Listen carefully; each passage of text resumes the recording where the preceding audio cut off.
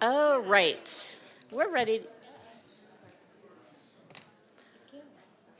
We're ready to get started. A reminder to please silence your phone. Today is Tuesday, December 16th, 2025. It's the City Council's regular meeting. I am calling this to order and giving notice to members of the City Council and to the general public that at this meeting, the City Council may vote to go into executive session, which will not be open to the public, for discussion and consultation with the city's attorneys for legal advice on any item listed on the following agenda. Can we have roll call? Mayor Daggett. Here. Vice Mayor Sweet. Here. Councilmember Aslan. Here. Councilmember Garcia. Present. Councilmember House. Here. Councilmember Matthews. Here. Councilmember Spence. Here. Councilmember Garcia, would you lead us in the Pledge of Allegiance? It would be my honor. Please stand if you are able.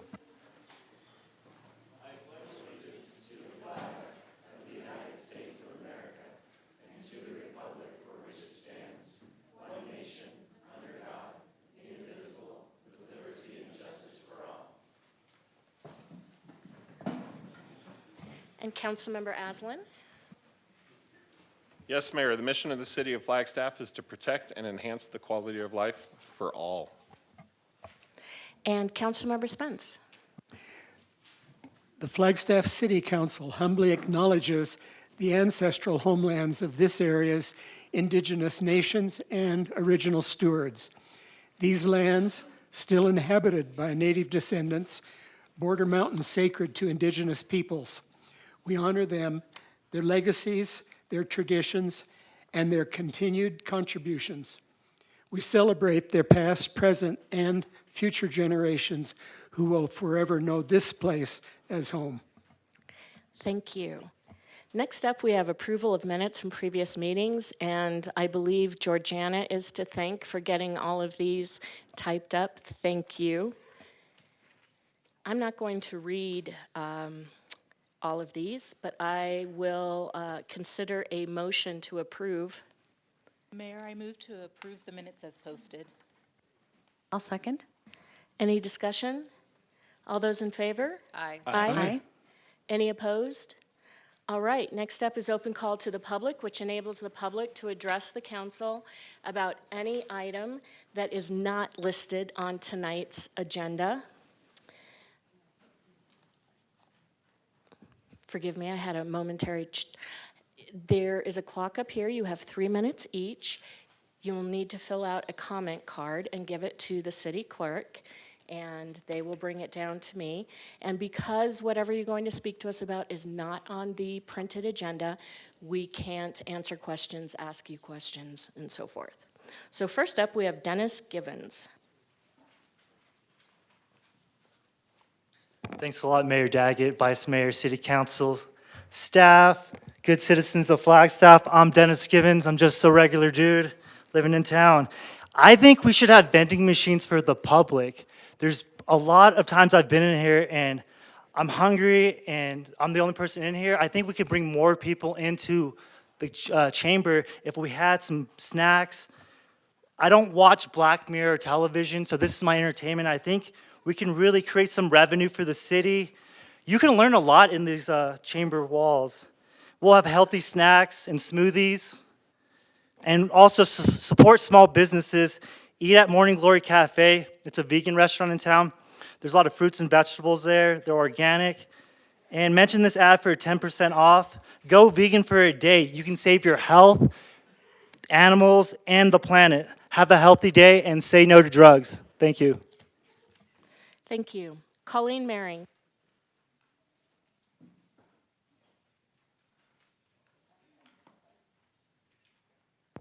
Good afternoon, Mayor, Vice Mayor, Council. My name is Colleen Maring. I'm the Chief People Officer at Northern Arizona Healthcare, and today I have an update on our emergency department renovation project to improve service to our region. We spoke about this project here earlier this year, right before we started construction, which was a big challenge, so thank you to each of your constituents in the community for being patient with us while we had to shut down different areas and move people around. As the only level 1 trauma center in the region, we don't have another hospital to send people to, so we are committed to keeping the emergency department and trauma bays open at all times. But right now, on a daily basis, all of our adult inpatient beds for general inpatients are full at FMC, which means if you come into the emergency department and you need a bed, you wait a long time. And that means the person coming into the emergency department behind you doesn't have an area to be seen while you're waiting for your bed upstairs. So when that happens, as it does every day, these delays get longer and longer in our emergency department. We see it firsthand, the impact on our patients and our staff. It's really challenging, it's frustrating, it's not the care we want to provide. So earlier this year, we started a project to renovate the existing space to help with some of those challenges, and we just finished phase 1. And in that phase, we created an area of the emergency department for those who come in with lower acuity or non-life-threatening needs. This enables those with significant trauma or life-threatening emergencies or significant medical emergencies to be seen in a bigger, more well-equipped area with patients who are lower acuity moving through smaller spaces with a different set of staff more rapidly. We also converted as many of those areas with curtains to little vegetables with real walls, thin walls, but real walls, as many as we could. And we updated the nurses' station to make sure they can be more effective in managing this literal constant stream of patients. We can't add square footage to the emergency department because of the physical space constraints of the building, but by renovating this space and adding different, what are called tracks of care, we're making the department more efficient and hoping to move people through more quickly with a better experience. The next phase of this project begins in January, and we'll be relocating our behavioral health emergency care area to a single space that's best suited for behavioral health patients to ensure the most appropriate care and service for those patients as well as those around them. So thank you to you and the community for your patience while we try to work through this project. As always, please don't hesitate to reach out to us if you have questions. Thanks. Thank you. Devonna McLaughlin.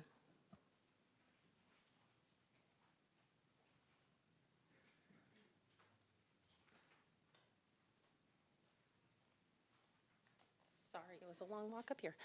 Good afternoon, Mayor and members of council. My name is Devonna McLaughlin, and I serve as the CEO of Housing Solutions of Northern Arizona.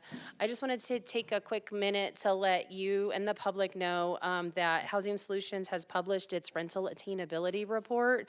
A summary of that was in the Daily Sun today, and I have some copies for council members and staff to hand out. But just a quick update. So Housing Solutions does a rental attainability report in the fall every year. We have called 55 market rate apartment complexes representing just under 10,000 rental units and 9 income restricted complexes representing 822 units. And we do this every year to try and get a sense of what the rental market's looking like, what changes we've seen from year to year, and any potential barriers there might be for folks who are trying to find a rental in our community. This year, it's a kind of a mixed bag of outcomes.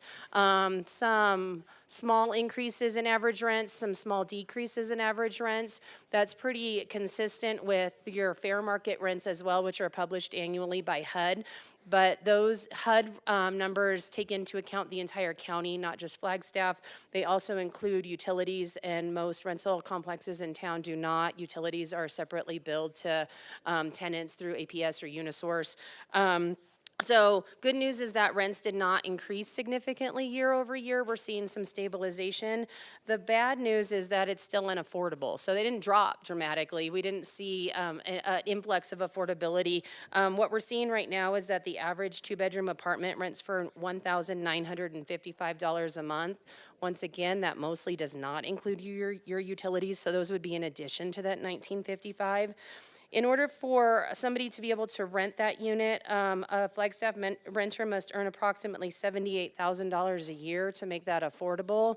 I know a lot of people don't make $78,000 a year, so folks that are under that would be housing cost burdened, working to try and either pay more of their income for housing than they should, or working another job, or having a second income earner for that 2-bedroom house.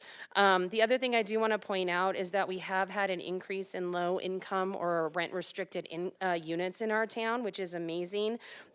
We saw that the number increased by 190 units, even with the loss of 135 units, as 2 of our former tax credit properties have gone through qualified contract and are no longer affordable. So even as we work to increase units here in town, we're seeing the loss of units. And so that net is a positive this year, but overall it could have been higher without that loss. So thank you so much for the opportunity to present. This is available on our website at housingnaz.org if anyone's interested in getting the full story. Thank you. Thank you. Heather Damelin.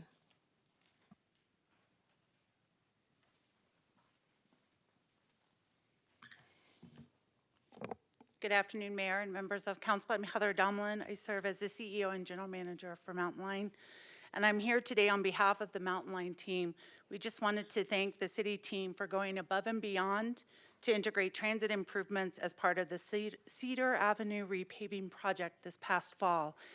The city was able to incorporate a revised striping plan which improved bus stop space at 4 bus stops along Cedar Avenue, improving safety and efficiency for our transit operations, our riders, and other vehicles on the roadway. The city also supported the relocation of the Cedar West bus stop to make it closer to the crosswalk that actually occurs at that intersection. This stop is highly popular and often used by our Coconino High School students. We want to acknowledge the extra time and effort to coordinate with a large group of stakeholders, consultants, and contractors to include these transit improvements with the city project.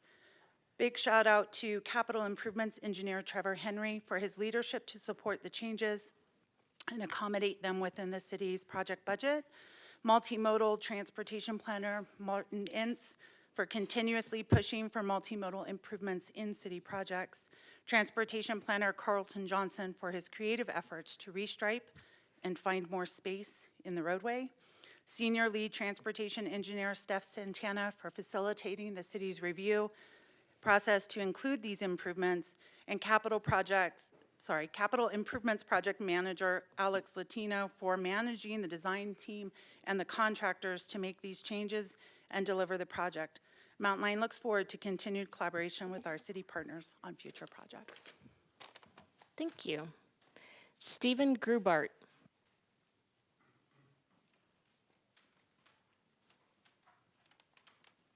Hello, thank you. Hi, my name is Stephen Grubard, and I'm the owner, or was the owner, of the Pizza Patio, a restaurant that served Flagstaff for over 8 years. We had to close a couple weeks ago at the end of November due to police targeting and harassment of my business. That was just phenomenal. I mean, we had like 2 to 6 police officers there every single night, and then finally it resulted in 7 to 10 police cars with AZDPS along with the police there. And I've asked for a third-party investigation. I've also asked to be put on the agenda for the city council. I've lost my livelihood and my investment, and I'm not going to sit quietly while this happens, I assure you. And the investigation I'm not very pleased with. They're trying to say that they're not involved, the Flagstaff Police Department, even though an officer that was there who's investigating us and been involved in multiple police complaints was with me the entire time. They're even disacknowledging phone calls that were obviously made that certainly the police officer and I even discussed, but they won't give me the police body cam information. They've dismissed the investigations without even speaking with me. They've released absolutely zero records, nothing. I have nothing. Even the police reports that have been filed me, some 6, 7 months ago, I can't get copies of the police reports. I don't know what they're doing with them. Are they amending them with them? How can we expect this widespread of corruption involving all the way to the chief of police, Sean Connolly, to investigate themselves fairly? The people of Flagstaff are going to know about this, and we're going to stand up and we're going to fight against this. We're going to get a fair investigation of this. It will not be disregarded. It will not be ignored. I can guarantee you. My name is Stephen Grubart, STEVENGRUBART @hotmail.com. My number is 928-830-8100. Anybody wanting any more information on this, please feel free to reach out to me. We're going to end corruption in Flagstaff with the help of the city council and the mayor, or we're going to do it on our own. Most things happen from the ground up, and if that's the way it needs to be, fine. But it'll be noted that you have not helped in any way whatsoever. You have all received my emails. You know what's going on. You know how unfair this is to a citizen. My goodness. You put the noise, you stopped the noise violation. You voted 5-4 against it. Yet you let these people who are bureaucrats who work underneath you determine the law and selective enforce against all the Southside independent retailers and businesses. Southside Tavern has a GoFundMe page with over $30,000 in legal fees. He's going to lose his business by January. I've already lost mine. Why are you targeting us? What is going on? It has to stop. Ariana Costarita?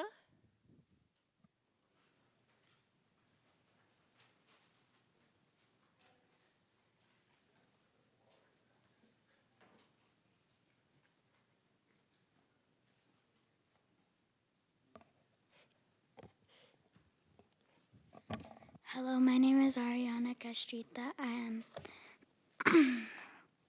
I'm in 4th grade at Kinsey Elementary. I stand behind the name change of Agassiz Peaks.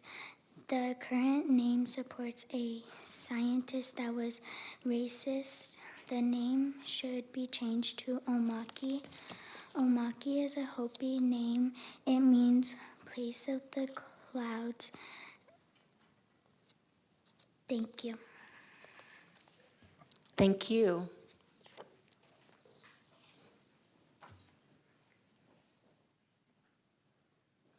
Daryl Marks.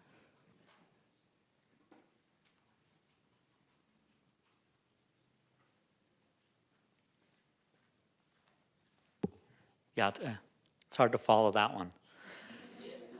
She na dant like I nas ejitabado na kaida na bushchin kitlachini dash che ado she dashnella tonheli da nashado kwa akinslana dashagan. Yes. So back in I want to say March of 2020, students over at Flagstaff High School came together and asked for there to be a press conference or a press release, and they had the vice mayor at the time, Jamie Whalen, come and be in attendance as well as some reporters from the Daily Sun. In that, they presented the history of Agassiz and talked about how that was an inappropriate name, not only for the peak here on the San Francisco Peaks, but also the street that was passing through Flagstaff. Knowing that City Council went through a process to get that name removed and changed for the street, and now we have W.C. Riles, which is appropriate and appreciated. Students continued to do that work to bring this matter forward. They were encouraged to bring it to the federal level. They met with family from the Agassiz descendants as well as other folks that had that value. We even got a letter from City Council in support of that. In October of 2023, some of those youth from Flagstaff High School presented that before the Geographic Board of Names, and they voted to approve that name change back in October of 23. They shared with us that it's important that the city of Flagstaff make that public decision to change that name so that the maps can reflect that name change.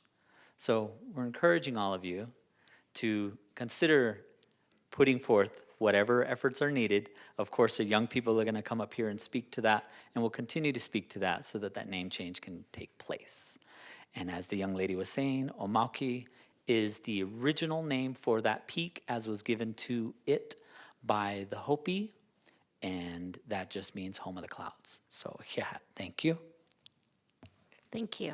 Mayor, didn't we do that? We'll have to talk about that offline. Brent Elmer.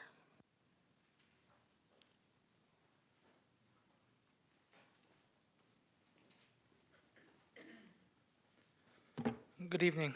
Kusovom tamamoy to kai what's tota tamamoy he ta nane no awewa yon hope ma chiwa no Brent Elmer yon pahan ma chiwa ko kyang ngunya ne kya no hopefella epke ta burn Flagstaff High School ep the tukai ina Brendan Elmer yon pahan ma chiwa ina Teresa Celestua yon pahan ma chiwa Hello, I am Brent Elmer. Owiwa is my Hopi name, meaning useful. I am from the village of Hope Valley, Arizona, a part of the Spider Clan. My other Hopi names are Kwanhongva, Lamanghongva, and Buetavina, meaning leading the pathway of life. I am here to talk about the second highest summit, originally named Agassiz. Agassiz was a famous naturalist and professor who founded Harvard University's Museum of Cooperative Zoology. Agassiz had never set foot in Arizona or even laid eyes on the mountain when he was alive. The person who named the mountain was William Jackson Palmer. Agassiz Peak got its name in 1873 during a survey expedition led by William Jackson Palmer, an Army general, said Robert Buring. Robert Buring was the former executive director of the Museum of Northern Arizona. The entire mountain range is sacred to at least 14 tribes: Acoma, Apache, Diné, Havasupai, Halalupai, Mojave, Southern Paiute, Zuni, and Hopi. These tribes all have their own unique name for the peaks way before Europeans arrived. Years later, on March 2020, students of Flagstaff High School Native American Club soon realized who Agassiz was, or Agassiz. Agassiz promoted a racist theory called polygenism, a theory where whites were at the top and blacks were at the bottom, just below natives. I am here today to change the name of the peak on the mountains to Omaki, a Hopi word meaning home of the clouds. The name Omaki preceded Agassiz nearly 1,000 years. So I'm not here to give the peak a new name, but rather restore the name. Go back to original. Ita nuhuk ta ai sosok hita au kepsi tang wo sa songvit woyomek ita katsi lolamatini, meaning we are giving life again, and everyone needs to respect our beliefs. We must strengthen ourselves to create a positive future. Thank you for your time today. Kokwa. Thank you. All right, I don't see any other general comment. So we'll move down to council liaison reports, and I'll start with Councilmember Spence. I have nothing this evening. Councilmember House. Thank you, Mayor. Just two quick things. With the Housing Commission at their last meeting, they had recognition for the opening of the Lantern. I know many of us were able to attend that housewarming and welcoming event, and it was a wonderful time. With CODA, I just wanted to share a reminder of the upcoming Martin Luther King Day 2026 celebration in partnership with NAU on January 19th, which will feature a breakfast, celebration, keynote speaker, and more. Thank you. Thank you. Vice Mayor. Nothing tonight, thank you. Councilmember Aslan. No commissioner or committee reports from me. Councilmember Garcia. I'll save it for when you come back from break. Councilmember Matthews. Nothing tonight, thank you. Nothing from me this evening. We're moving down to appointments. First up, we have appointments to the Planning and Zoning Commission. We have two council members making appointments. First is Councilmember Spence.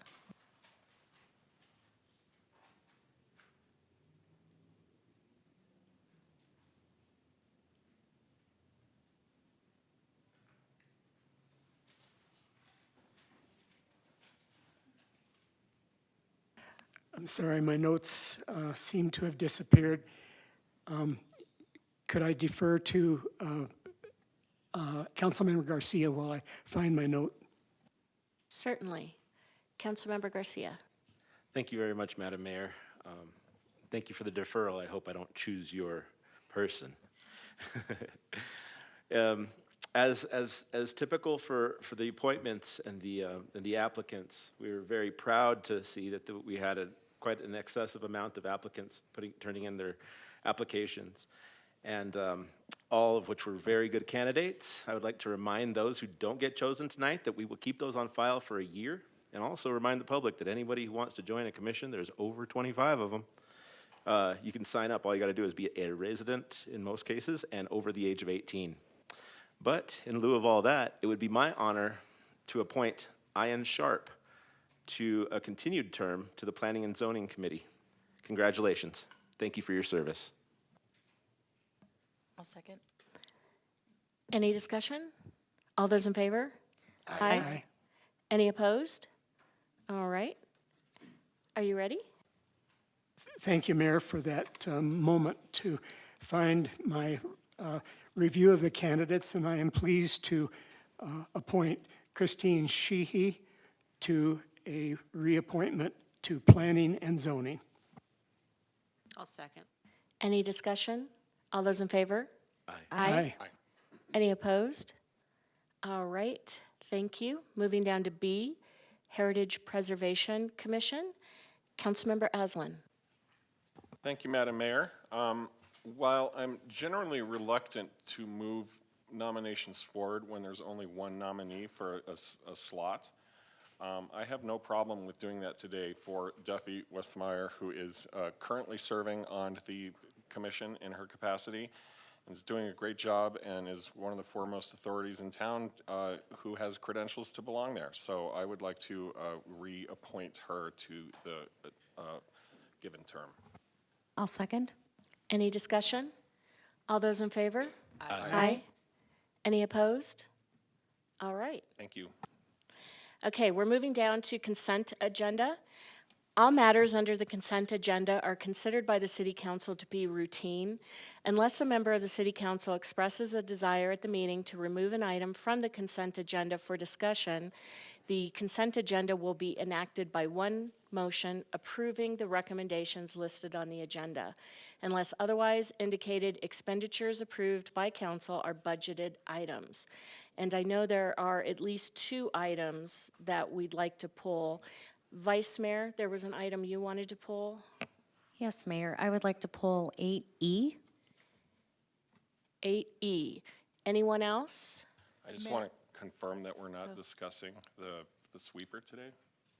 Was that pulled from the agenda? Yes, and I'm assuming it will be on a future agenda. Correct, Mayor, Council, it'll be on a future agenda. Mayor, I'd like to pull item 8C. I was going to pull that one too.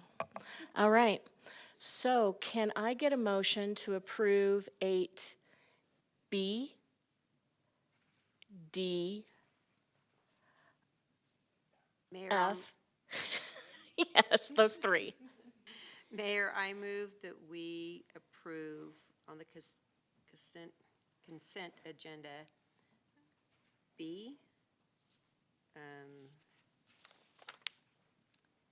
D, and F.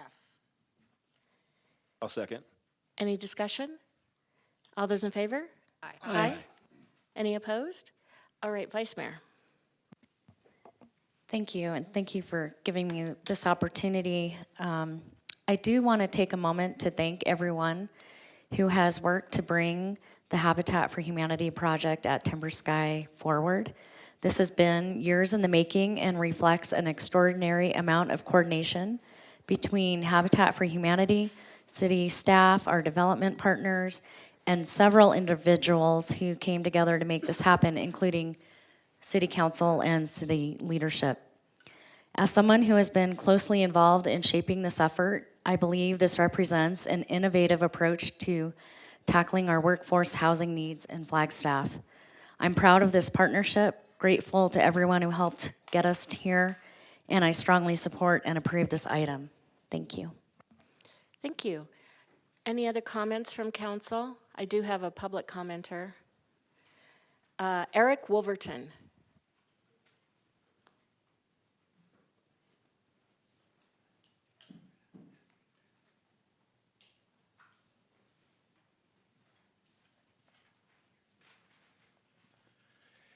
Mayor, Vice Mayor, City Council members, City staff, thank you. This is a momentous time. I'm very, very excited to be able to have the legal opportunity to be able to sell these first 10 of 40 starter homes to Flagstaff citizens that I know are very, very excited to be homeowners and to be able to call Flagstaff their permanent home.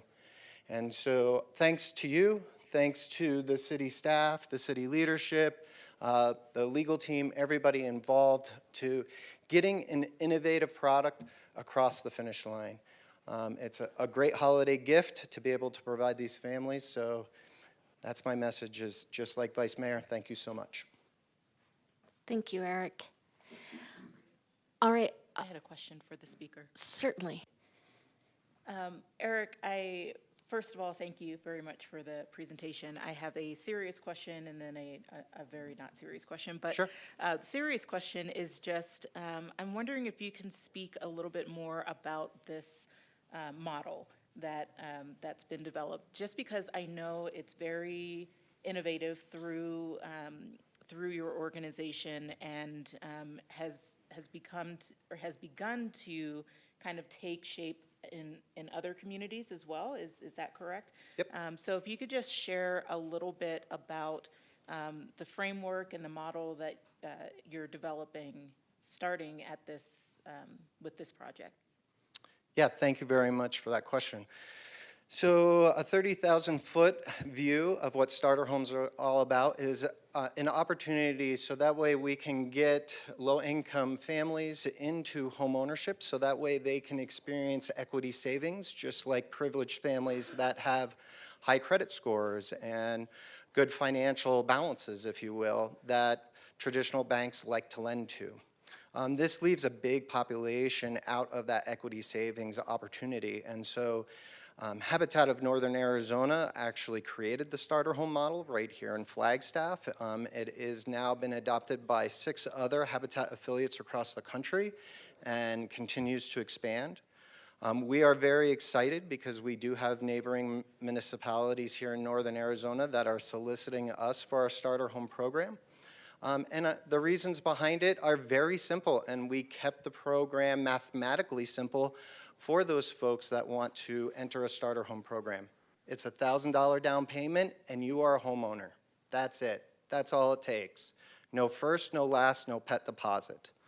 After that, we have mortgages ranging between $1,000 to $1,100, depending on the neighborhood that it resides in, with 833 of those dollars going to the homeowner's equity savings, thanks to Habitat's 0% interest financing. That $833 times 12 months is a $10,000 equity savings every year that a Habitat homeowner owns their home. Now, there is a minimum requirement of 3 years of home ownership to be fully vested to be able to cash out your equity. And we do that because we're not only just supplying shelter, we're supplying economic development, and we're also supplying workforce. Now, there is a difference with starter homes from the traditional Habitat model in that these are not forever homes. So there is a maximum time frame you can own a starter home, and that is 10 years. Now, that homeowner can sell their home deed restricted only to Habitat for Humanity between 3 and 10 years. That is completely up to them. And if they cash out at 3 years, they're going to get a check for $30,000. 5 years, $50,000, 10 years, $100,000, just for simply paying a mortgage and enjoying their home. We do feel that this is a transformational, innovative housing model. We are very excited to be able to help any municipality, help any community that wants to incorporate that into their systems, because this isn't something that only Habitat should be able to take advantage of, and we're just really excited to expand it out. I hope that answered your question. It did. Thank you so much. And I hope you have an idea of what my non-serious question is. It's when are you bringing Hobbit homes? Well, Hobbit homes sound like fun, and they're certainly insulative. But, you know, this is, in all seriousness, starter homes are exactly what emerging and stay-in-place generations need. They need an opportunity so that way they can actually have a starting point in home ownership. And most importantly, this is going to be one of their very few opportunities to have a savings account that is associated with a mortgage payment. And so rather than investing $1,600 a month on rent to someone else's dwelling, I'd much rather see that person be able to invest in themselves. Thank you very much. Thank you, Mayor.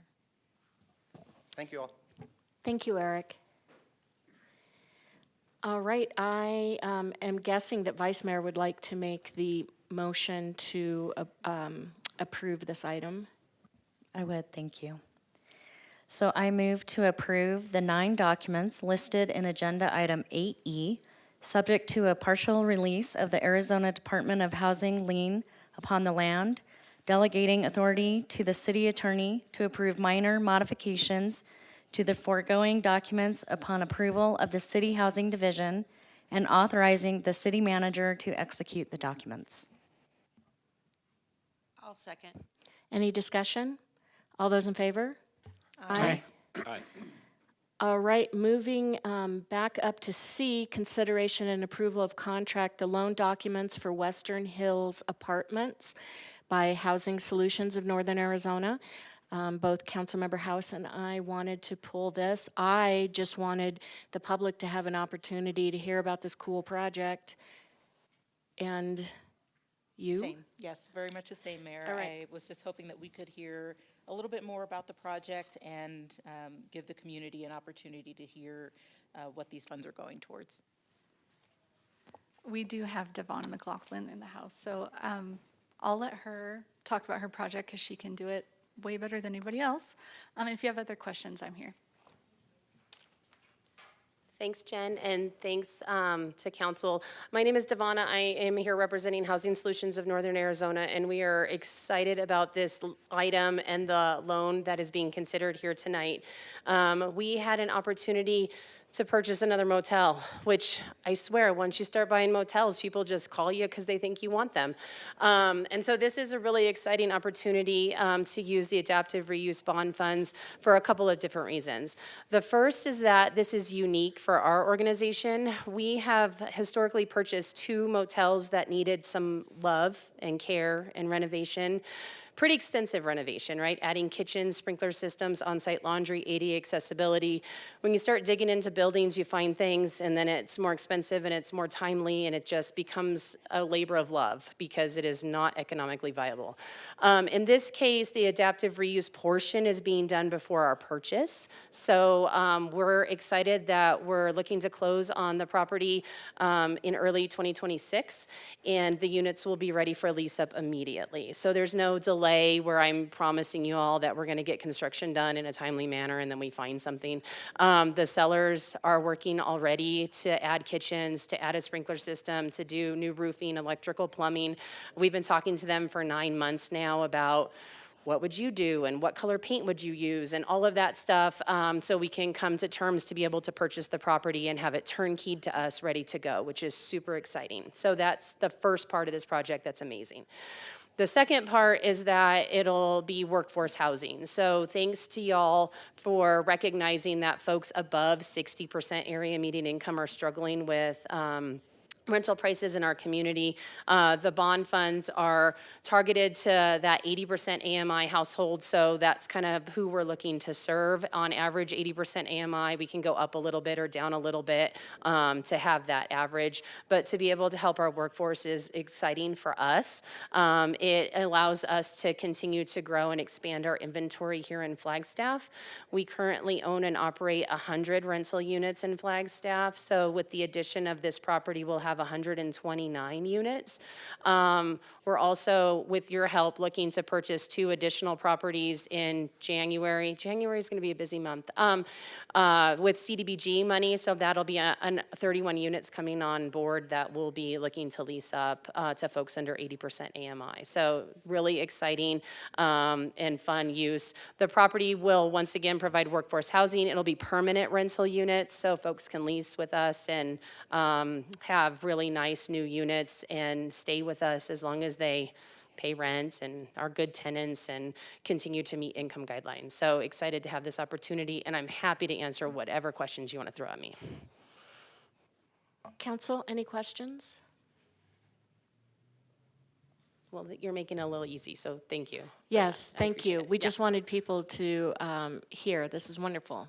Yeah, so, and thanks to the voters for the bond funds. This is truly an exciting investment in affordable workforce housing in Flagstaff. So thanks to council for putting it forward. We could not do this project without the investment from the city. Let me just say, numbers don't work. Financing is expensive. Your money is key to making this project be successful. We will carry a mortgage. It is a big one, but we couldn't get the mortgage that we needed without your additional funding coming into play. So thank you for that loan. We're excited and committed to meeting the 15 years of compliance to make sure that we serve low-income households in Flagstaff. Thank you. Thank you. Councilmember House, did you want to make the motion? It would be my honor, Mayor. Thank you. I move to approve the loan documents totaling $1,160,000 for the Western Hills property by Housing Solutions of Northern Arizona using Adaptive Reuse Bond Program funds. Is there a second? I'll second. Any discussion? All those in favor? Aye.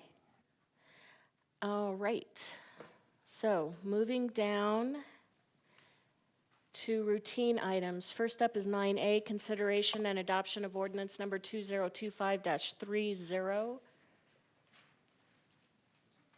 This is our second time considering this. We've had a previous presentation. Staff, do you have anything additional to add?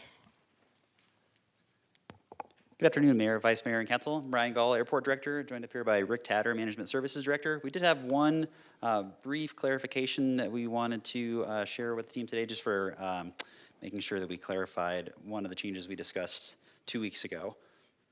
Bear with me 1 second here.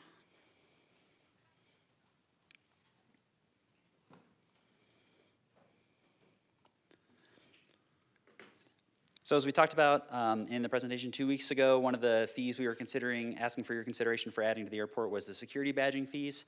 We did discuss a minor clarification to the draft of the ordinance that was in the packet, which included the highlighted language in this slide, clarifying that both city employees and contractors working for the city on Flagstaff Airport projects would be exempt from the initial and renewal badge fees listed above, but that they would still be required to pay any lost badge fees. We discussed that, but I don't know that it was ever stated when we talked about the ordinance itself. So just to clarify, as long as there were no other concerns or questions, we would just ask for your consideration and approval of that ordinance with the clarification that those city employees would also be exempted from those badge fees in addition to the contractors. And Rick and I are here if you have any other questions. Thank you. Council, any questions? I'll entertain a motion. Mayor, I'd like to move that we read ordinance number 2025-30 by title only for the final time. I'll second. Any discussion?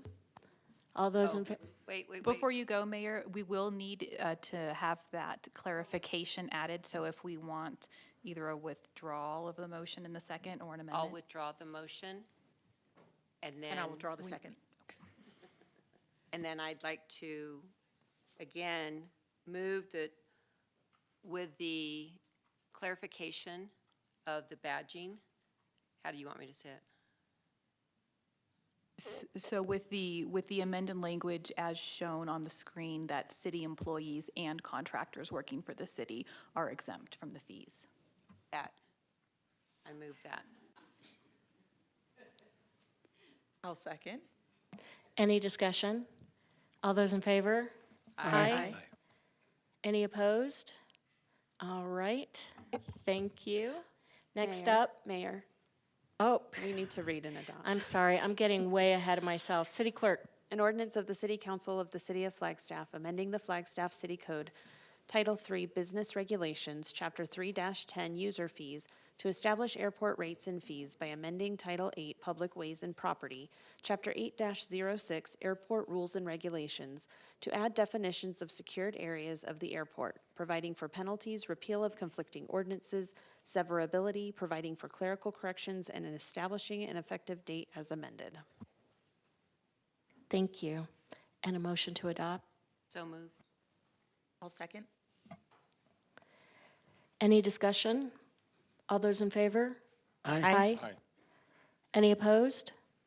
All right, now we're moving down to B, consideration and adoption of ordinance number 2025-29. This also has been previously discussed.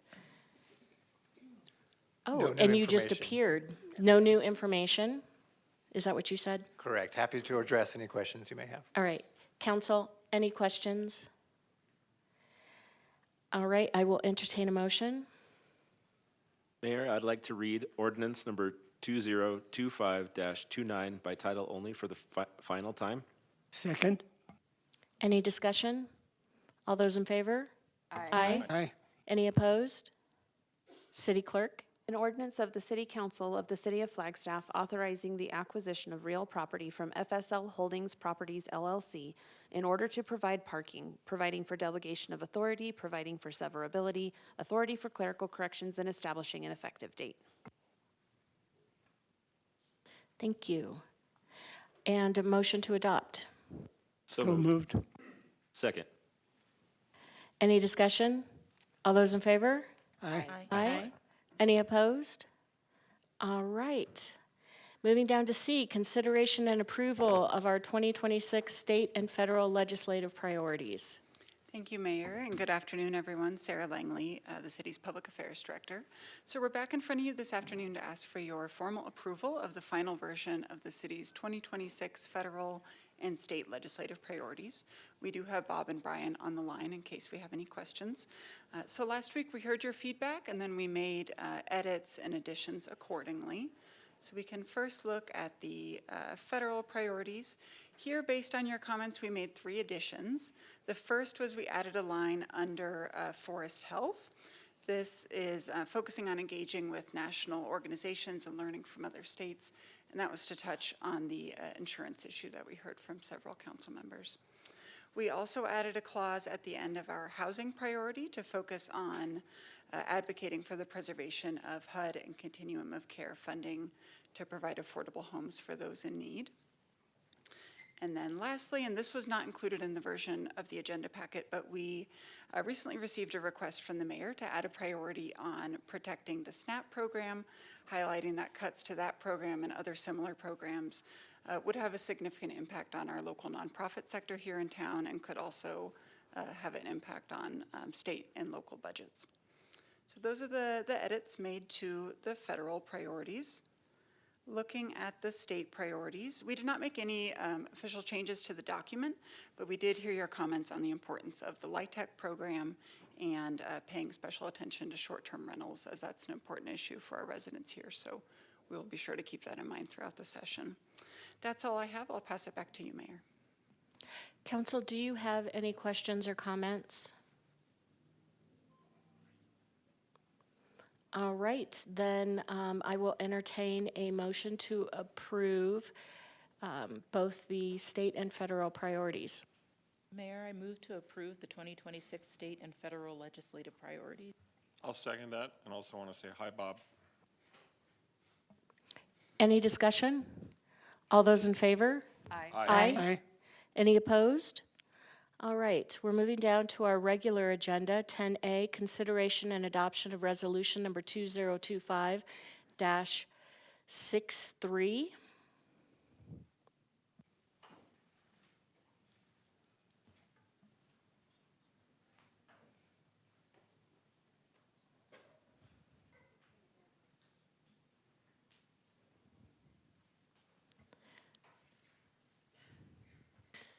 Mayor and Council, Jessica Vigorito is presenting this item, and Shannon's going to find her.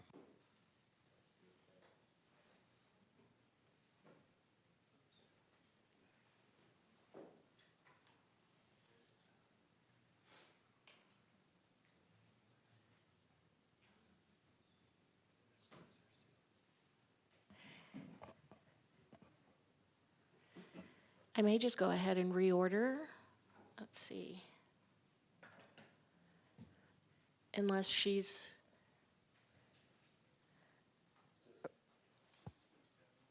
We can move to item C. all right, let's do that. Consideration and adoption of resolution number 2025-65.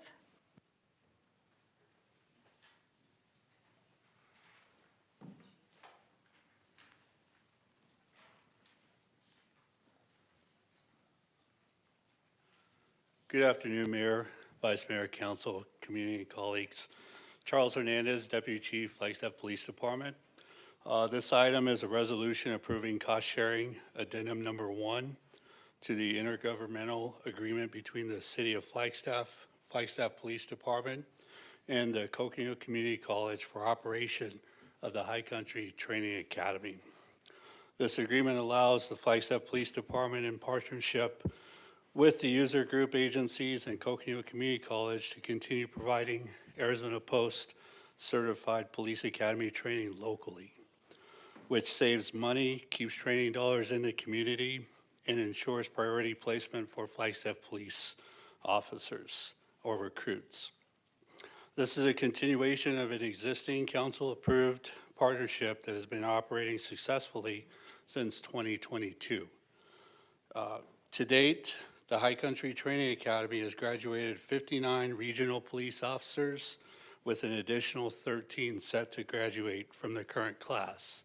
One point of emphasis I'd like to highlight with the approved bond recently, we're looking to have a new training facility on 4th Street with the partnership that we have with the college.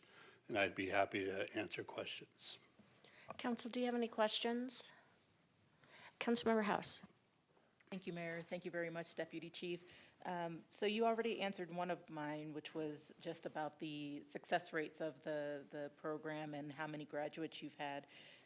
Are you looking, especially with the expansion to 4th Street potentially, are you looking at opportunities to expand the program and grow the class participants? And what does that look like for the number of officers that we've retained as part of Flagstaff's department? Thank you, Council Member House, for that question. We are a regional academy, so we service officers from or agencies from the northern region to help offset some of the costs for training with travel, housing, and things like that associated with the training. When we look at expanding the program is specific to Arizona Post certification, which is the statewide certifying body. So the curriculum would stay the same, but we are looking to enhance the program with housing options. We partner with the Northern, I think it's the Army Depot in Belmont, to offset some of the housing costs. The agencies make agreements with them directly to offset those housing costs. So we try and recruit or offer a curriculum that's equal or even better to other state academies across the state. But to your point, I think the curriculum will be good. I think the facility, just being in the Sunnyside neighborhood, will enhance some of the presence in that area, especially with the library coming and the Mount Eldon School and some of the other traffic-related issues we have in that area. It will enhance our community presence, but then it'll also continue to bolster our presence as far as an academy in our region to be one of the top in this state. Thank you very much. Council, additional questions or comments? Councilmember Garcia. Thank you very much, Madam Mayor. Thank you for the presentation, Mr. Hernandez. I'm very happy to see that this is moving forward. Now, my question is, since the program has kind of shifted to our region, can you speak to the differences or the nuances in the graduates that we're obtaining now that we have a hand in training them as opposed to prior? And how has that benefited the community? So with our primary focus, thank you for that question, Councilmember Garcia. With our presence in from the Flagstaff Police Department perspective, being in the community and knowing how the residents expect us to police in the community, we have a thumb on the curriculum and the way we police in the community to incorporate that into the training. So it not only enhances our service from the police department perspective, but also it in transparency, when you look at it from a community expectation purpose, having our own academy here in the region only enhances the type of recruit that we're going to come to expect in the community policing the way we do. And to Councilmember House's point, retention, having people already in the community with roots and being able to continue to train them locally will hopefully get those roots deeper and keep them for a longer period of time.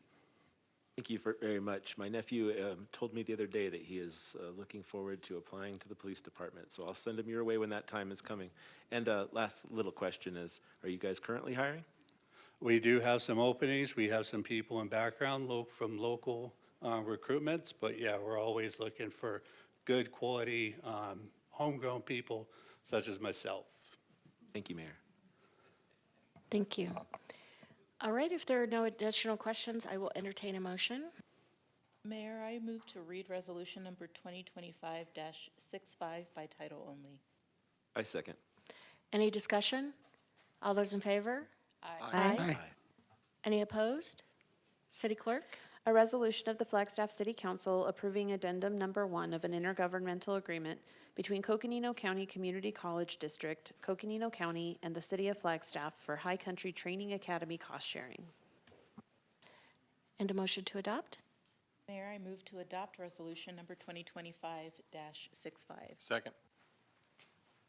Any discussion? All those in favor? Aye. Any opposed? All right, we're going to hop back to B, consideration and adoption of resolution number 2025-64. Welcome. Good afternoon, Mayor, members of the council, Mark Wilson, Deputy Chief over Administration with the Flagstaff Fire Department. Today, what we're looking at is a resolution between the City of Flagstaff and Coconino Community College, much like what you just heard. This is ongoing. It's been in process for over a decade now. What we're looking at doing is just modifying some of the efficiencies associated with how we share some of our different uses within the facilities with the city for the fire training facility and Coconino Community College and what they have for resources. So we're looking to re-up. It timed out.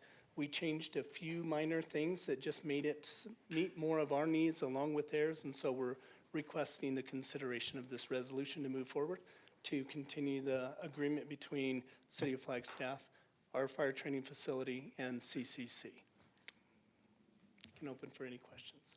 Questions, council? Comments? Councilmember House. Thank you, Mayor. I'll just ask you a similar question to the last one in terms of what this program means for retention and recruitment for our local department and what you're hoping to see in the, maybe just in the coming year as far as that program goes. Yeah, that's a fair question. So up until next year, all of our prerequisites were designed on somebody having firefighter 1 and 2 and EMT as a requirement to test for the City of Flagstaff. CCC was our primary partner to be able to provide that locally, to give them that training, and they used our facility to train those students through that process. So that was the partnership on one side of it. Ongoing, we will still continue to require EMT moving forward in 2026, but we will no longer require 1 and 2. We'll still have shared resources and we'll still use our resources for all those additional trainings in our academies. But the other thing that's important is that we also partner with CCC for the use of their facility. So in this agreement, it allows us to use their locations because we have limited space for training, classrooms, and some of the different areas that we will continue to use in the years to come, if that answers your question. Thank you very much. Thank you. If there are no additional questions, I will entertain a motion. Mayor, I'd like to move that we read resolution number 2025-63 by title only. I'll second. Mayor, just to clarify, we're on 6-4. item 10B, yeah, 6-4. 6-4. And your second was on 2025-64? Yes, ma'am. All right. Any discussion? All those in favor? Aye. Any opposed? All right, thank you. Mayor? All right. Mayor, we'll need to Oh, read. I'm sorry. I'm sorry. Would you please read the resolution by title only, please? A resolution of the Flagstaff City Council approving an amendment to the intergovernmental agreement between the Coconino County Community College District and the City of Flagstaff for sharing of resources. Thank you. Can we have a motion to adopt? Move. Second. Any discussion? All those in favor? Aye. Aye. Any opposed? All right. Now we are moving down to D, consideration and approval of contract. Mayor, just to be clear, we haven't gone back to 10A yet. I'm not sure if you wanted to finish that first. Yes, yes, that would be good. I'm sorry, I was thinking that that's what I hopped back to. All this jumping around. 10A, consideration and adoption of resolution number 2025-63. Mayor and Council, very sorry for the reordering. I'm here to talk about the intergovernmental agreement, or IGA, for fire and medical services for the area of Lockett Ranches. We have been providing this service to the area since 2006. Their contract is set to expire June 30th of 2026, so we are a bit ahead of the game. But for their kind of board purposes and insurance purposes, would like to get ahead of schedule. The rate is determined in the city ordinance and has been provided to the neighborhood and HOA, and is set to increase 2% each year, which is also part of the city ordinance. This is a 5-year agreement with the option for a 5-year extension, similar to the current one we're in and we're about to finish. And that's all I had for you, if you have any questions. Council, do you have any questions? Comments? All right, I will entertain a motion on 10A.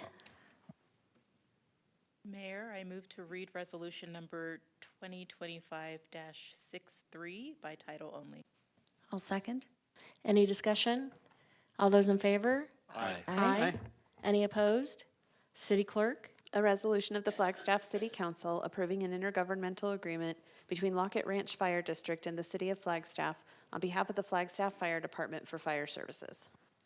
Thank you. And a motion to adopt? So moved. I'll second. Any discussion? All those in favor?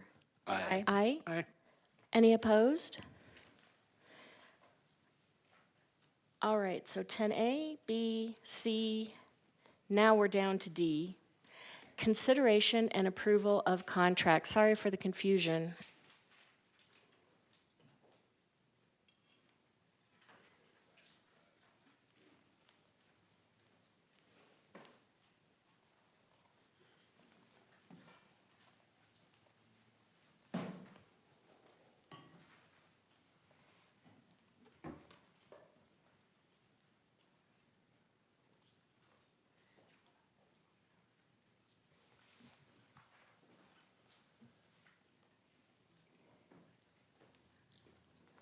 Good afternoon, Mayor and Council. I'm Colin C. with the Flagstaff Police Department. Today will be our third presentation on the flock safety program. I just want to remind everybody of our mission of why we do what we do.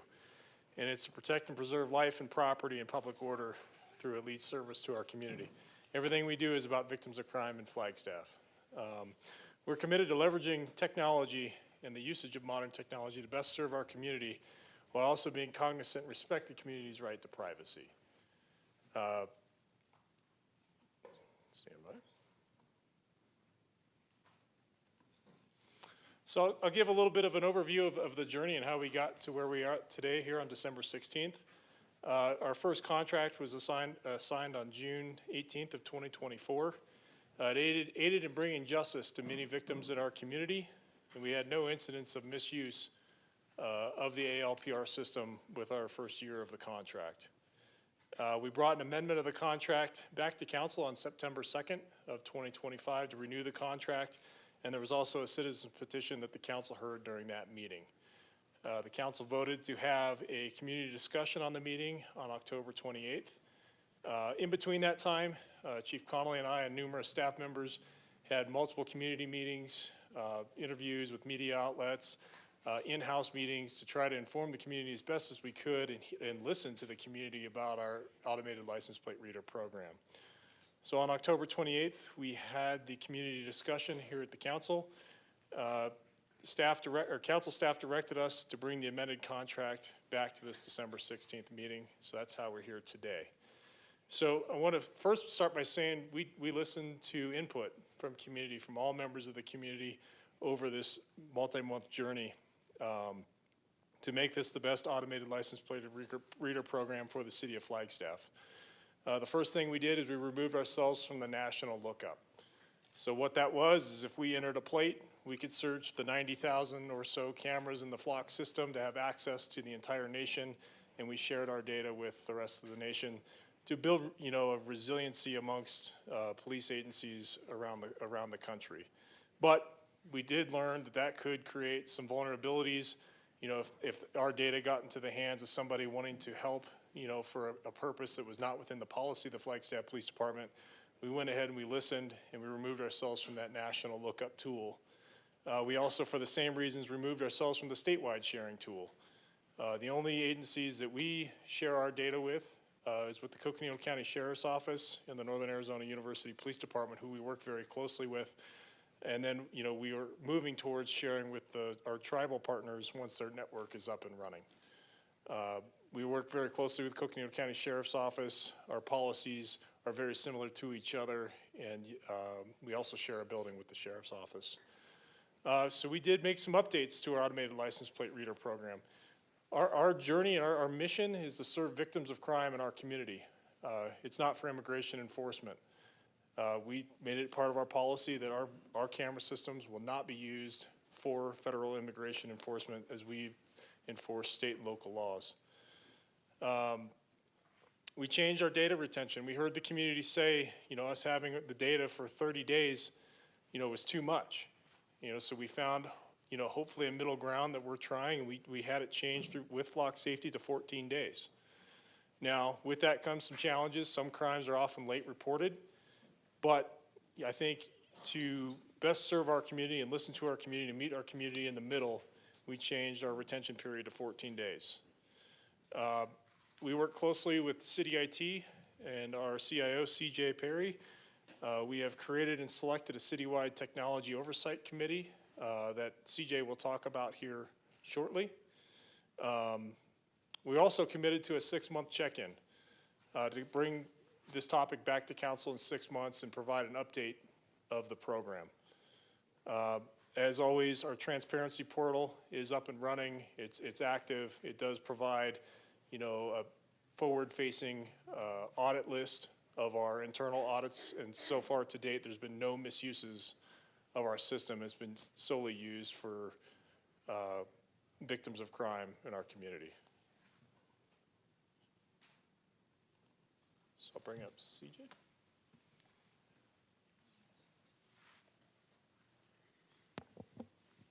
Not as tall as you, Colin. Mayor, Vice Mayor, Council, CJ Perry, your Chief Information Officer. Sorry, I was trying to fix the slides. Yeah, as we just discussed, we're doing a technology privacy task force, and this really helps us get a lot more community input into all technologies, not just related to license plate readers, but all technologies that could have a perceived impact on privacy or concerns from the community. So we have, we had an application for that. We received a lot of input from that application, which was really exciting. I'll go into that in just a second, but just to kind of show on this screen sort of how that interacts is, divisions within the organization are looking to do their job better. They're looking to implement technology that makes them more efficient and provides better service to the community. The IT division, what our job is to focus on things like cybersecurity and our application baselines, that technology meets our cybersecurity standards, that meets our application baselines, and we do an audit based off of that.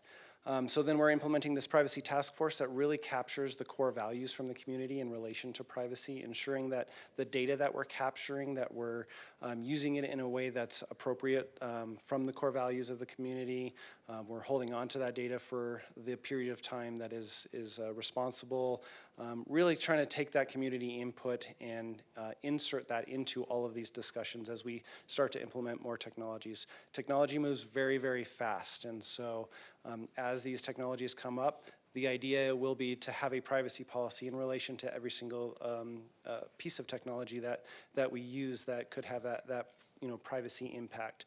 It'll really state, here's how long we hold on to the data. Here's the type of data that we hold, the type of data we do not hold, all of those types of concerns. So we're really excited to get more of that community input into this process as well.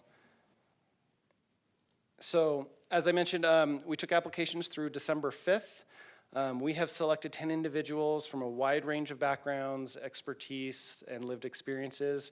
I have sent out notices to all of them. I have heard back from most of them on acceptance as part of this, but I'm still waiting on a couple more, so I don't have a list of names for you yet until I have that final list. Our first meeting is going to be scheduled for January. We do have the holidays coming up, and unfortunately I will be out on vacation for the next couple of weeks. So our first meeting will be in January. We'll be talking about the overarching privacy policy as well as specific privacy policies in relation to each of these technologies, with license plate readers being one of the first things on the agenda. But again, I want to stress that this isn't just for license plate readers. It's holistically. We're kind of looking at this from that holistic point of view to make sure that we do have good, broad community input as we implement technology. So we're really trying to kind of build this framework on how we can balance being cutting edge. Government oftentimes is a little behind on some of the technology sometimes, so we're trying to allow ourselves to be a little more cutting edge while still getting that community input and ensuring that we're using the data in ways that represent the core values of our community. And so I will hand it back over to Deputy Chief C. Thanks, CJ. So tonight, we do have the First Amendment of the contract in front of you for 25-26. It is for 36 flock cameras. 32 of those are permanently mounted cameras in the city of Flagstaff, and 4 of those are portable devices. It's the same exact number of cameras that we had in 2024. The contract's for $112,000 plus taxes and other fees. And we do have funding through our fiscal year 2026 budget. Also, I know you probably have to take public comment, but just to let you know, Mike Solomon and Hector from Flock Safety are on the call if there are any technical questions that you need from Flock tonight. Thank you. All right, we have a question from Councilmember Garcia. Thank you so much, Madam Mayor. And thank you, Chief and Deputy Chief, for coming up and getting ready to announce. My question is, now that you have removed yourself from the national database and those state partners that you mentioned, how is that working for you? What is the data? Have you guys been able to analyze the data as before as opposed to now? How is that working out for you? And then I'll have a follow-up after that. It's a little early to totally analyze that data. We did have a couple cases. There was a kidnapping type case where not being able to share with some of our statewide partners, it did affect the case, and we were able to neither prove nor disprove portions of that case. But right now, it's still working. We did have a string of auto burglaries at local businesses 2 weeks ago, and we were able to successfully locate the person who victimized 8 community members. It was somebody not from the community who stopped in through Flagstaff and was smashing windows and stealing property. And fortunately, we were able to work, with other partners, and we were able to make arrest and return some property to some victims. So it is such a valuable piece of technology that has worked. And yeah, but we're collecting that data going forward. Thank you. And this will piggyback off that question a bit. I'm curious, since you're no longer sharing the data nationally and with the other communities that you specified, are you able to receive data from those communities, and how is that working out for you? Yeah, thank you, Councilmember Garcia. Yes, we still can, if the agencies choose to share with the Flagstaff Police Department, we can still access their data for up to 30 days or whatever their retention period is. However, they cannot access our data unless it's the Coconino County Sheriff's Office or NAU Police Department. Thank you. And one last question, likely, maybe for now at least. Everybody is concerned because of the flock system takes pictures of the back of your car and the license plate. I was too when I first heard about it, and I still am to a certain extent, but then I started thinking about it, and I started realizing that once you register your vehicle, whatever information you give them at the time of registration, they already know that stuff. So my question to you guys is all the information that is behind, on that license plate already in the system? And is there other ways to achieve that, even if they didn't read the license plate? If they were, for instance, immigration's a big issue. Couldn't they just go to the national database for immigrants in the community and go straight to the person's house where they registered and stuff like that? Yeah, federal authorities would have, access to the National Crime Information Center, which would have motor vehicle division registration to vehicles if the plate is lawfully displayed on the vehicle. Now, some people can put a fictitious plate on their vehicle, and that would alter the reading. But if it is lawfully displayed on a vehicle, yes, the motor vehicle division would have that information, and police agencies, to include federal, state, and local agencies, would have access to that data. Thank you. Councilmember Matthews. Thank you, Mayor. Just a couple of questions for right now. I've read a couple of comments that, the victims and the crimes don't outweigh the risk of privacy loss. Do you have a number to share with us of how many crimes we've been able to solve or address with the flock camera technology? Without a specific number, I know we're in the dozens. And, it's not a tool to solve every single crime, but it is a tool to solve crimes involving vehicles when the suspect has potentially left the scene. So does it work 100% of the time? No, it doesn't. But it's a tool that goes along with multiple other tools that we have to our availability that's aided, in locating a vehicle that was potentially used in the commission of a crime. There's still a lot more investigative work that has to go into that to determine, okay, who was driving that, because our flock scans and our flock pictures of license plates shows no information or no photographs of people that are inside the vehicle. So there's still a lot of investigative work that has to go into it. But I could confidently say, we're in the dozens of crimes, if not more. Colin, if I could, and Councilmember Matthews, Mayor and Council, thank you for this conversation. In a recent pool of data, Lori Spencer's our data analyst, and she does an amazing job. She does a ton of work. We saw flock referenced 319 times in those reports as providing increased access to viability and support of those victims. To Colin's point, there's so much more. A license plate in the back of a car does not afford us success in prosecution and sending that over. But we saw that reference 319 times over the last 12 months. Thank you. And once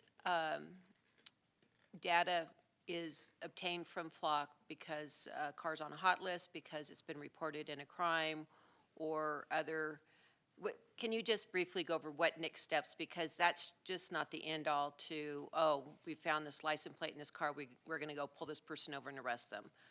Correct? Yeah, thank you, council member. Yeah, we might get a hot list alert, whether that's coming from NCIC, which is the National Crime Information Center, or it might be a hot list vehicle that was entered in, that was involved in a local crime after supervisor approval. The next thing we'd have to do would be to locate that vehicle in the community and then actually visually see that vehicle and confirm that's the exact same vehicle that was involved in, that created the hot list alert from flock safety. And then from there, we have to ensure that there is, reasonable suspicion or probable cause to, detain that vehicle or stop that vehicle and continue the investigation. We'd probably use, our NCIC system to confirm that plate and make sure everything is what it says it is. The vehicle, it may be listed as, a hot list. We want to make sure it's still involved in crime and still actively wanted before we initiate a contact. So that's something we train our officers to do, prior to taking any enforcement based on a flock safety alert. Thank you. And then one for CJ. Where did he go?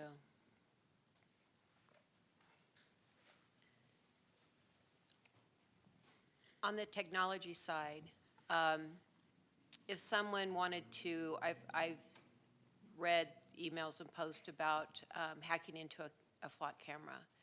Can you speak to like what benefit would that do? And I think you've mentioned that there's new upgrades to the cameras that we use. Can you just kind of summarize that risk and what's a real risk and what is mitigated by that?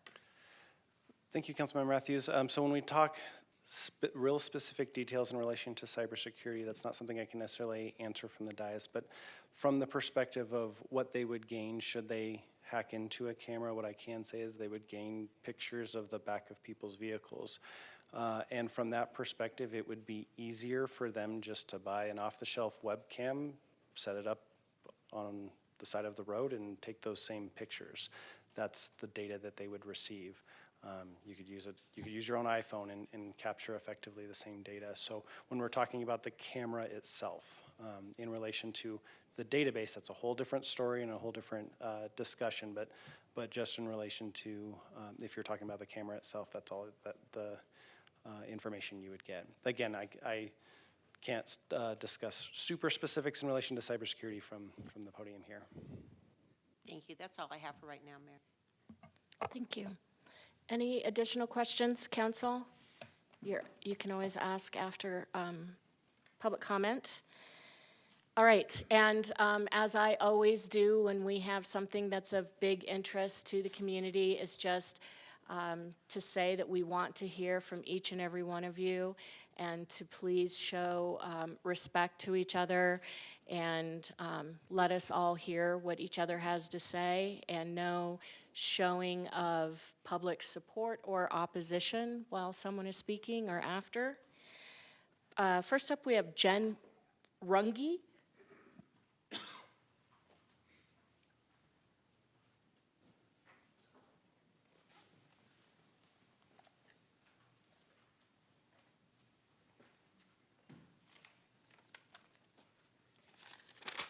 Good afternoon, Mayor and council members. Thank you for the opportunity to speak again.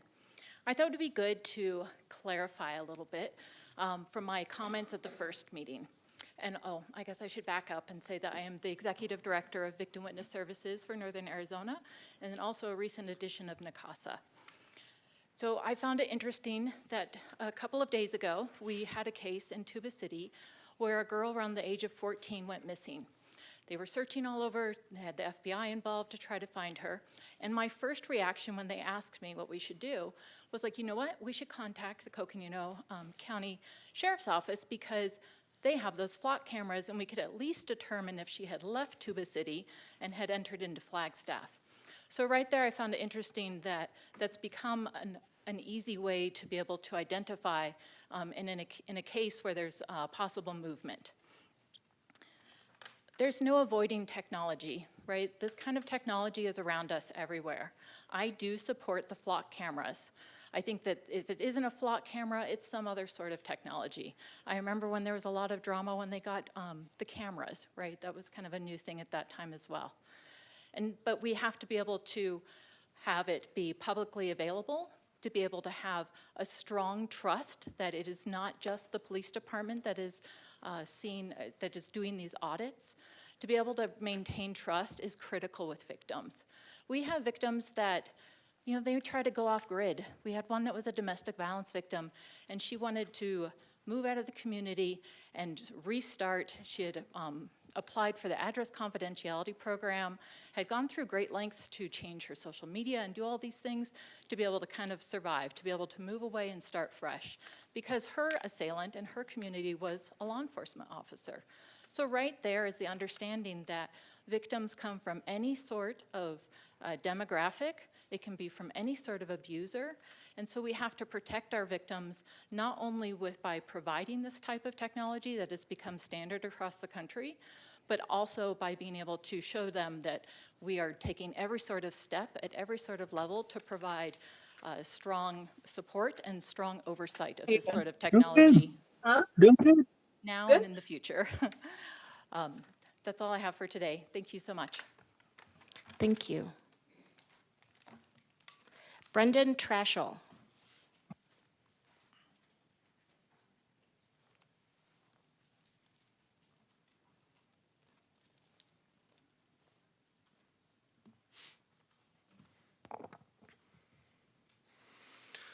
Good evening, Mayor and Council. I stand before you today for the 9th month in defiance of this AI-powered surveillance system tracking our daily movements and violating our liberties. When I first spoke to you all in March, I focused on the inherent privacy violations Flock brings. In June, I focused on the rampant nationwide abuse of Flock systems. In September, I covered how Flock shared our data to federal agencies without our consent, and how cities are responding by canceling their contracts. And in October, I recapped that the city is liable for all Flock mishaps, how Flock's CEO has lied to the public and its customers, and much more. Today, I speak to you about how this contract is a raw deal for Flagstaff, particularly that this council's attempts to maintain this system with guardrails are moot. This is because in this contract, the city grants to Flock a, quote, limited, non-exclusive, royalty-free, irrevocable, worldwide license to use the customer data and perform all acts as may be necessary for Flock to provide the Flock services to customer. Under this provision, our data is being shared with overseas contractors based in the Philippines who are training Flock's AI. There is no oversight on these workers, the company, or the applications they are using with our data. This is because Council assigned an irrevocable worldwide license to Flock specifically for this purpose. Furthermore, Flock has instructed these contractors to identify human beings in Flock photos. In combination with the fact that we know Flock cameras do capture people, and that Flock has a patent to identify and classify people based on protected characteristics, this goes against what the CEO, company, and its representatives have all publicly stated. It is clear that Flock does not share interests with our community, which should have been clear when their CEO called DFlock a terrorist organization. Should we not expect more of our contractors as a city? All of this is before mentioning that there is a significant chance, if not likelihood, that Flock images are public records, as is now the case in Washington State. This makes sense because Flock data is collected with no investigative purpose. It is dragnet surveillance with the hope it may later be useful. This means that not just the government has access to our daily movements, but that everyone likely does. This is a great deal for stalkers. And this means that your movements are public too. You and I both know the general public will use this data to track elected officials if you vote yes. To conclude, I want to make sure that you knew there is a typo in this amendment. Please vote no. Thank you. Oksana Drescher.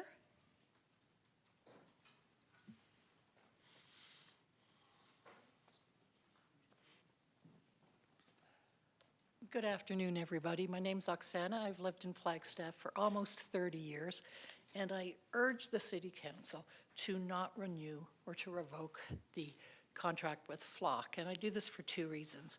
Number one, we've heard some talking, but I'm really not sure about the custody of the data.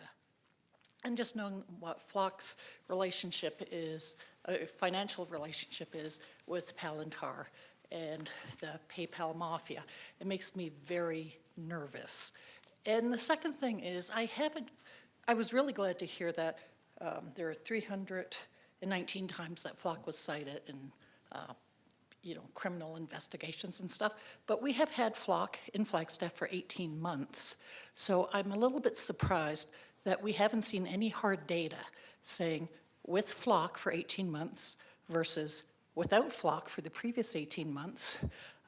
Can we compare and contrast types of crimes, reduction in crime rates, apprehension of criminals? Like, why isn't that data available to us? And if there's no difference, then why would we have Flock?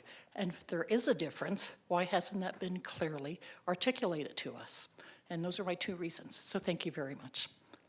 Thank you. Michelle Frankgott.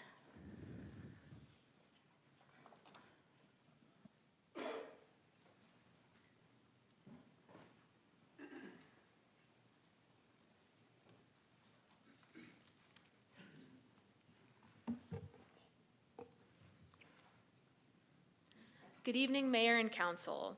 I'm here today to give an unbiased mathematical review of the crime statistics reported by Flock, using my expertise as a well-published senior data scientist with a PhD. I've already shared my work with all of you via email, but to briefly summarize, I uncovered gross data manipulations and ethical violations. Flagstaff's contract with Flock states that there's a 60% reduction in crime in, excuse me, in Flock cities. But the real data tells a very different story. First, the data comes from one single county in Georgia in 2019. And while a few crime categories did decrease there, we also saw similar reductions in Coconino County, and we didn't have a single Flock camera at that point. Despite their claims, there's no evidence that Flock reduced crimes. Even the deputy police chief of that Georgia county stated that they are not sure if Flock made any difference in crime. The second issue is how that 60% number was created. Statistics are not immune to bias, and so if you're trying to sell a story, you can shape the numbers to fit your narrative. For example, a salesperson could brag that 80% of customers loved their product, while failing to mention that the remaining 20% died from using it. Now, most real-world data manipulations are far more subtle and can take a trained eye to be able to spot. Imagine a school district has no overall improvement in test scores, but if one tiny subgroup, let's say second graders with perfect attendance, goes from 4 students meeting the benchmark to 8, they can very misleadingly claim that there was a 100% improvement in performance. And no one would know better unless they analyze the data themselves, which is what I've done. This is exactly what Flock does in the Georgia study. They only share the numbers that make them look good, and they hide everything else. They did find a 60% reduction in a very specific crime in one single county, but they acted as though that were representative of all of their crime data. In reality, in that same Georgia county, rape, murder, and aggravated assault all increased after Flock cameras were installed by up to 250%. Now, I found many serious problems in other Flock reports, and I'm more than happy to discuss that further.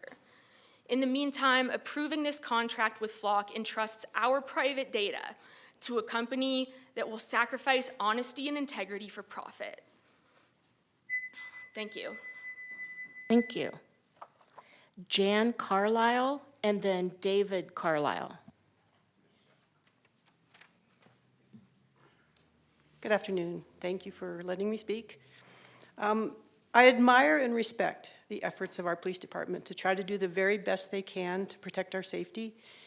And until the advancement of AI, and frankly, the troubling efforts by our current national administration, both of those can potentially very seriously undercut our privacy as citizens. I would not likely have been concerned about the use of cameras as a tool for public safety. But we are in a new era. As you have heard the concerns of citizens about how this Flock data could potentially be used, you have heard. The police chief offered a guardrail by changing the hold time for data from 30 to 14 days. But I see several potentially big problems that negate this or really any guardrail. First of all, three other entities currently share the city's data, and we don't really have control over what they do with the data once they have it.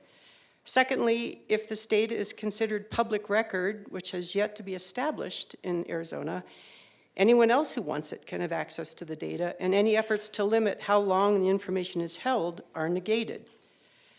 Thirdly, the data is retained by Flock, and we really have no control over any changes they might make as to how they handle the data.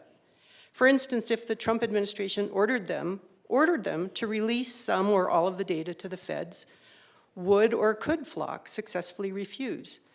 While they recently said they would pause cooperation with federal law enforcement, the government can just ask other Flock customers to share the information. It seems that there are so many questions that need answers before the city should seriously consider a contract renewal with Flock. Just for starters, Is there any real independent research that shows that these readers do substantially reduce crime? Does Flock have robust security practices? And to what extent has Flock data been misused, such as for tracking immigrants? And really, are we as a community truly comfortable with Flock tracking and recording the movements of ordinary people in Flagstaff, even though the vast majority are not connected to a crime? While I am personally convinced that I do not want Flock in Flagstaff, I am here urging you to please at least table the contract renewal decision until you have a more complete picture of Flock and the downsides of allowing this technology in Flagstaff. Something with this kind of huge potential impact deserves careful study and public input. There is no pressing need to act quickly to renew. Let's give this the kind of attention it deserves before we renew. Thank you. David Carlisle and then Stephen Poor. Thank you, Mayor Daggett and council members, for giving me the opportunity to speak here. I'm just going to jump right into this with some comments and then a recommendation or request. With respect to the guardrail of a 14-day data retention period, that may be illegal if it's determined that public record law will require the data to be kept for a longer period. In Arizona, law enforcement data retention requirements vary significantly by record type, but generally range from 1 year for transitory messages to potentially 99 to 100 years, or permanently for critical case files or historical records. The legality of the 14-day retention period is just one of many pertinent unanswered questions about the use of Flock system and data in Flagstaff. Even if the Flagstaff Police Department can legally adhere to a data retention period of 14 days, the fact that Flock data are shared with a limited number of other law enforcement agencies means Flagstaff Police Department, to an unknown extent, loses control of the data. With what other agencies or individuals might Flagstaff Police Department's partner agencies share the data? ICE? CBP, Customs and Border Protection? Once the data are collected, and despite what I believe are the Flagstaff Police Department's and cooperating agencies' best intentions, what if some other agency, for example, ICE or CBP, subpoenas the data?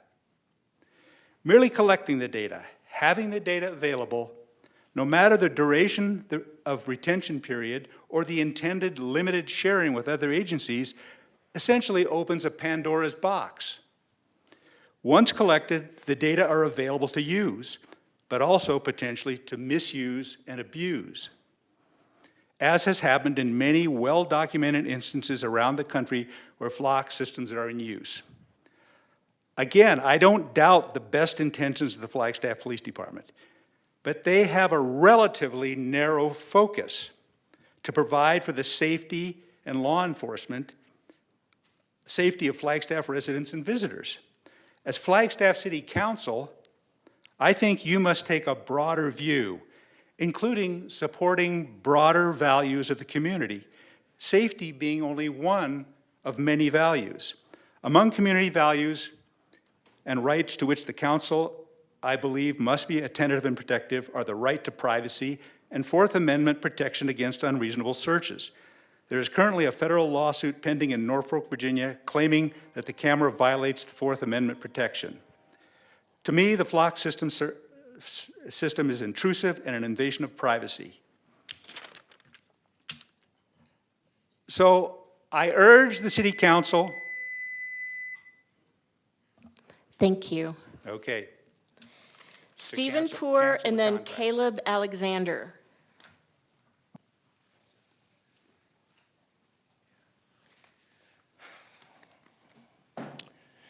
Good evening, Mayor, Council. I'm not in favor of the Flock cameras because I just don't see the need. And I'm going to use the reports from the Flagstaff Police Department annual report from 2023. That showed a 7-year trend in felonies down. The last 3 years are lower than the prior 5 years, for example. And then if we want to take a look at the 2023 Flagstaff Comprehensive Financial Report, page 168. In there, you have court cases, the criminal cases, and you also have traffic filings. The criminal cases in 2014 and 2015 were 7,273. In 2018 and 2019, it dropped to 5,819. In 23-24, it dropped to 4,133. Quite a decline, almost 50%, probably around 40. The traffic filings in 2014, 2015 were 8,428, dropping in 18 to 19 to 5,315. In 2023, cutting more than half from that number, 2,513. Where's the fire? The crimes have been going down, the court cases are going down. What do we need the cameras for? One unanswered question that I haven't heard, I heard the cost of the contract, but I'm pretty sure you might need somebody on those database 24/7. And I look at the recent advertisement for police officers and starting pay and assume about a 30% extra for benefits.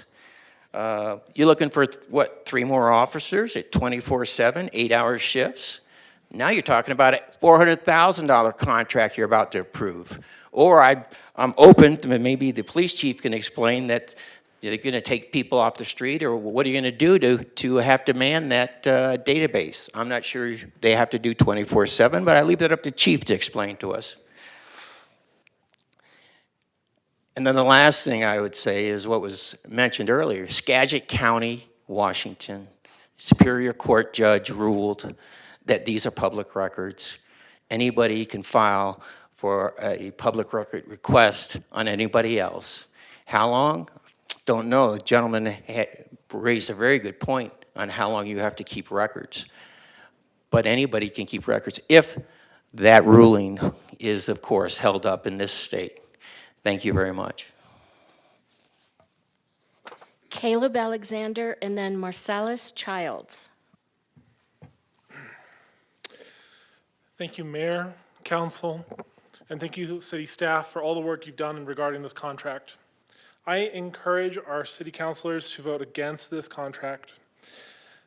We've talked already tonight, this afternoon, about core values for the city of Flagstaff, and I think it's important to ask, does this contract, does FLOC represent the core values of our community and where we want our dollars to go?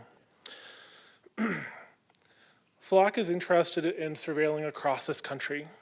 They are interested in a variety of ways in which they would report on target marginalized populations and target demographics. It is very clear that our local law enforcement is taking the concerns seriously as we address those, but I do not believe that is adequate. In May of 2025, 404 Media reported on ICE using FLOC to identify people,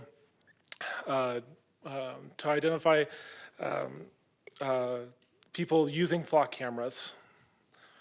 While there was no contract for that, that was using that infrastructure. From June to October 2025, 404 Media also reported on the use of FLOC cameras by police officers to identify someone suspected of an abortion in the state of Texas. When this was examined, when this was investigated, it appears that the complainant came from an abuser of that person suspected of an abortion. In addition, despite all the precautions that have been discussed, FLOC has been the subject to malware attacks, as reported by 404 Media just last month, that exposed login credentials. Now, whatever we do locally, if those login credentials for our police officers, for others with access in our neighboring communities and participating communities have access, that includes surveillance by unknown people using this infrastructure. In addition, this company uses overseas workforces to develop its AI infrastructure to surveil and examine this data. And I know that our voters and our have supported ecologically supportive ecologically supportive legislation and action, as well as working wages. And I believe that overseas workforces for AI and a deeply energy-intensive industry does not represent those values. By committing these dollars, you're committing the city of Flagstaff to a national surveillance program that targets marginalized populations, presents safety issues, and fuels environmental harm. Thank you. Thank you. Marsalis Childs and then Patty Hansen.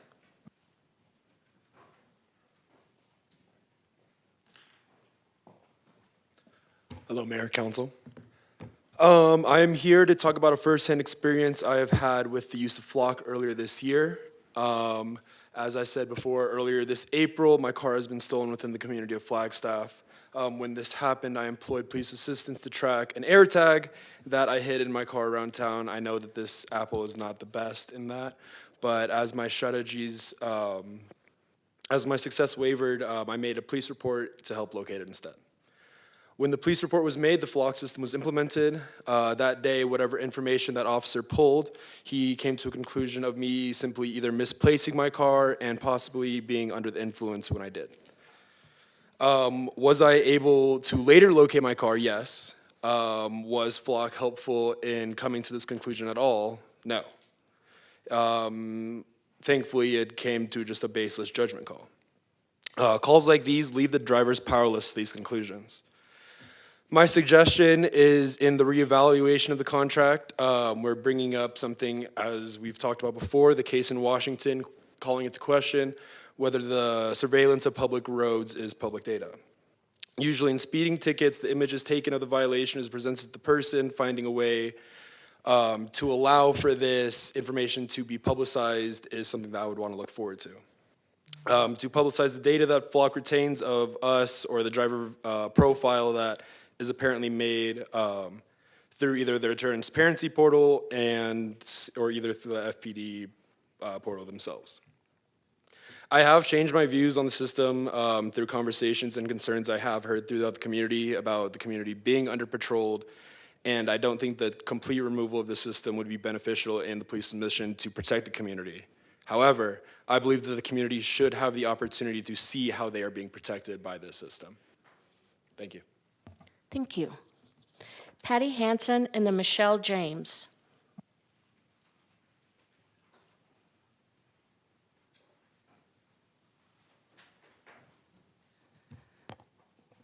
Good afternoon, Mayor, Vice Mayor, members of the council, city leadership, and the city team members here, and of course, the residents who have come out tonight. I'm here to ask you to not approve the contract at this time. You've heard several people bring up the public records question. And just to make you aware, if you don't know, I had the honor of serving as county recorder for 12 years. So I'm familiar with the public records law. And I think there's several questions to be had that need to be looked into in regards to the public records. Public records can get you in trouble not only for maintaining them, but destroying them too soon. So I would ask, your task force is in place for the next 6 months. I would ask them to look really carefully into the questions of, are these public records? And if so, how does the state retention schedule affect it? And if there needs to be some other protections. Like we have state laws in place that people can have their information on property records redacted off so that nobody could look at them because they're victims of crime or they're judges or they're police officers. And that's to protect their privacy. I think those kind of things need to be looked at. Anytime you bring technology in, the technology moves faster than the guidelines on how that technology needs to be implemented. And I think it really needs to be looked into. The majority of the people I've talked to, now I haven't talked to everybody, but are very uncomfortable about this and have questions. So if your task force could get more information, you could table the contract for 6 months till they're done, until you have more information on this, and turn the cameras off, I think would be a really good thing to do for the residents of our city to feel comfortable on how you're addressing the issue. Thank you very much, and have happy holidays. Thank you. Michelle James, and then Patrick Garrard.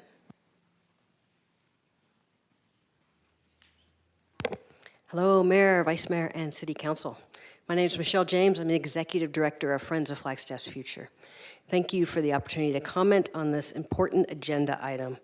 F Cubed urges you to vote no on the First Amendment to the cooperative purchase contract with Flock Safety. This is not a question of trusting our police chief. It's much bigger than Flagstaff.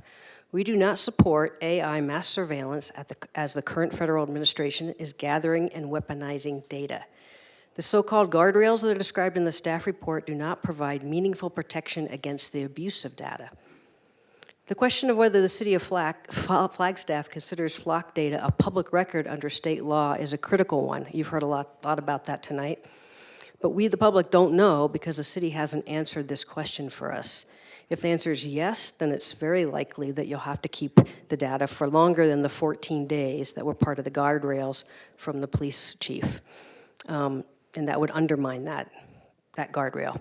We know that a court in Washington State has said the flock data is a public record. While this decision is not binding in an Arizona court, it could be persuasive, and but it doesn't provide a definitive answer.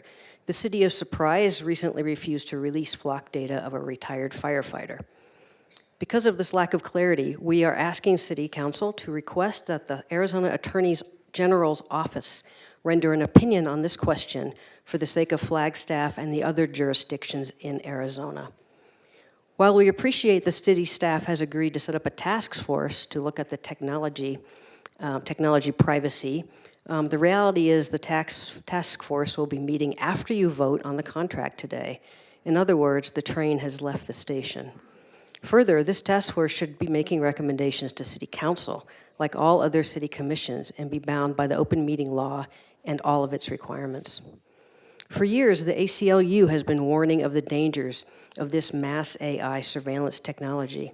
The Norfolk, Virginia case, which you've heard about a bit, challenges the constitutionality of the Flock Safety's mass surveillance camera, claiming they're a violation of the Fourth Amendment's protection against unreasonable searches and seizures. And that case is still pending. There are compelling reasons to question the trustworthiness of this company. Flock Safety is a private held company. It has lied about its data sharing practices, misrepresented facts to the public, and downplayed harm. This company, whose values are antithetical to those of the city of Flagstaff and the council, should not be spending money, tax dollars, to support it. For the above reasons and others we do not have time to speak of here, we urge you to vote no on the flock contract and turn off the cameras immediately. Thank you for your consideration. Patrick Garrard, and then Jennifer Yazzie.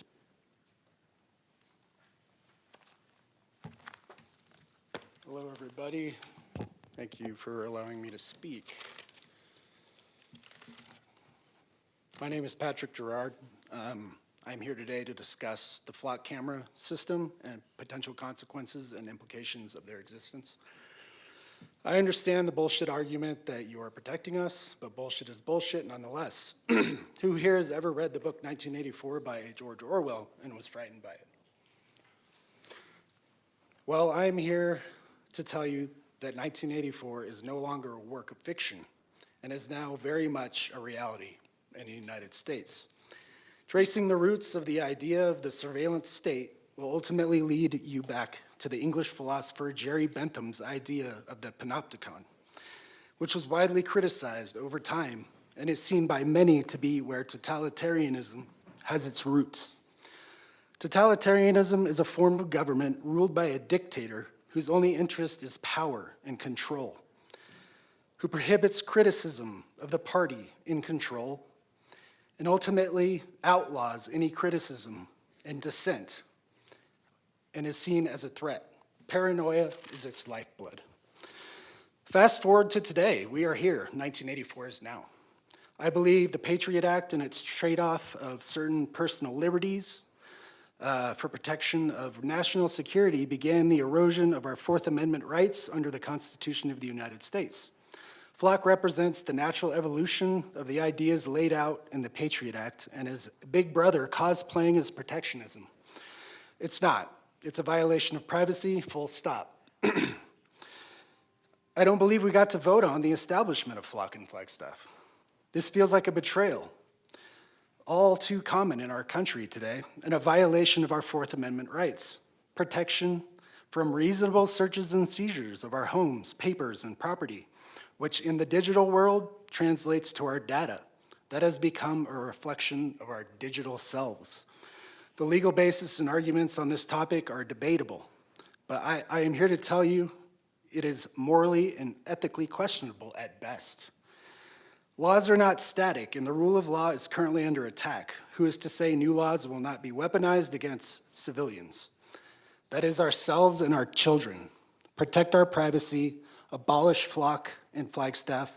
It is a favorite tool of ICE used for surveillance. Protect our immigrants, which is all of us, or we will see you at the ballot box.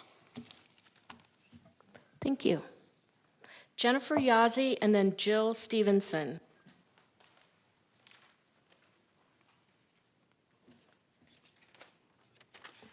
Yate, she Jennifer Yazzie and she Tohanen she Trachini Bashichin, Kiani Dashache Kitlachini Dashanana. My name is Jennifer Yazzie, and I've been living here in Flagstaff for almost 30 years. Oh my gosh, I just almost aged myself 10 years. But thank you for the opportunity to speak, Mayor, Vice Mayor, council members. I've worked in the court system and the criminal justice system for many years. I currently work at the Cocaine County Attorney's Office, but I'm speaking tonight in my own personal capacity. I'm also, as a Navajo woman, I carry a deep concern for missing and murdered Indigenous people. For many families, including people in my own community, the search for missing relatives is not theoretical, it is a lived reality. Time matters, and access to reliable information can mean the difference between finding someone or never getting answers. I strongly believe in privacy and civil liberties. I understand why people are cautious about new technology, but I also know that tools like ALPRs can be critical in investigating kidnappings, human trafficking, and serious violent crimes, especially after harm has already occurred. My concern is for victims and for the families waiting for justice. Without tools like this, I believe we will see more unsolved cases, more offenders who aren't held accountable, and ultimately more crime. The cost of us not using available tools is borne by victims, not by systems. I also trust our local law enforcement. I have seen firsthand the professionalism and care they bring to their work, and I believe they can use this technology responsibly with appropriate safeguards. I ask the council to view this not as a question of surveillance, but as a question of public safety and victim support. For families searching for loved ones, tools like this can matter. Thank you for time and consideration. Thank you. Jill Stevenson and then Laura Rethman.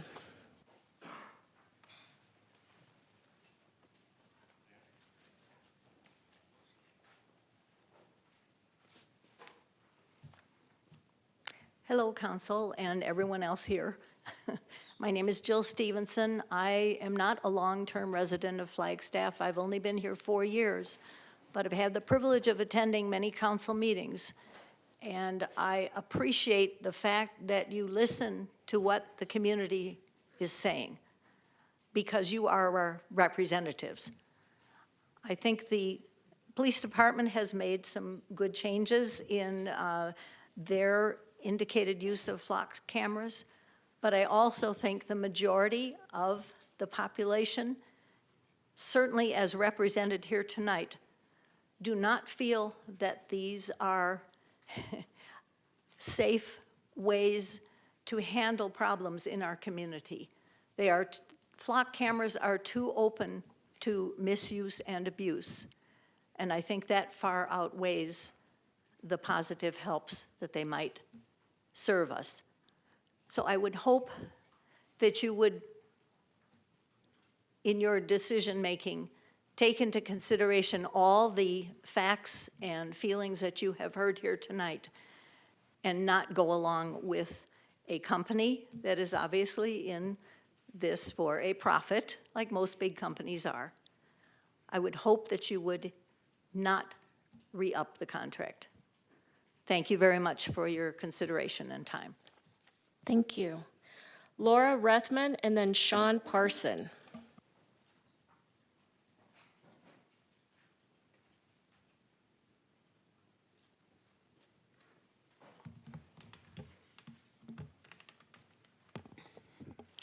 Council members, Madam Mayor, as an enthusiastic investor in the companies developing these remarkable flock cameras, I must admit I've been deeply disheartened by the growing reluctance of so many of the major cities across the U.S. to fully embrace modern surveillance solutions.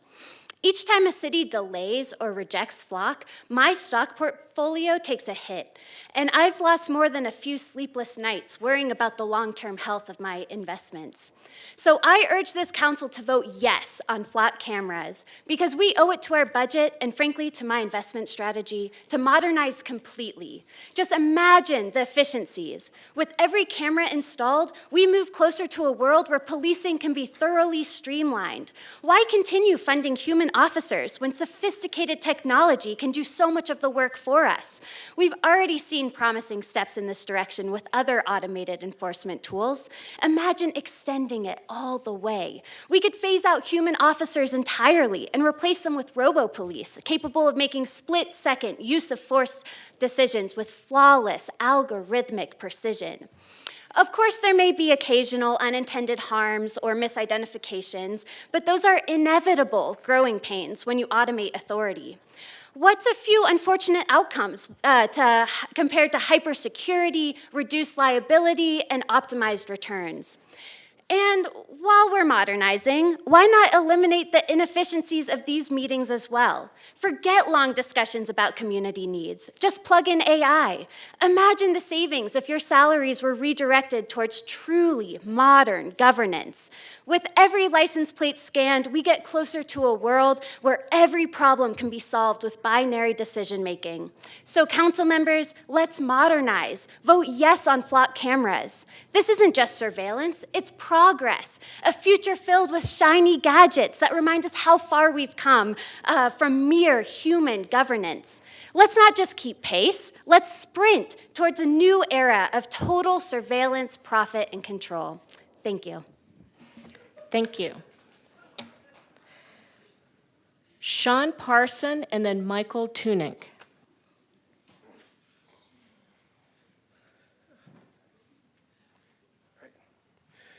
Thank you, City Council members, Madam Mayor, and my fellow residents of Flagstaff.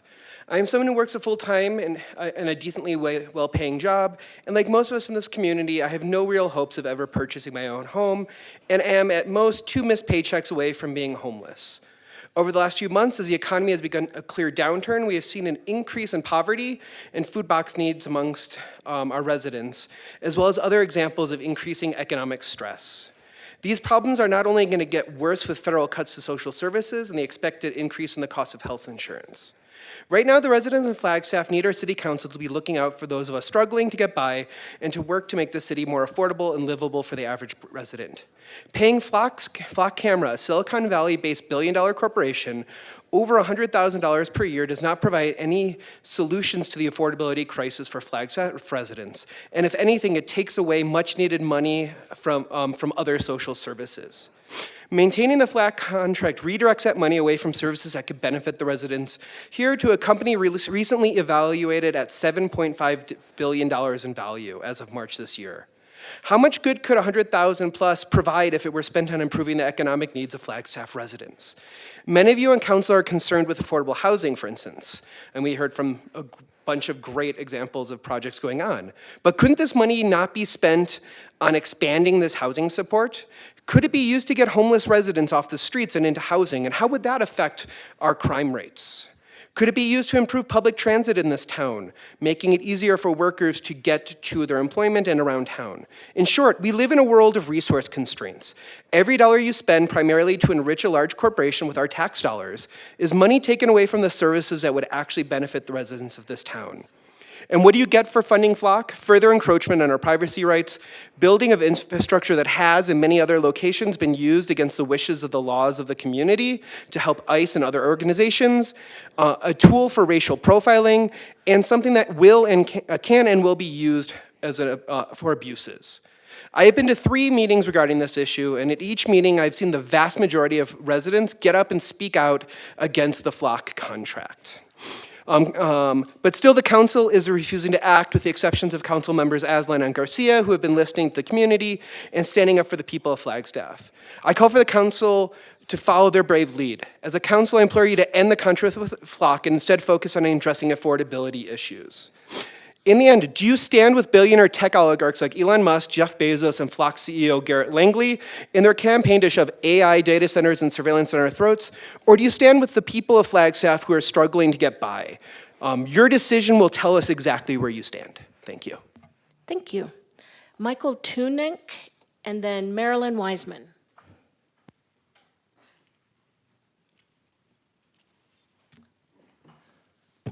Mayor, Vice Mayor, members of the council, thank you so much for allowing me to speak.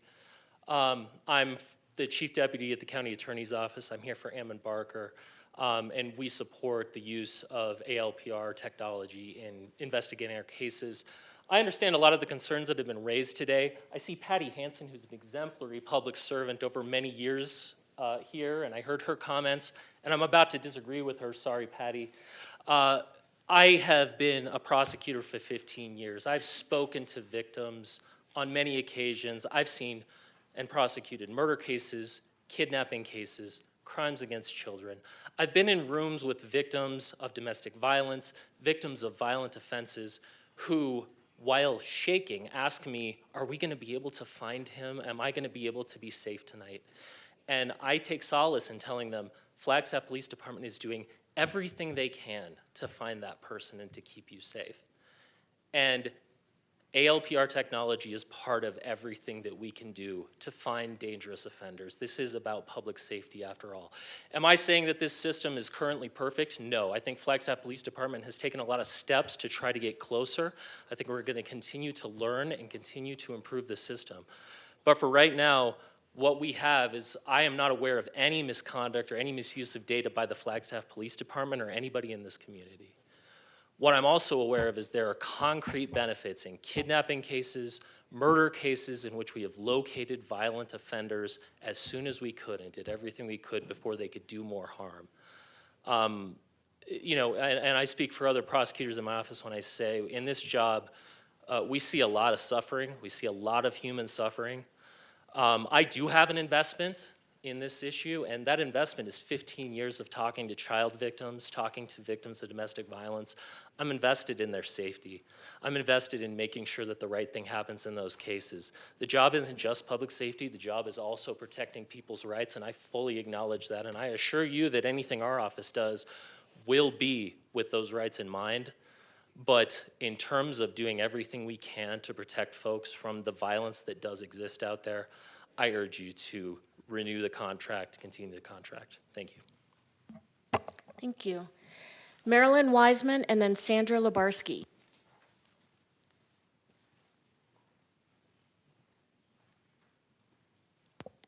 Hello, Mayor and City Council.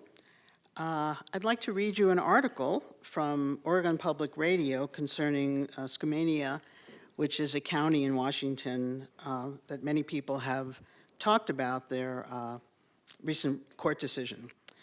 Skamania County Sheriff Summer Shire announced this week that her office would discontinue using flock safety cameras over concerns that a recent Washington State court decision could make it easier to weaponize the data they collect.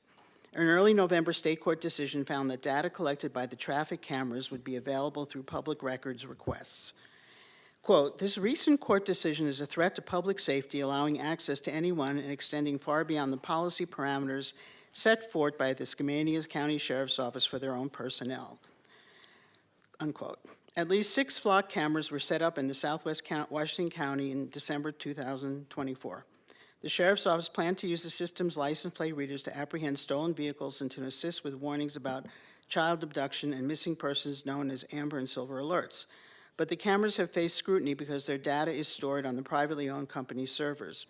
On Thursday, immigration advocacy groups in Oregon applauded the city of Woodburn for turning off its flock cameras over concerns that they could be used to assist with immigration arrests. An October report by researchers at the University of Washington showed that at least 8 Washington state law enforcement agencies enabled direct one-to-one sharing of their networks with U.S. Border Patrol at some point during 2025. According to Shire, worries in Skamania County were more related to the cameras being used for unreasonable searches and seizures. Quote, "At this point, I'm just done with the cameras," Shire said. "It's been tumultuous to say the least." The Washington State Court decision that caused the sheriff to deactivate the cameras took place November 6 in Skagit County Superior Court. In it, a judge determined that data collected by flock cameras are subject to the state's Public Records Act. The court rejected arguments from the cities of Stanwood and Cedro-Woolley that claim flock data should be protected from public disclosure. Sheriff Shire said her office began using the camera system to stretch its limited public safety resources further. The vast majority of Skamania County is managed by the U.S. Forest Service, which limits the available tax base for services like law enforcement. Simultaneously, the region's growth as a recreation destination has led to a record number of requests on the Sheriff's Office to do search and rescue operations on top of other duties. Quote, "Utilizing flock cameras was one caveat to be able to limit some of the time in trying to narrow down where these people are located," Shire said. At this point, she said, the cameras have been turned off and the county is not planning to renew its contract with FLAC at the end of 2026. So this is a town of just 12,000 people, but they're seeing that their government is saying, the state of Washington, that they have to share this data. I can't see how you can, with this ruling, how you can continue without investigating further. Thank you. Thank you. Sandra Lubarsky and then Marcus Ford.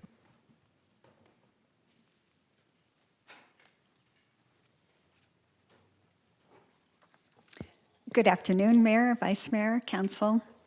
I'm also reading you an article. This one is from a prominent tech magazine published December 12th, How Cops Are Using Flock Safety's ALPR network to Surveil Protesters and Activists. It's no secret that 2025 has given Americans plenty to protest about, but as news cameras showed protesters filling streets of cities across the country, law enforcement officers, including U.S. Border Patrol agents, were quietly watching those same streets through different lenses, flock safety automated license plate readers that tracked every passing car. Through an analysis of 10 months of nationwide searches on Flock's Safety's servers, we discovered that more than 50 federal, state, and local agencies ran hundreds of searches through Flock's national network of surveillance data in connection with protest activity. In some cases, law enforcement specifically targeted known activist groups. Via public records requests, the Electronic Frontier Foundation obtained data sets representing more than 12 million searches logged by more than 3,900 agencies between December 2024 and October 2025. The data shows that agencies logged hundreds of searches related to the 50501 protests in February, the hands-off protests in April, the No Kings protests in June and October, and other protests in between. The only reason an officer is able to even search for a suspect at a protest is because ALPRs collected data on every single person who attended the protest. I want to say quickly that that included the Arizona Department of Public Safety, the Tempe Police Department, and the U.S. Border Patrol are part of those agencies reviewing protesters. Some agencies have adopted protest policies that prohibit using ALPRs for monitoring activities protected by the First Amendment. Yet many officers probe the national network with terms like protest without articulating an actual crime under investigation. I read you this article as an example of how systems marketed as protecting our community actually threaten the values of our community. The best way to protect people is to shut down these cameras. Everyone should have the right to speak against injustice without ending up in a database. Thank you. Thank you. Marcus Ford and then Deborah Block.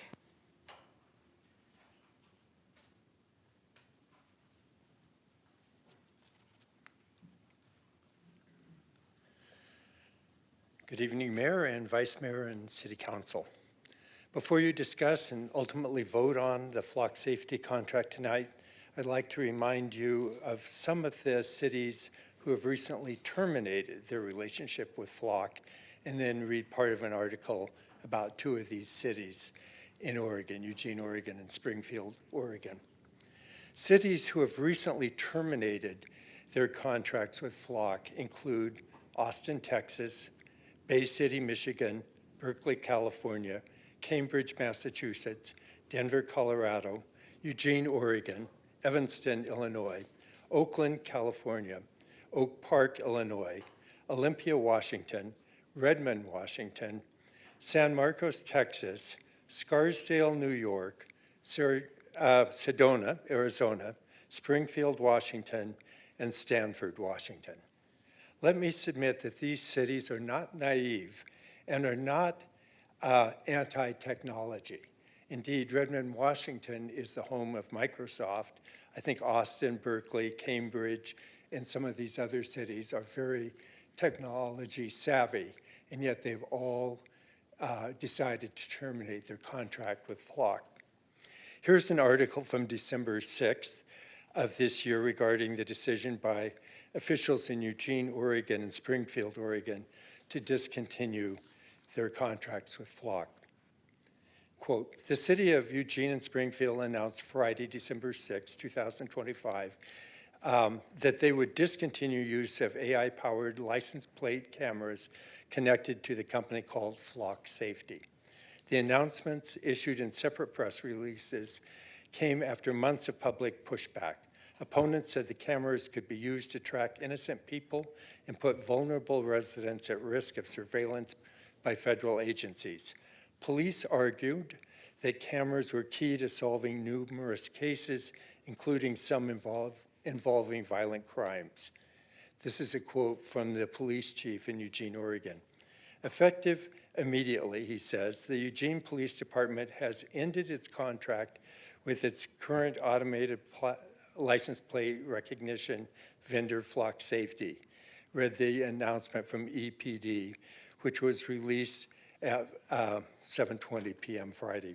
Quote, the department has identified vulnerabilities and limitations that raise concern about the system's ability to meet the EPD's operational needs, data security requirements, and community expectation, the statement continued. Quote, after further evaluation and internal discussion, the department has decided to discontinue the contract. The Springfield police chief said something very similar. Thank you. I urge Flagstaff to vote no and to add their name to this list of cities that have discontinued the contract. Thank you. Thank you. Deborah Block and then Sot Best.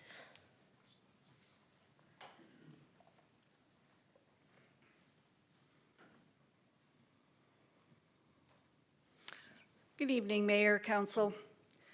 I'd like to speak to abortion and ALPRs. Although we now have a right to abortion in Arizona via state constitutional amendment, there remain over 50 medically unnecessary laws that restrict or ban abortion in Arizona, including fetal personhood language. At least 24 states, including Arizona, have such language embedded in their statutes. Moreover, at least 38 states, including Arizona, have criminal feticide laws that could be used to authorize homicide charges for a pregnancy loss. Arizona statutes use, quote, unborn child to mean the offspring of human beings from conception until birth. To illustrate the issues with this, I would like to read from a recent article by the Electronic Frontier Foundation entitled, "Flock Safety and Texas Sheriff Claimed License Plate Search Was for a Missing Person. It was an abortion investigation." A newly released incident report and affidavit unequivocally described the case as a, quote, death investigation of a, quote, non-viable fetus, end quote, and logged evidence of a woman's self-managed abortion and consulted prosecutors about possibly charging her. In recent years, fetal homicide and wrongful death statutes, originally intended to protect pregnant people from violence, are being used to criminalize abortion and pregnancy loss. These laws establish legal personhood of fetuses and can be weaponized against people who end their own pregnancies or experience a miscarriage. In fact, a new report from Pregnancy Justice found that in just the first 2 years since the Supreme Court's decision in Dobbs, prosecutors initiated at least 412 cases charging pregnant people with crimes related to pregnancy, pregnancy loss, and birth, most under child neglect, endangerment, or abuse laws that were never intended to target pregnant people. 9 cases included allegations around individuals' abortions, such as possession of adoption medication or attempts to obtain an abortion, incidences just like the one in Texas. An ALPR search listing that case number that appears on the death investigation incident report included a month of data, including 83,345 cameras. As we witnessed, we are living through a time where vengeance and punishment are being used lawlessly. Please do not advance this contract.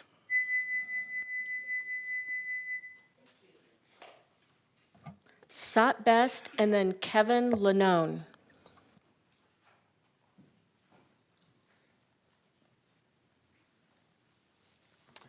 Good evening, Mayor, Vice Mayor, and Council. I don't know about you, but I've learned a lot tonight, and I think it's pretty obvious that we're not ready to pass this, so I urge you to wait. I've been a planning and zoning commissioner in the county for a couple of decades, and I love the work because a group of people come together, and amazingly in this era of government conflict, they come together without political points of view to solve problems. And you've got to set up here for a technology and privacy task force, and I urge you to use it to answer the questions that have been raised tonight. And make it a very robust and vigorous conversation that is open to the public, that you're involved in as you ask questions. And make it work to communicate both to you and to the public. We're at the conflagration of many things at the moment. We've got camera technology that can do license plates and facial recognition. We've got crime changing. We've got AI. We have privacy issues. We have the courts making decisions. There's a heck of a lot going on here. And even if we answer the questions today, this will be an ongoing process. It's not going to end. I can definitely see the advantage of the cameras. I don't, having read a bunch about Flock in the Forbes magazine articles, and you can look those up, of course, you probably have, doesn't seem like maybe the values of the Flock organization are the values of the city of Flagstaff. So I just urge you to wait to make this commission really a commission, to get them to address both the questions, look for answers, and communicate with the public so that we're all comfortable with whatever comes out of this. Thank you very much. Thank you. Kevin, and I apologize, I think it's Ianon? And Luis Fernandez. Thank you, Council. Thank you, Mayor. I'm speaking tonight to urge you not to renew the contract with Flock Safety. Of course, Flagstaff PD should have a host of tools at their disposal to fight crime, but not at the cost of turning our community into a surveillance state. Each tool in the PD's toolbox needs to be weighed against the rights of the city's, of the citizens' civil rights. And I and my fellow citizens did not consent to being photographed simply for using the streets. We certainly didn't consent to funneling our tax dollars to a disingenuous company that refers to its products as license plate readers when they do far more than that. They are AI-powered surveillance cameras. They can identify vehicles without the license plate. They are not license plate readers. This is a disingenuous company that we simply can't trust with this kind of massive personal information acquisition. The truth is, this program, if this program was presented to the citizenry in an honest and open way as a ballot measure, it would never have passed. If anyone here supports Flocks and thinks that it would have, then I urge us to do it that way. No, the majority of the public only found out about the Flock cameras because of the revoke petition, after the contract was signed and the cameras were already up. But we don't just have to throw up our hands and say, we're being surveilled all the time, so there's no use in resisting. We can make a choice. Well, you can. And because you can make that choice, I urge you to make the choice and not renew this contract. Thank you very much. Thank you. Luis Fernandez, and then Isaiah Emmanuel? Isaiah. Hi, thank you for letting me speak to you. I really appreciate it. I'm sure you're tired. You've heard a lot. You can hear a little bit more. My name is Luis Fernandez. I'm a professor and I'm a scholar of policing.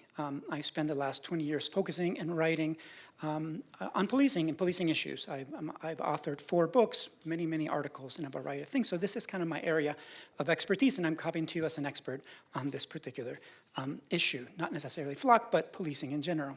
I have been following this kind of on the outsides, reading and paying attention, have not spoken to you before, so this is the first time I'm speaking to you, and I heard a variety of different kinds of arguments that have been come in front of you, right? One of them is the issue of framing it as safety. This is a safety issue, and we must protect in relation. Very common practice in relation to policing. Safety issue has a variety of things. So that's an issue that is identified, and was identified here today. Another one is an issue framed as trust, whether we have trust or whether we don't have trust. And those are issues, again, also very common within criminology. Third is framing an issue as privacy, the privacy issue. Is this, can we connect, can we gather information, can we keep it safe, where does it go, how does it do that? All those kinds of things. Again, I'm just summarizing because you've seen this way more than I have. So these are the 3, there's more, but these are the 3 that I've seen through here. For me, these aren't the issues. These are issues that are very important and they need to be taken into consideration. But the main issue here is democracy. And by that, what I mean is, can we keep individuals and the process safe from potential abuses? Not abuses that may be correcting now, but potential abuses. So for me, the issue is an issue of infrastructure. And that is, can we create a community where we don't create the infrastructures that potentially, or that have the potential to actually be reappropriated to do a variety of other things. So right now we're hearing like, hey, we can keep it, we can maintain it, we can do these procedures, we can do these particular things. I'm saying over the long run, that's very unlikely. And by the long run, I mean 5, it could be 4, 5, 10 years. So the issue is, it might not be worth doing this because things that we create can be used. I'll give you an example that's happening right now. ICE. This was a particular institution that was being used to engage and do a variety of different things for the last 15, 20 years. We all watched it, and within 1 year, they have arrested, I believe the latest count is somewhere on the upwards of 160 or higher US citizens that have been arrested and detained by ICE, which was not supposed to be their process, let alone everybody else. They are masked, they are not giving information, they're doing that. So I say, don't build this structure because, not because of we don't trust, because it might not be used in the future. Well, thank you. Thank you. Isaiah and then Michael Glover.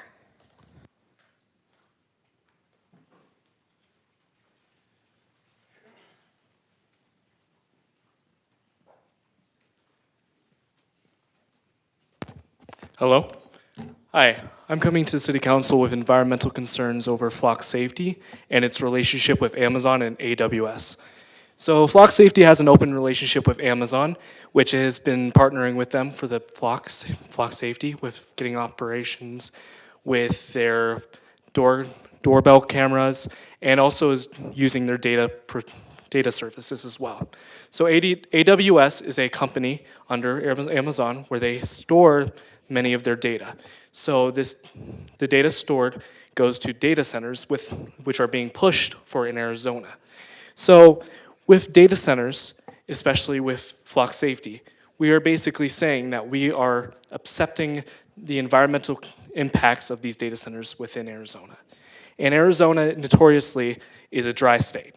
I don't know if any of you recognize that, but flock safety is partnering with AWS to basically be able to store their data, one, and two, harm our environment. This does not line up with Flagstaff's goals and values of sustainability. If we want to continue to be a city, continue to be part of the county, continue to be part of the state, we are basically betting against that with flock safety, especially with their partnership with Amazon and also inviting other companies to possibly come into Arizona to use up our limited water, use up our limited resources. And despite the limited water and resources, these data centers and flock safety is using a lot of electricity. In turn, a lot of energy consumption, which increases carbon emissions. And so if we're talking about net zero goals and sustainability goals, flock safety does not align with our goals one bit. Thank you. Thank you. Michael Glover and then Cal Banks.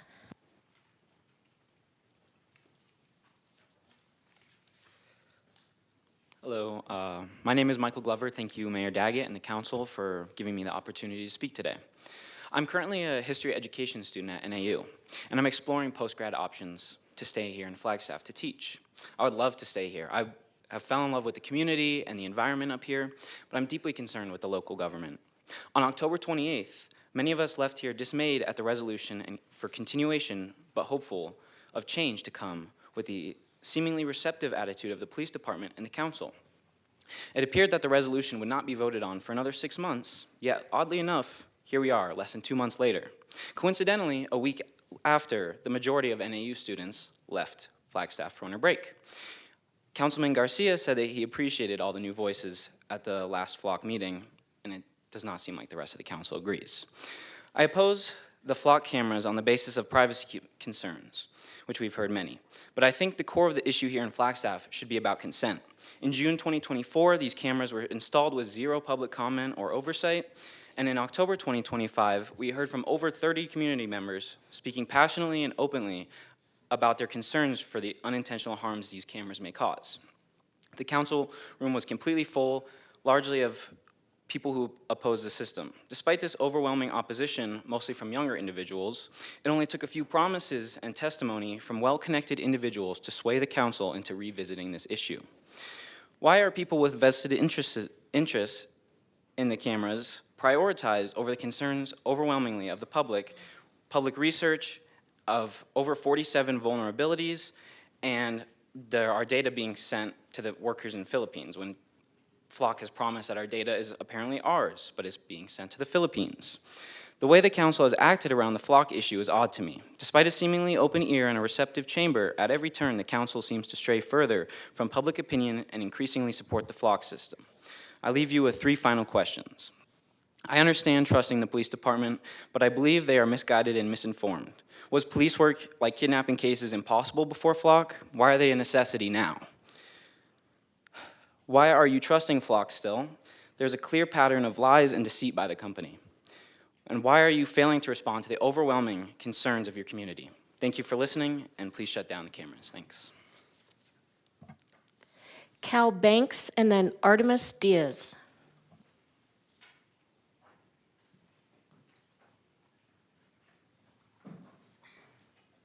Hello, I don't have anything written down, but I just wanted to voice my opinion to urge you guys to say no to renewing the Flock cameras. And I took off of work early to be here and for the first meeting that I was here, and I think there was several discussions in between as well.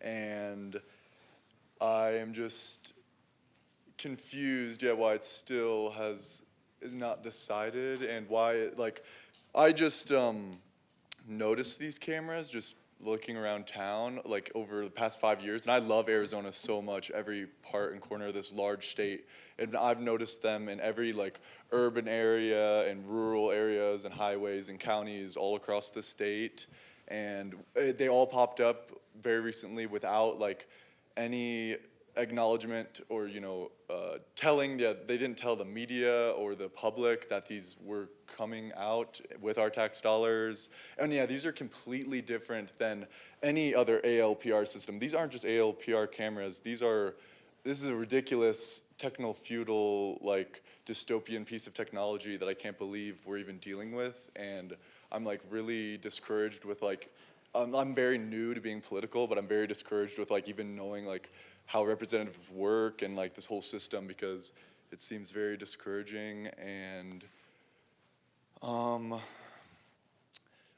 then they partnered with Ring doorbell cameras recently, and they're very ripe for misuse, and there's no place for this kind of technology in our society, and Arizona should want no part of this to do with this. And I'm so grateful for everyone who's just also noticed these and learned about them, because if it wasn't for us, this wouldn't be a thing at all, and this fight is not over and will never be over. Will you speak into the microphone, please? I'm just going to speak this way, if that's okay. No, we need you to speak into the microphone because all of this is recorded. Well, I don't really understand why I have to do that, but I have a little bit of time left, and I'm just going to speak how I want to speak, so. No, then your comment is over. Well, we can do it, and Next, we have Artemis Diaz, and then we have Chelsea Green.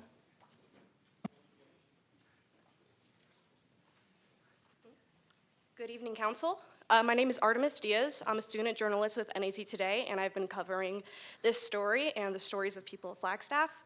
And I want to say, first and foremost, I am not here to state any opinion. I'm a journalist, and that is beyond my ethics.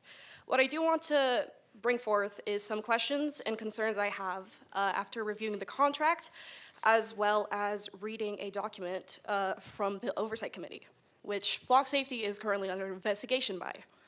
So currently, Flock Safety is under investigation for enabling invasive surveillance practices that threaten the privacy, safety, and civil liberties of women, immigrants, and other vulnerable Americans. I am concerned for the people of Flagstaff, along with the contract that I think that opens us up to a lot of abuse. 9.1, limitation of liability. Flock will not be responsible for error of interruption of use or for loss of inaccuracy, corruption of data, footage, or procurement of goods, services, or technology, or loss of business, as well as control, including repeat criminal activity or inability to capture footage or identify and correlate license plate with FBI databases, public disclosure of proprietary information made in good faith, or for crime prevention. Flock Safety is not responsible for any of that, and that concerns me. I am also concerned that, give me a second, for data prevention, as part of the agency's consideration for paid access, the flock system and the flock is required by federal, state, and federal law to store the agency data or the agency control, including repeat criminal give me a second, sorry. End user data, agency agrees to preserve and securely store this data on behalf of the flock cameras, and flock can delete data from its servers. And should flock be legally compelled by judicial or government order, flock may retrieve the data from agency upon demand. With ICE, I worry that the federal government could petition our city and petition flock to release this data. I think that we should review the contract. I think that's very important. Thank you. Yeah. Thank you. Chelsea Green and then Richard Kozak.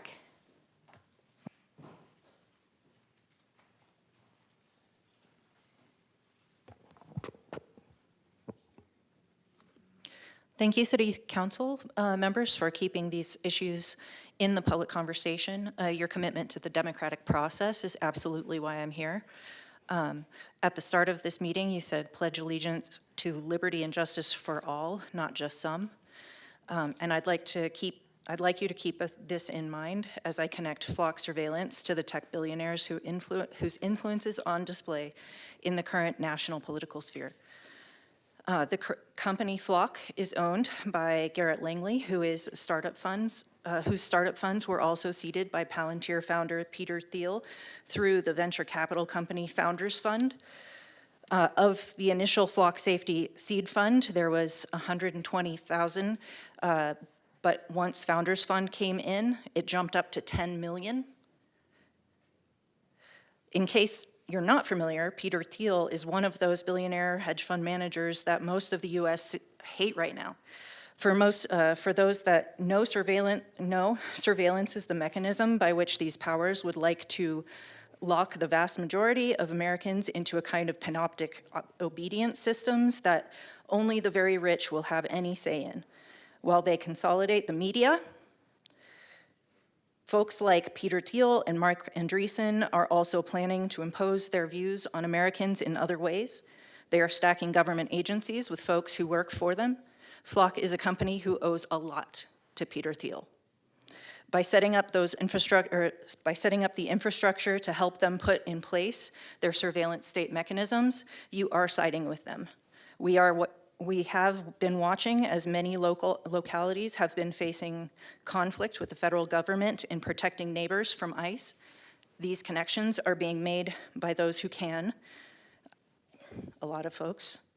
I was made aware of them by some folks on YouTube and some local other people in this community, all of which like to share their sources, and I'll send those to you as well. Flock also costs taxpayer dollars. You are charging us for our own internment camp. You all say that you have control over this thing, but whether you think you do or whether you are deceiving us, it's irrelevant. By voting to renew this contract, you are siding with the tech billionaires. In an interview, their CEO accused a nonpartisan watchdog group of being a terrorist organization and of only wanting chaos. Is it chaos to want checks and balances? I would like to believe that there's a middle ground between chaos and authoritarian surveillance state. Please remember that you serve the people of Flagstaff, not the tech billionaires. It would be so nice if we could ignore the greater context, but that is not a luxury we can afford at this point. I again thank you and wish you a pleasant holiday. Thank you. Richard Kozak and then Jane Marks.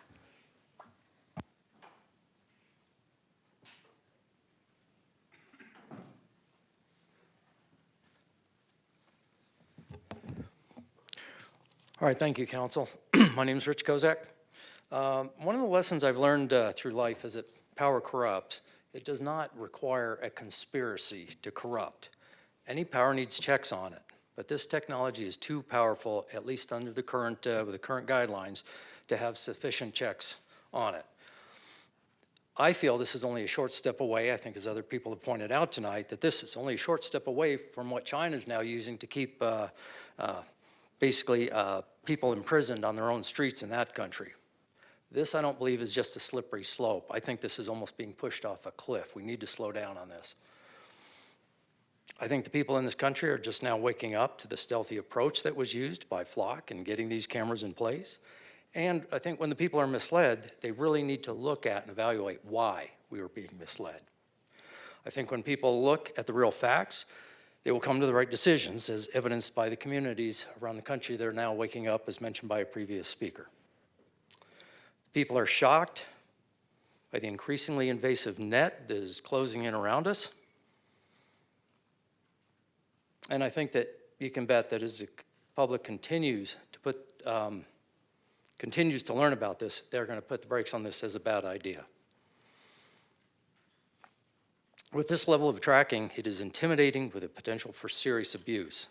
And I think it's a big stretch to call it just a safety program. I've been photographed for attending protests. I felt intimidated for political and social positions. And there are countless examples where our higher powers have grossly misled us and will abuse their power for political ends, which again is an issue that has been mentioned here. So for this and many other reasons, I urge the council to oppose this. At the very least, slow down, give it a lot of discussion, and let the public make the decision on this. Thank you very much. Thank you. Jane Marks and then Gary Perlmutter.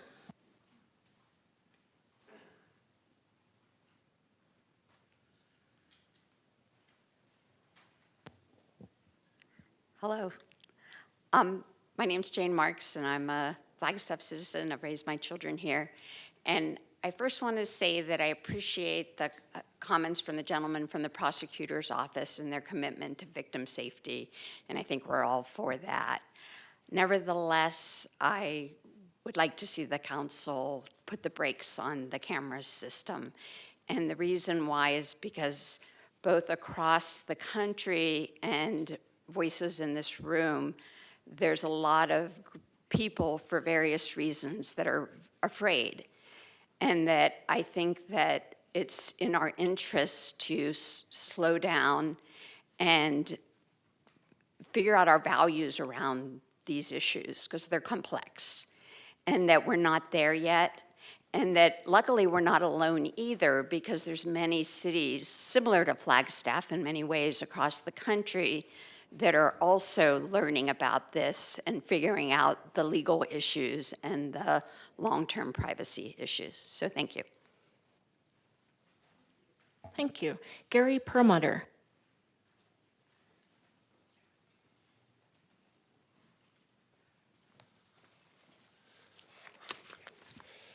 Good evening. My name's Gary Perlmutter. I've been a longtime resident here and a longtime attorney in our community. First, I want to let you all know I'm very concerned about the Flock system and FPD's use of it. While I certainly have tremendous amount of respect for Flagstaff Police Department and their ability to engage in the community, this is one issue where I believe we have to draw a line very strongly. And we should not be collecting and storing data on people's movements. That's what we're doing here. Systematic collection is a form of surveillance. It's very different from taking a single shot or looking at one camera and seeing what somebody has done. I know the Flagstaff Police policy states that Flock is only an ALPR, an automated license plate reader system, but the Flock system also collects photos of occupants, and the license plates identify the owner, who can be compared with driver license photos. Additionally, Flock is able to basically track individuals. It accumulates massive amounts of data on innocent persons' daily activities. Do you want a camera system permitted by the government to be tracking you day to day on your activities? That's what this system's capable of doing. The tracking is a form of surveillance. Flock is also uses AI technology. It's been well reported in the news. And if you take a look at it, the contract, there's language in there cloaked that says they can use the data for such uses, and they can use it and compare it with other people's activities? Do you want a camera system permitted by the government to be tracking you in that way? Secondly, it seems to me we should not be taking the data and running it through AI, these AI logarithms to potentially swing the government's eye toward people in terms of their patterns, their behavior patterns. That's what they're able to do with this AI technology. And to what extent are people going to get swept up who are participating in just innocent activities? AI logarithms are only as good as the people that put them in there. We've had issues with bias, and we need to recognize that just as fundamentally as human beings. We all do in our day-to-day activities. This system presents those kinds of dangers. Also, I'm concerned about the data being retained. It does say in the contract from Tempe, the 4.4, which was the contract that's part of the minutes here, section 4.4 refers to aggregated data uses. So with that, I have strong issues and concerns, and concerned about other constitutional issues that this arises that other people have spoken to. Thank you. Thank you. We have some online commenters. We have 3 online commenters. The first commenter is Panth Patel. Panth, go ahead and unmute and offer your comments. Hi. Good evening, Mayor Daggett and members of the City Council. I'm here to ask you to vote no on renewing the Flock safety contract. I'm speaking not only as a resident, but as a machine learning engineer who has worked on recognition systems. I understand how these systems are built, how they improve over time, and what happens when the city's public space becomes a training ground for a vendor platform. That's why I do not want this infrastructure anywhere, including Flagstaff. I want to acknowledge the speakers who've shared experiences working with victims of violent crime and the fear around kidnappings where time is critical. Those concerns are real, and we can focus on prevention and rapid targeted response without building an always-on database of innocent people's movements. If this council is going to normalize automated tracking in public space, we should have clear, independently verifiable benefits that justify that trade-off. And right now, we're being asked to take that on faith. As stated before, it is not just about license plates. It is a system designed to create a searchable, time-stamped record of vehicle movements through our city. Even with a short retention window, it can reveal patterns about where people live, work, worship, seek medical care, or gather politically, most of whom have done nothing wrong. And it is not limited to plates. Flock advertises, quote, turn images into actionable evidence, no plate required. Technically, that means it's extracting a signature from the whole image, make, model, decals, racks, damage, so a vehicle can be found by appearance. And those images don't just include metal and paint. Depending on the angle, they can be drivers, passengers, kids in back seats, and people nearby, tied to a time and place. That's not reading plates, it's building a searchable record of people's lives. We also need to be clear about training use. Flock's own privacy policy says it may use a fraction of images as training data to improve its machine learning systems. In plain language, even if the city deletes records, that does not necessarily undo how images of Flagstaff citizens and behaviors will be used to build a surveillance product.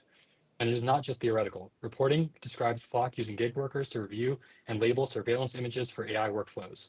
This means unknown subcontractors potentially outside US jurisdiction with limited public auditability having human access to sensitive imagery. Even if Flagstaff has restricted sharing today, this is still a networked platform.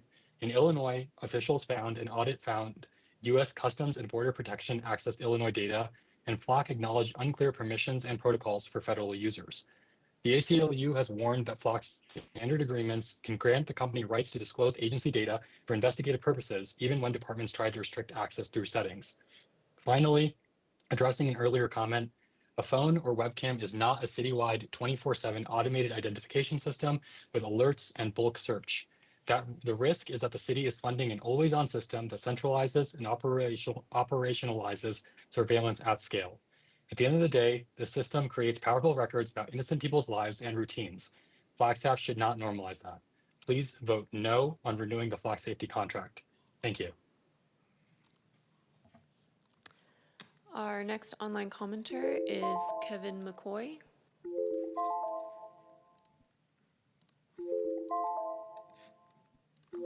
Kevin, you can go ahead and offer your comments.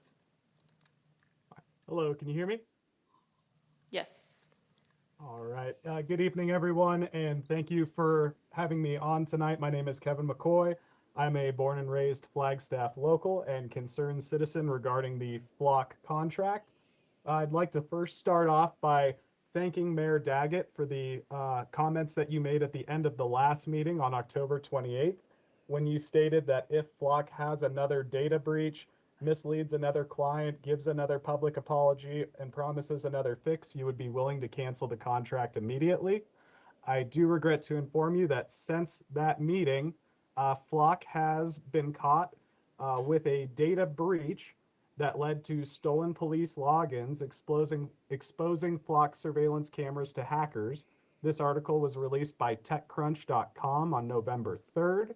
In addition to that, on WCVB.com, another news article dropped in the city of Cambridge, Massachusetts, that Flock was caught installing new cameras in that city after they had canceled their contract.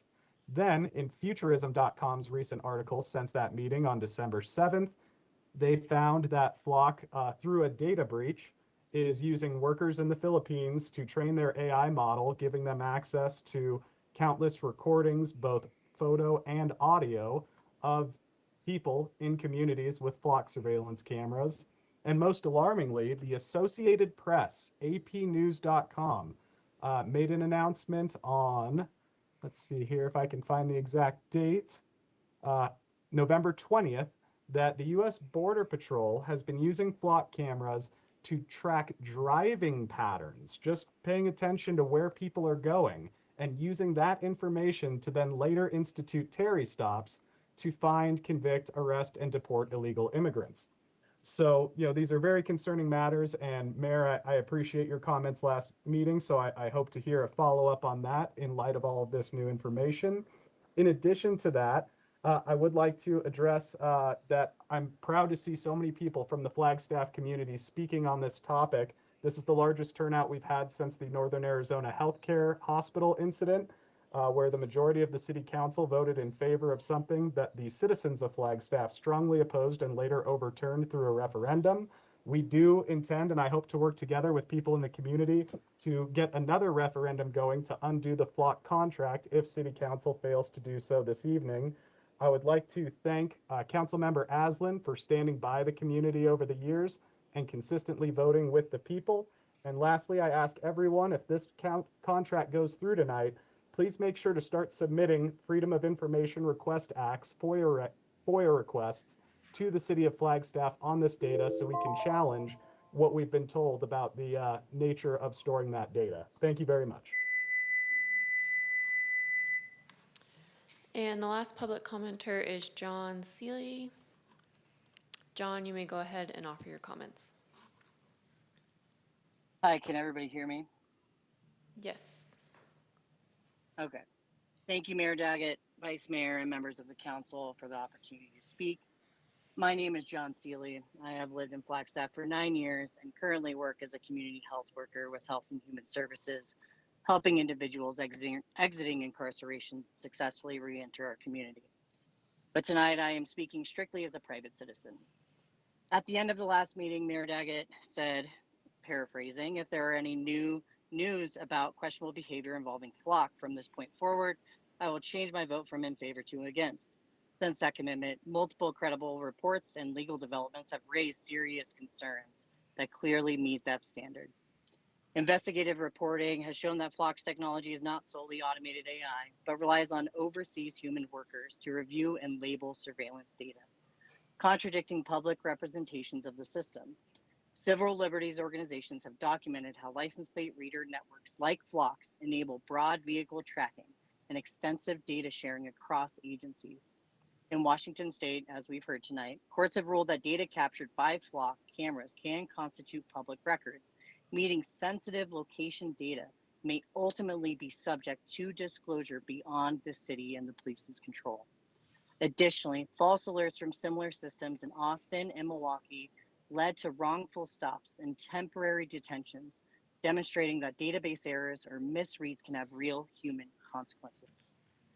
Taken together, the public records exposure, documented misuse risks, false arrests, lack of transparency, and inevitable mission creep as systems expand beyond their original scope, these issues cannot be resolved with minor policy tweaks. Continuing this contract places community members at risk and undermines public trust. The responsible action is to cancel the flock contract outright and invest in solutions that genuinely improve safety without expanding mass surveillance. Thank you. Thank you. Is there any additional comment? No, Mayor. All right, we have a comment from Councilmember House. Thank you, Mayor. First, I want to thank everyone who's come out to speak with us tonight. This has not been an easy conversation at all, from the first conversation we had on this till tonight, and from all of the emails that have come in over the past several weeks and days and months. It is clearly a topic of great importance to our community. I also want to just take a moment to thank and appreciate the work of the Flagstaff Police Department. Your willingness, Chief and Deputy Chiefs, to listen to the community, to do all that we can to make this a program that we can work with and meet the values of our community has not gone unnoticed and is not unappreciated. And I wanted to start my comments tonight by acknowledging and appreciating that. This has been a very difficult consideration for me because I see both sides of this, and neither side is a black and white matter for me. In terms of my own research on this topic, I've had so many conversations, not only with members of our community, with our police department, but also with the National Academy of Public Administration, the Policing Project at NYU School of Law, the ACLU of Arizona, and the National Organization, and other groups that have talked about the use of this type of technology. And ultimately, what I've come away with is that this is a program that has great potential for many of the needs of our community. My concern, however, is that, as someone said earlier, we are racing to catch up with where technology is. When we don't have policies in place, we don't have state legislation in place, we don't have answers to so many of the important questions that create that sense of pause in so many of us for what this means. I wanted to, and a couple of the community members kind of preempted this for me, but in my work outside of council, I also work with an organization that's based out of Massachusetts. And when I told some of my coworkers that we were having this conversation tonight, one of them shared with me the statement from the city of Cambridge that was issued in conjunction with the police department, their law department, IT department, and their city manager's office. This was just released about 7 days ago on December 10th. And it's their statement on the flock safety ALPR contract termination. And they state that they have had many meetings internally and with flock safety to discuss city council and community concerns raised with the previously approved deployment of flock's automatic license plate readers, as well as data privacy and security, and the importance of ensuring Cambridge remains a welcoming and safe city for all of our residents. At a point in time when the collaboration between local governments and federal law enforcement have been severely strained, the city recognizes and appreciates the significance of these concerns. In late October 2025, 16 flock ALPRs that were deployed in the community were deactivated and removed by the city. However, concerns about flock were substantiated when they notified the city that 2 cameras were installed by their technicians in late November without the city's awareness, following an outstanding work order that should have been canceled when the city originally deactivated the cameras and account. Due to this material breach of our trust and the agreement, the city is terminating its contract with Flock Safety. The 2 cameras have also been removed. Moving ahead, the city plans to conduct a thorough evaluation of ALPRs in Cambridge and looks forward to re-engaging with the City Council and broader community about this technology. My number one takeaway from that experience and the conversations that we've had in our community, the conversations that are happening nationally, is that while this is a technology that I think has major implications for our ability to care for the victims of crime, it is a system that we need to thoroughly vet within our community. I want to see our task force that we put together able to work on that and vet this before we actually sign a contract. I am not in favor of us moving forward with the cooperative contract that we're under. I would instead recommend and suggest that we cancel that cooperative contract and instead engage our task force to be able to evaluate not only Flock, but other providers of this technology, see how we can ensure that it is aligned with our values as a community, and ensure that we are not stepping into a lion's den of potential problems down the line as this moves forward with state legislation, federal legislation, and other concerns that are facing our communities. I want to state uncategorically that I support our police department. I support the work that they're doing. I understand the challenge that this presents to them in terms of meeting the needs while they're understaffed, while they're under-resourced in so many different ways. And I believe that we can come up with a policy and practices that both support their work while also supporting their concerns that they have already shared for our community. Their commitment to serving our community and doing that well and in ways that move us forward and make us the safest community in Arizona. That's a statement that was made in the report summary for this, and I believe it to be the true intention of our police department. And I want to support them in that. I just believe that at this time and where we are currently with these sorts of systems, we need to allow policies and practices and, documented rules and understandings of this technology to catch up before we march across the line to full adoption of this sort of technology. I also want to state that we heard a lot from representatives from the Coconino County Attorney's Office, from other law enforcement agencies that speak about the care for our victims. And that should not be undervalued in our considerations. They are the top priority of these sorts of systems and this sort of technology. However, what I don't want to see us do as well in all of our considerations is forget the potential to create new victims by not doing this right. So I want to see us do this right. I want to support our police department and our community in making sure that we carry this forward in the best ways. And I truly believe that the best way for us to do that is to press pause on this contract, allow our task force to do their work, and come back with a recommendation that our community can truly embrace on how we can adopt this sort of technology moving forward. Thank you, Mayor. Thank you. Councilmember Aslan. Thank you, Mayor. Thank you, Council. Thank you, Councilmember House, for articulating so well your concerns. Thank you, Chief and Deputy Chiefs. I want to thank leadership as well and our brand new city manager who has inherited this conversation gracefully and with great respect. I want to thank the community who's come out several times for this and shown us the way you're thinking about this, both online and with your presence and with your impassioned words. I'll get right to it here. I think this has been a long, fruitful conversation. It's been thoroughly explored by all of us, both here at council meetings and elsewhere. My final vote on the Flock contract renewal is going to be the same as my last two recommendations.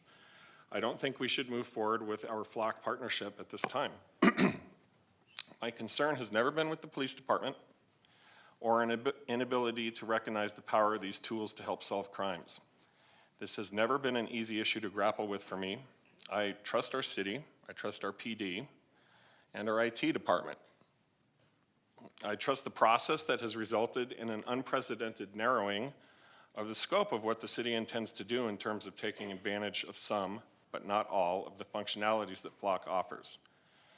If it were up to us, I would deem our agreed upon safeguards and restrictions as sufficient to maintain the safety and peace of mind and the trust of our community. Unfortunately, my one and only overarching concern about Flock remains. Ultimately, we have to recognize that when push comes to shove, it's not going to be up to us. For me, too many legal questions remain about what the city will have to do with our available data if a larger entity, or even if the private company itself, comes demanding it. Could the federal government demand access to our Flock data within 14 days through a subpoena or court order? Yes. And could we deny them their request if we're subpoenaed to hand that stuff over through a judicial or government order? No, we can't. Could the federal government resort to non-judicial or administrative tactics to bully us and manipulate us? Absolutely. Political pressure, for example, or withholding funds, or threats of other types. I would have answered this question very differently a year ago, and I suppose I did. But our nation has already been through too much in 2025 for anyone to be naive enough to answer no to that question.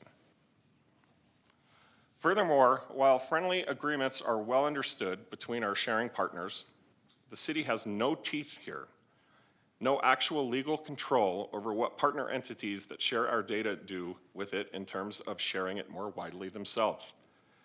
If we have to comply with the subpoena, what reassurances do we have that the Sheriff's Department or the county or NAU will hold fast?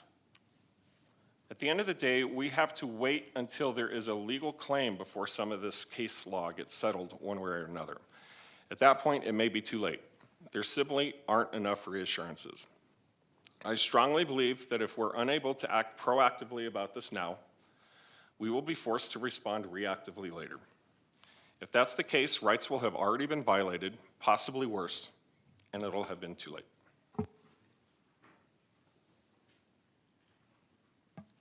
Thank you. Councilmember Matthews. Thank you, Mayor. First, I have a couple of questions. Chief, I've seen you write down a lot of notes. I've heard a lot of incorrect information or misguided information, and I just wanted to, before I ask the questions, you probably have some bullet points you wanted just to comment on to clear the record on some of the assumptions of things that could happen with flock cameras. So I'll give you a few minutes to address those. Yeah, Councilmember Matthews, thank you, Mayor Daggett. I think also there are flock representatives. I don't want to speak for their company on those levels that are here too. If they have some comments related to the accuracy of what was said, I think that's important. I'll start with the concept, and I appreciate criminologists coming in from the university and individuals having a conversation about the strategic approach to crime reduction and suppression in communities. One thing I want to be very clear on is there is no magic wand or one tool. Yes, it does involve us working in the area of social determinants of health. It does have us working in areas with nonprofits providing housing and behavioral health and addiction services. Yes, it does involve us collaborating with other entities within the community proactively to prevent crime. When we say, hey, let's try to create one correlation in a monolithic metric that says, hey, this tool is producing crime reduction. I think that would be, in my 32 years of being involved in the strategic process, that would be disingenuous. So I will never say, you'll never hear me say that because of this technology tool, we see this reduction. There's just too many variables in crime in our community. I will say this. Upon my arrival a little over a year ago here, we did see a 50% increase in violent Part 1 crimes in this community. We set forth, and I think there's some similar data in the county attorney's office on that increase in 2024. I'm not speaking for 2023 or 2014. But when we sat down with our crime plan and set goals for ourselves, we sit here today with a 12% reduction in violent crime and a reduction of almost 4% in property. I'm not attributing that solely to this technology, but it's one piece of the wheel. Liken it to a bicycle wheel. For that bicycle wheel to be true, every one of those spokes has to contribute to its trueness. And so I've seen in those 300 plus cases and firsthand, not theoretical or hypotheticals, that come to fruition. So I think that's a really important part of the conversation. I also want to be clear in all the scans that I've seen over the years, whether it was in the other city or here, I have never seen or been able to identify, or am I aware of any image where we were able to identify a person inside that vehicle. And I think we've showed you all imagery repeatedly and demoed the product with you. I think that's an important part of the conversation. The other thing too, as we talk about, I've heard, liking this to internment camps and comparing this to China. I want to be very clear. That is not the Flagstaff Police Department's approach. We pride ourselves in being a thoughtful reflection of our community on a whole host of levels, and we do not take those approaches at all. In fact, we could have a conversation that the role of local law enforcement, if you look at history in this planet, the role of local law enforcement is that first line in protection of democracy on behalf of victims. My experience in communities, especially communities of color, and immigrant communities is quite different than what I'm experiencing here currently. Whether it was in the west side of Phoenix or we hear recently in South Tucson, immigrant communities and communities that are being victimized at certain rates are asking for those police departments to leverage that. I think currently there are 4,000 cities using this. There's the Motorola Vigilant product that has 1,000 cities, and then Axon, who manages all our video, is getting into that process, so that there's going to be continued expansion of this moving forward. I have some other things, but I don't want to consume a bunch of time, council member. Well, I wanted to give you the space to answer some of the comments and the questions that our community had, but I do have a few questions directly. And Mary Ann can say, no, don't ask that here. But there was a common theme about public records. And there isn't yet a state statute clearly or a case that we can clearly refer to. But let's do a hypothetical and say tomorrow I put in a FOIA request and I want to see the data. What is the police department's response until such time that the laws actually address it directly or we get other information? At this time, the police department's response would be we are not releasing data that has not been extracted from Flock during a criminal investigation and made part of a criminal case. Thank you. And what, I know that there has been a lot of stories. Every agency has different contracts and different agreements and different expectations and different partnerships. We have already turned off our national sharing and our state sharing. But what if, I've seen a lot of comments and concerns online and a lot of emails and comments tonight about, yes, but we're worried about the current administration. What if an executive order comes through or ICE comes in and says, and I'm not sure why they would want to see our flock camera data because it's just a license plate and it doesn't tell us who's in the car or who owns the car, but what would our response be? If there were a request from a federal agency for our information, we would tell them, no, we're not sharing that with you. And a lot of that's because in my civics class, there are different there are different levels of authority, right? We have our government branch, we have state and local authorities, and just because a government administration says something, they don't always legally have the ability to exercise that. Is that correct? That is correct. And most often when we are requested to work with federal agencies, that is a voluntary basis. And we have volunteered not to share. We've made that clear in our statements and a commitment to our community that we will not share information with ICE. And the technology, in my research, that federal law enforcement and other military enforcements, their technology far exceeds our camera scanning technology. Is that correct? We have not received any request from federal agencies to search our database containing the flock images. And yes, in terms of the data we have is limited to the pictures of the back of the vehicle and the license plate. It has no other identifying information of who owns the vehicle or who is driving that vehicle. So there's no connection to an individual. And Chief, and I don't remember the details, but in just a handful of incidences, not forgetting the victims. It's easy to sit back. You know, we've done a really good job in our community of keeping our belief that we're a bedroom community, but we are in the middle of a corridor between the 17 and the 40, and a lot of bad stuff comes through our streets that so many of us aren't aware of. Recently, we were able to rescue a kidnapped baby. Is that correct? Councilmember Matthews, Mayor Daggett, Council. Yeah, we have an incident involving a kidnapped 1-year-old from Southern California. I think that paints some of the complexity and the demands placed upon law enforcement in the modern era to be able to share our data as a result of mobility of criminals and their journeys of crime. So yeah, that is one of many, many examples. I think also too, you know, to your other question related to, you know, if there was and this kind of ties to Councilmember Aslan's approach, my ability to say no to the federal government, and then they do an end around or run an audible and get a court ordered or something to that effect.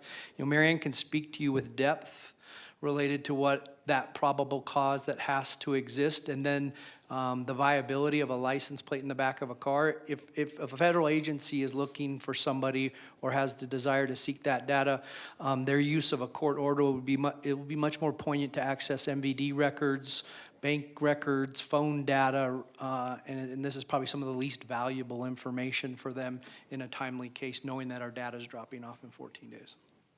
Thank you. So that just will lead me to a few comments.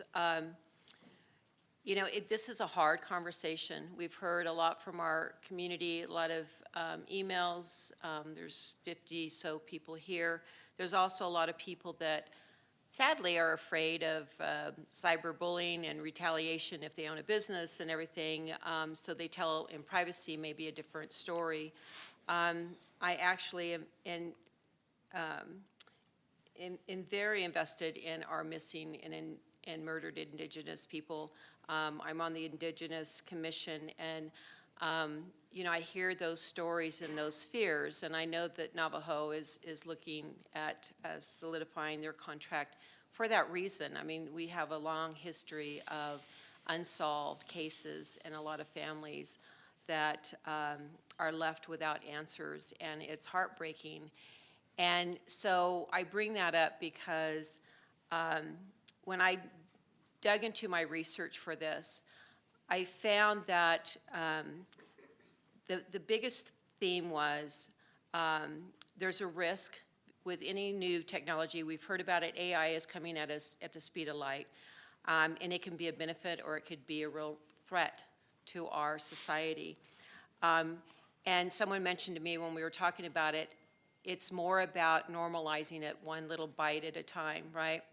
And we see that in other sectors, whether it's education or politics or whatever, it does creep up on us one step at a time. It's not, this may not be the end all bad-all thing, but it's just like, when we get used to this, what is the next thing?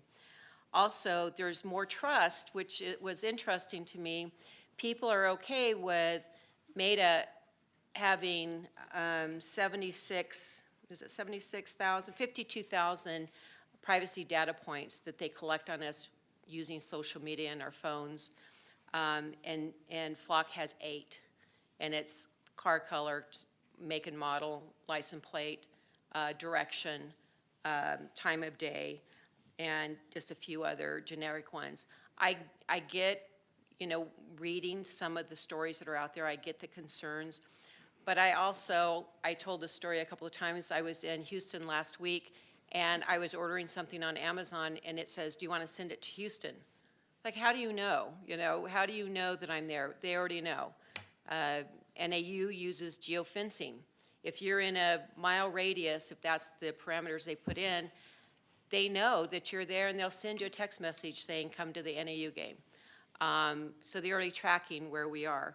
And I make those comments because when we think about our privacy being at risk, when I look at that, we have given up more privacy in just our daily lives, and we're okay with that. Our doorbell ringers, the cameras, you know, I'm knocking on doors right now, and probably 70% of the homes have already these cameras in here that was mentioned already today about that security risk. So not to minimize the Flock cameras, because I think that we need transparency and we need strict oversight, because it could get out of hand. There's a lot of technology that we do not use in our cameras that other towns and cities and municipalities must use. We don't here. So I'm conflicted, and I'm anxious to hear from the rest of the council, but I really am struggling weighing on our biggest priority is public safety. And if we haven't been a victim of crime, it's harder for us to sympathize or recognize that. But there's some bad stuff that happened to a lot of people out here, and I don't want to minimize maybe their wishes that they hope if their child is abducted or someone's murdered, that they want the fastest way to solve those crimes. So I'll wait to hear from my colleagues, but those are just some of the things I'm grappling with. Thank you. Councilmember Garcia. Thank you, Madam Mayor. I wanted to start off, initially I wanted to put a comment, but I do have a question for the chief and the PD briefly. Chief, you have made some alterations to the program and made it a little bit, or quite a bit more safer to do some tests to see what works best for you. Are you committed to keep those safeguards kind of in place as we move through this, or was that just a test?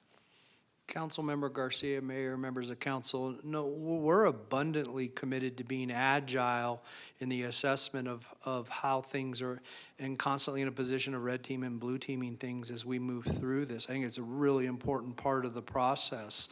Whether you look at the 14 days, the national share shutdown, the state share shutdown, and how we're handling a lot of those things. No, we are absolutely committed to moving forward with that. And I think one of the most important things is if we are to say we're an emotionally intelligent police department, that ability to self-assess and self-correct. For example, if we were to hear later that related to public records, that libraries and archives at the state level indicates that it is 30 days and we're doing 14 days, I'm willing to have a conversation that we're not going to violate that, and then if we have to shut this down based on what these community values are, we do that.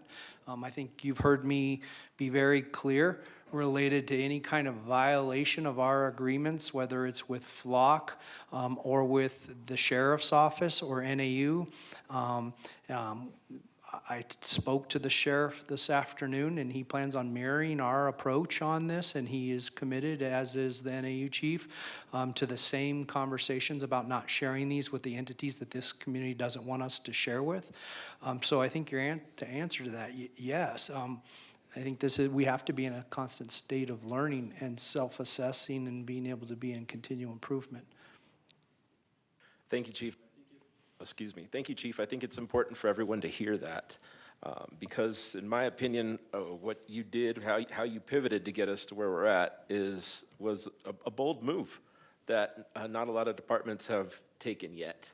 You were kind of you're kind of trailblazing the way for your department to see how this could work amenably with the community. You're taking the first steps of that, and I appreciate that.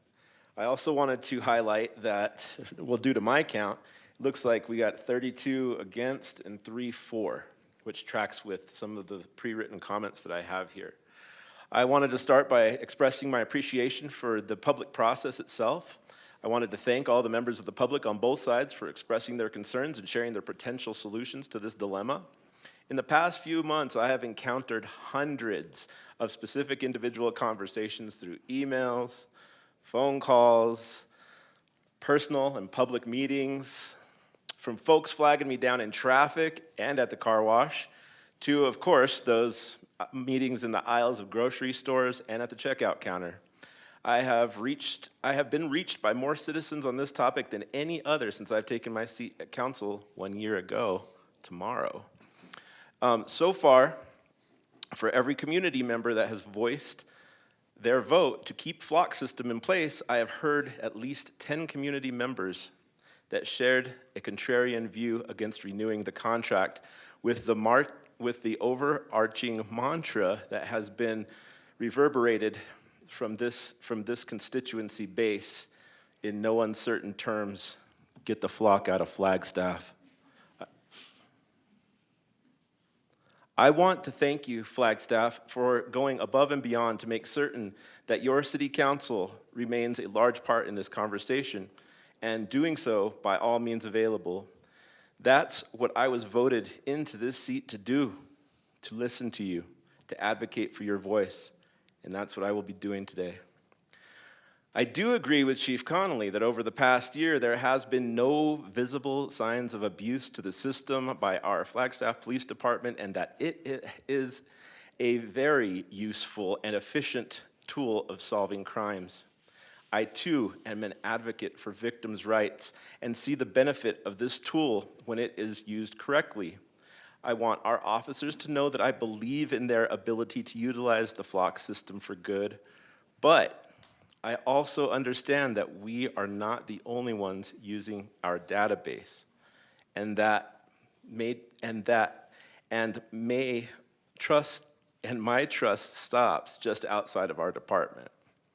For the better part of 18 years, I have witnessed the Flagstaff Police Department consistently progressing in a more restorative justice and community policing model type of way of using less profiling while building more impactful relationships within our community to better understand each other instead of drawing hard lines in the sand just to make more arrests without addressing the issues or the root cause of the arrests. And for that, I applaud the Flagstaff Police Department. Let's keep moving good, with a capital G, policing forward in our beloved mountain town. And thank you for your service. It has not gone unnoticed. I want my colleagues up here at the dais to know that I have respect and admiration for each and every one of you, regardless of how you vote on this topic. We are up here representing our community, and inherently our viewpoints are going to be as diverse, as unique, and as different as our communities that we serve. This is what democracy looks like when it's done right, right? Just know that if your vote contradicts mine tonight, you are also speaking for a portion of how I feel about this topic, because I am not 100% sold on either side of the issue as of yet. Now, when it comes to the Citizen Task Force, I am extremely disappointed that, first off, this will not be an official commission forwarding recommendations to us, your city council, for approval like a traditional commission, from what I understand. Secondly, the fact that we are here to renew a contract for Flock prior to this unofficial task force even meeting brings me to this thought, that there are reasons for subsidiary citizen groups. There are reasons why subsidiary citizen groups are formed with local governance. And I think that putting the task force together after the fact is literally placing the cart before the horse. This is not what I anticipated when I agreed to the suggestion of the Citizen Advisory Group at a prior meeting, And maybe that's my fault for not making myself more clearly or thinking that everybody just thought the way I did. This basically takes the public role on this issue out of the equation. If staff are the ones leading the group, in my opinion, that's going to be a major no bueno. Now, when it comes to public record review and the fact that we currently do not have lawful determination on if flock photos are subject to public record review process, this gives me angst and makes me want to halt this process until a legal determination exists on this extremely important part of this issue. With lawsuits that can inevitably come from the oversight, I am not willing to place the city of Flagstaff into financial risk over the litigation that this could cause. It simply doesn't make sense to rush into this.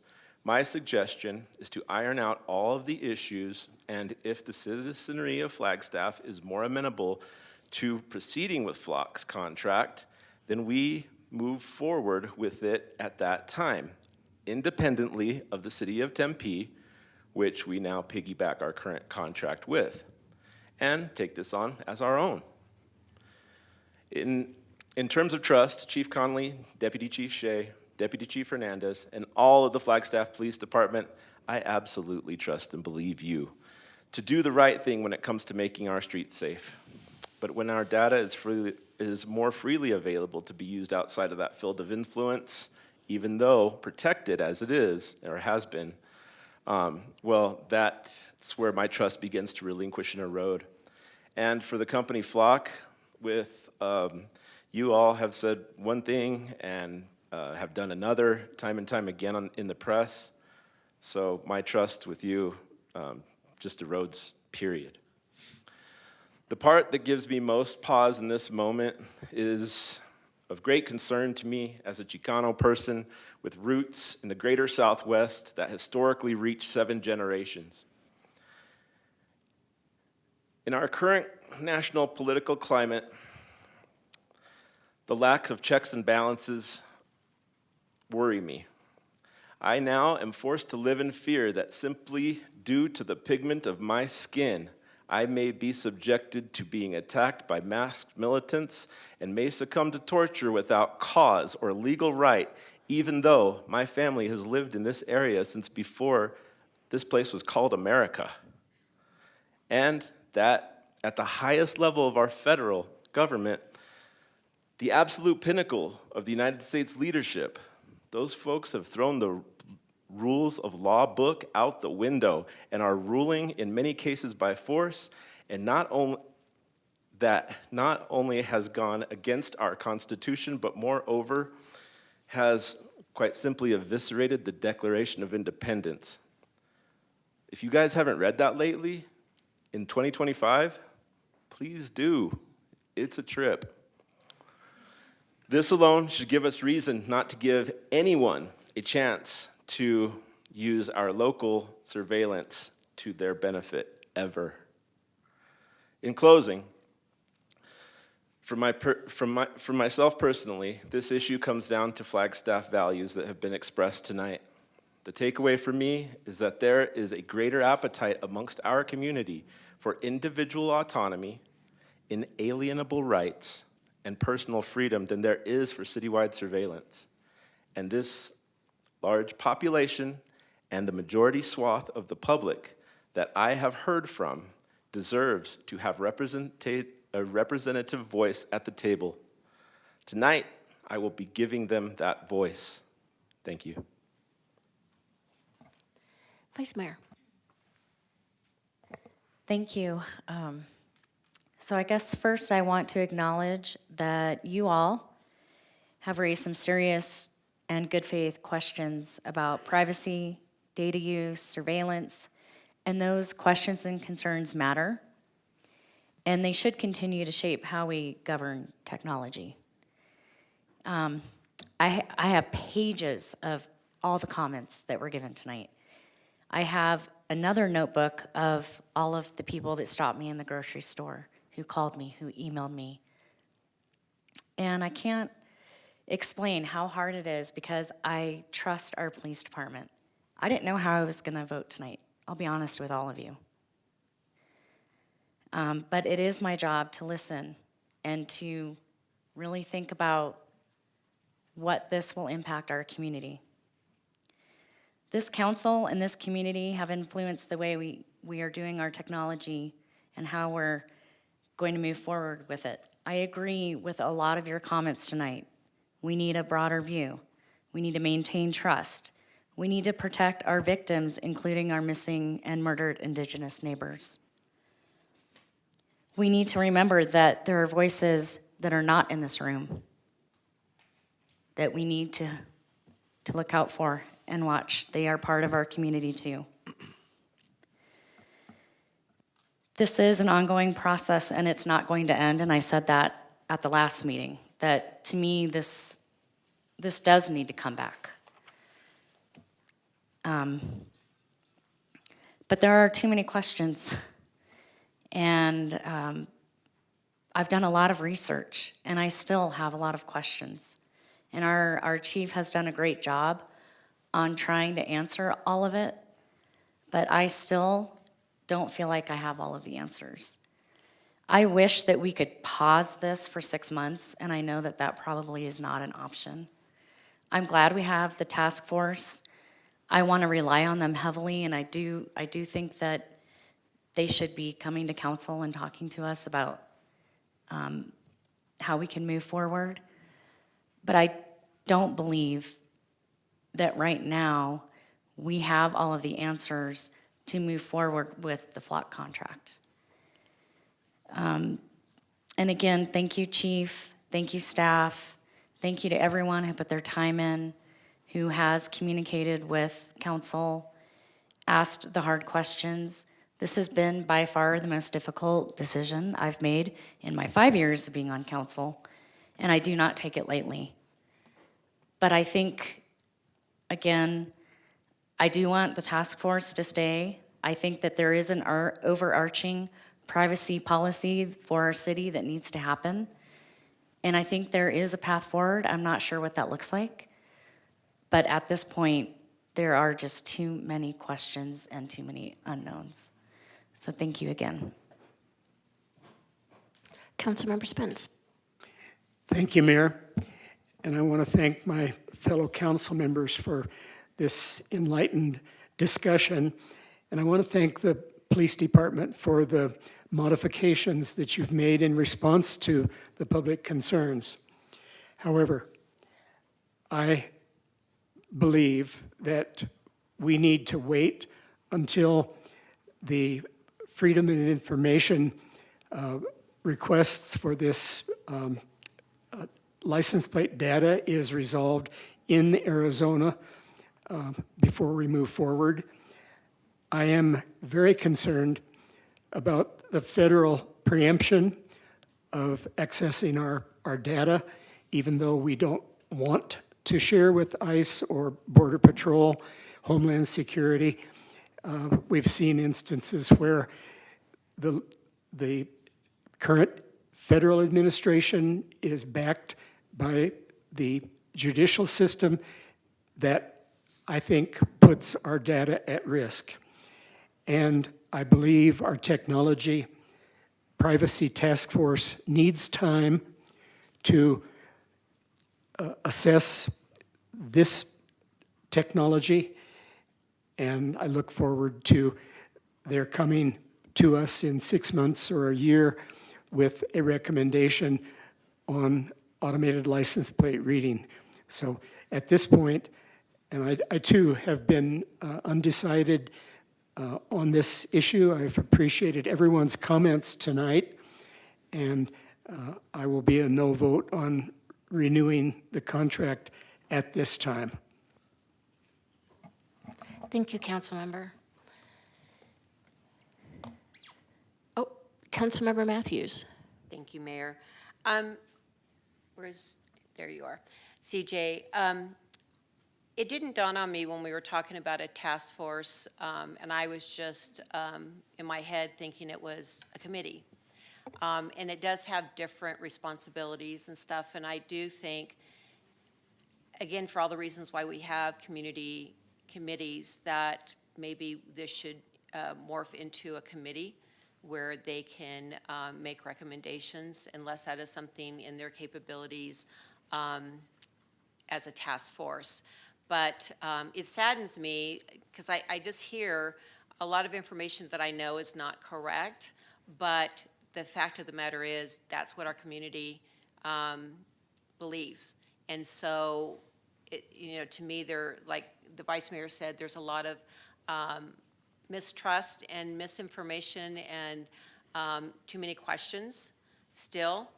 And it is scary. New technology is scary. And we've talked about the body cameras when it first came out and how the community, was very suspicious of that and fearful of what that would mean.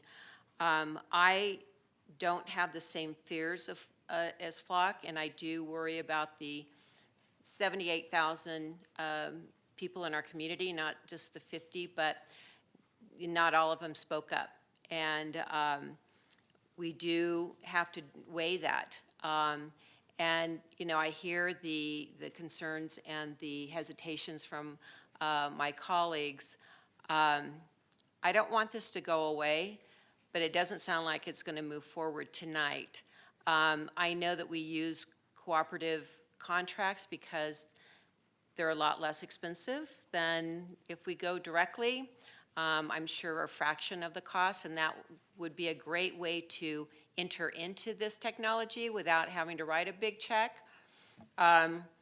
But maybe the community would feel much better in us just having a direct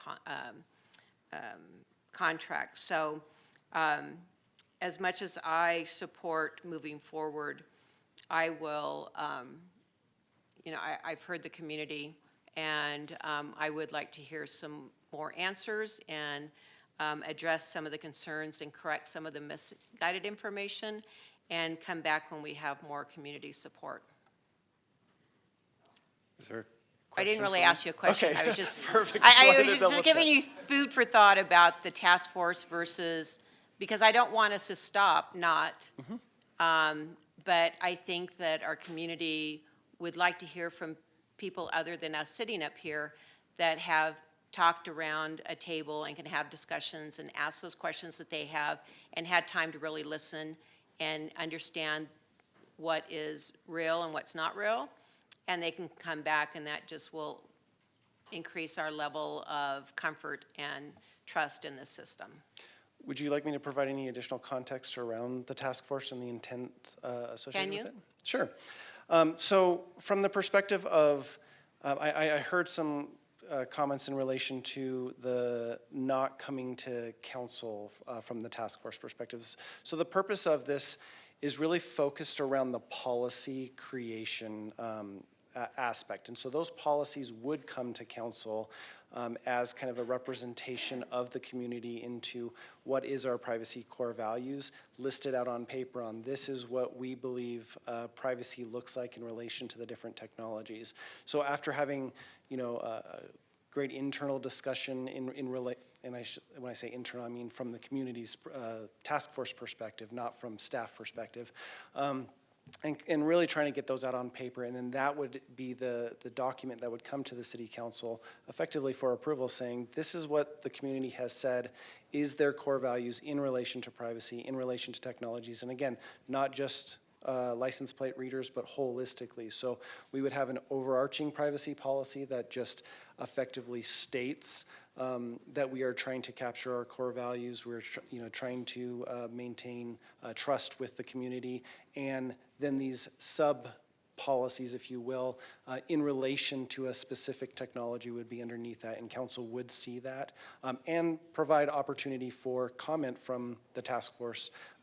The reason we approached it from kind of more of a task force perspective as opposed to a commission perspective is technologies kind of come and then there's a lot of work and then it might just kind of settle down for a while from that perspective. And once we have that overarching document and that we use against the technology to say, can this technology comply with those core values of the community or not? And that kind of goes into a lot of that process from a procurement process of, can they meet the standards that our community has set in relation to that technology?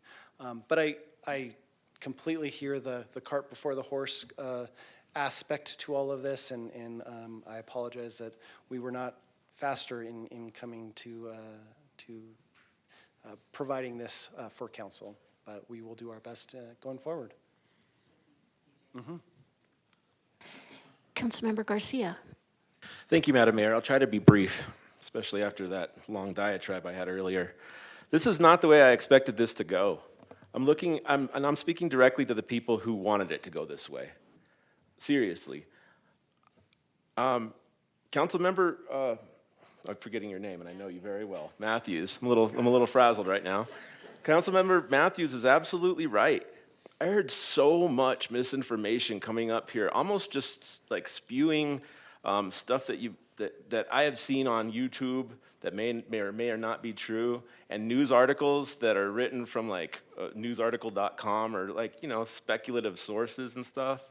Like, I want the community to first of all, espouse this process moving forward. If you're just gonna fist pump on your way out of here tonight and say, yeah, we won, then that's fine. You have the right to do that. But if you really wanna make a difference in this town, show up throughout the process and make a difference, but you have to open your mind. You have to open your ears and not just trust without cause, but start investigating the facts, because some of the things that you're against with the police department are not factual that I heard from the dais. And I expect you to put in as much work as we have. Not necessarily, but if you're really true to making this thing work for the community or not work for the community, show up and open your mind, please. I hope that wasn't too harsh. Councilmember Aslan. Yeah, thank you, Mayor. I realized right after I finished my earlier comments that among all the people that I had thanked at the start of my comments, I had neglected to mention legal.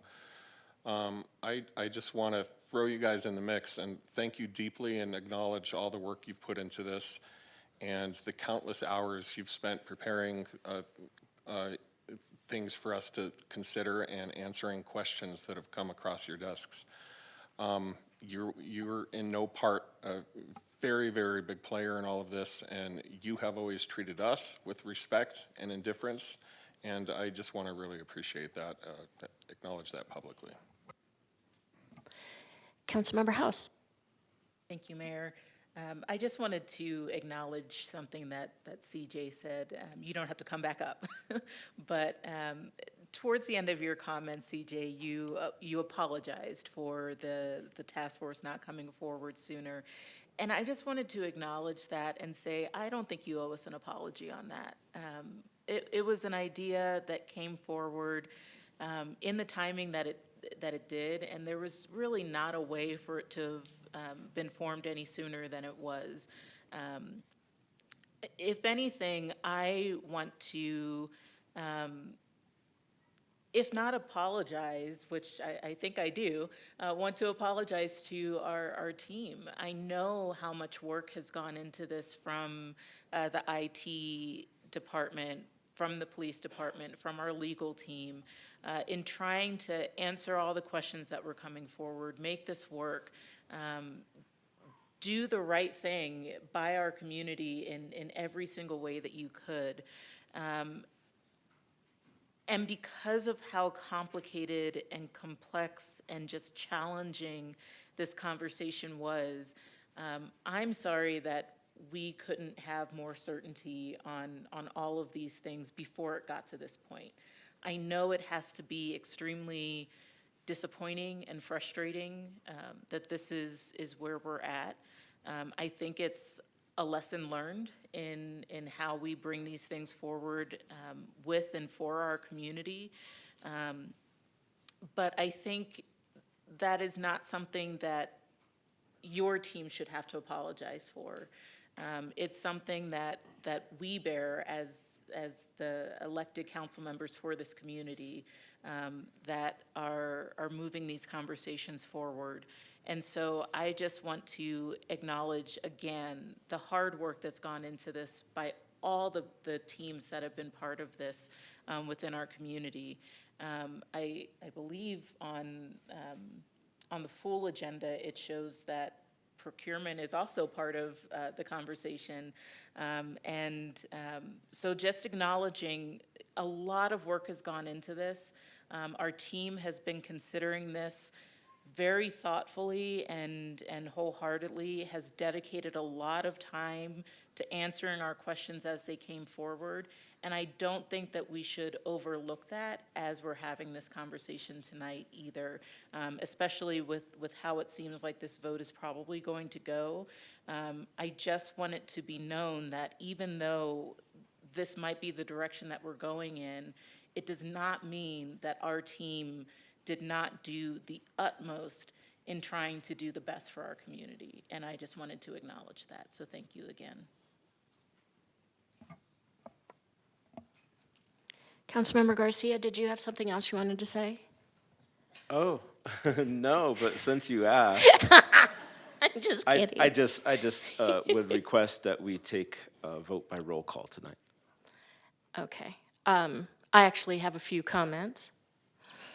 So I've appreciated the community members who have taken the time to speak with me about their thoughts on Flagstaff's use of flock cameras, as well as those who reached out to us via email and spoken at council meetings.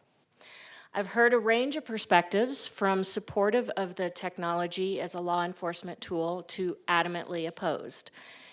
Bearing the weight of our decisions is what we agreed to when we stepped up to run for office.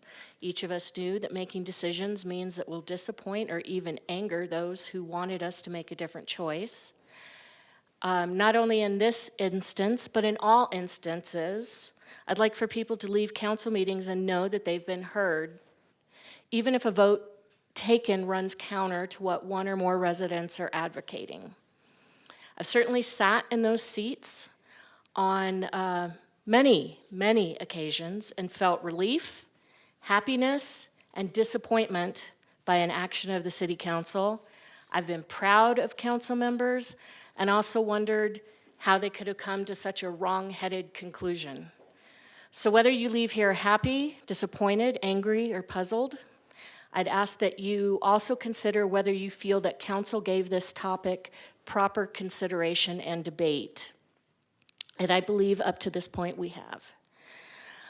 I look forward to the work of the Data Security Task Force and look forward to a presentation soon. I couldn't express my thanks any better than has already been expressed to you tonight. I appreciate the legal and IT information that's been shared with council and some of which can't be shared publicly. And I ask that staff continue to explore those topics. Chief Connolly, deputy chiefs, and women and men of the Flagstaff Police Department, you have my deep respect. While I believe that these cameras are a useful law enforcement tool and that victims of crime deserve every tool possible, I think we need to cancel the contract at this time. I'm not saying no to the technology forever. However, a decision must be made tonight, and it's clear that we need more debate and answers. And I look forward to more discussions out in the community where we can have a true back and forth. I mean, this kind of format is at times clunky, right? You have 3 minutes. There's a bunch of people. The meeting's gone on, so long. And I look forward to having true, meaningful conversations with many of you out in the public. So thank you, city staff, city council, Flagstaff residents.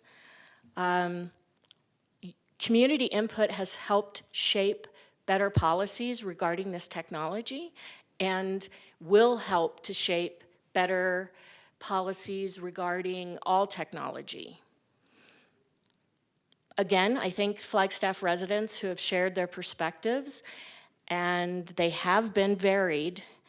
I know that you take your role as a member of this community seriously, as do I. So we can either make a motion or we can make no motion and it dies without a vote.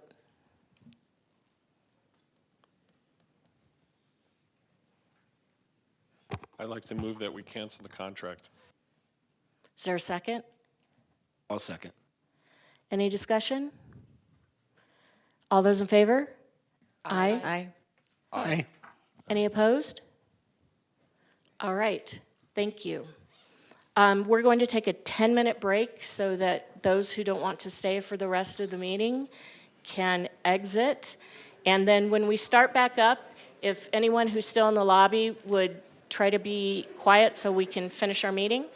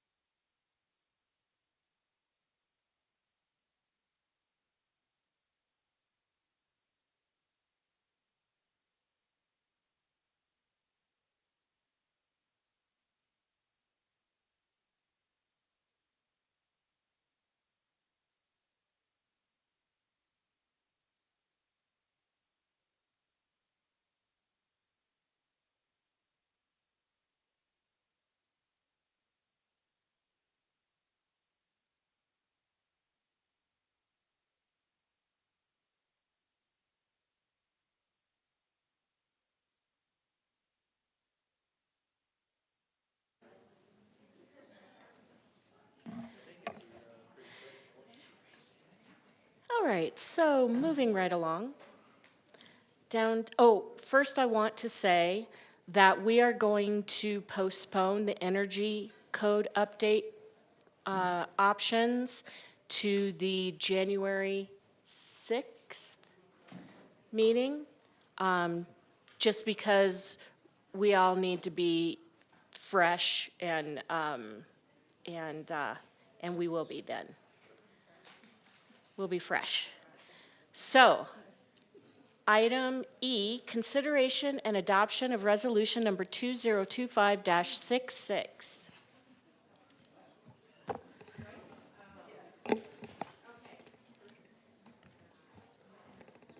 Good evening, Mayor and Council. Stacy Salzberg, Communication and Civic Engagement Director.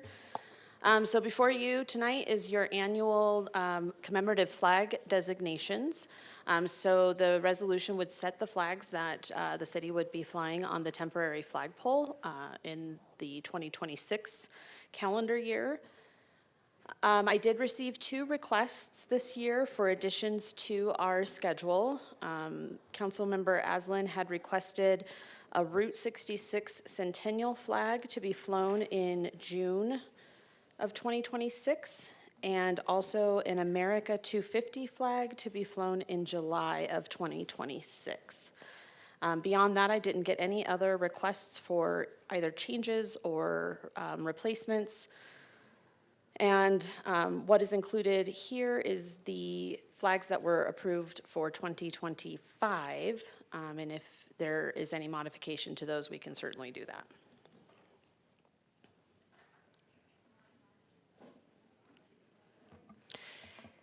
Council, what do you think? Councilmember House. Thank you, Mayor. So I am supportive of well, I guess my question for those 2 additional flags would be just ensuring that, is he looking for a split month with the flying of those, or how would that work? He didn't specify, but my recommendation would be primarily for the month of June, that we would split the month, just given our historic, we have flown the LGBTQIA plus month flag since the inception of this policy. And so I think just to honor that, perhaps split the month for that June Route 66 Centennial flag. In terms of the Tree City, this is another one that's been around for quite a while. I don't think I have a recommendation or a position on that, and I would look to council to make that determination, either to split the month, replace it, or otherwise. Okay, I think my leaning would be, the thing that I'm getting a little concerned with is, as we start adding in and starting to split those months, how that could encourage it down the line. So I would just want us to be mindful of that, but especially since it's just celebrations for next year. I don't think it's a permanent thing, so I'm in favor of those. I am going to ask, and I'm glad that Councilmember Aslan got back when he did, because I would like to ask about the Star Wars Day flag. We did it. We acknowledged it.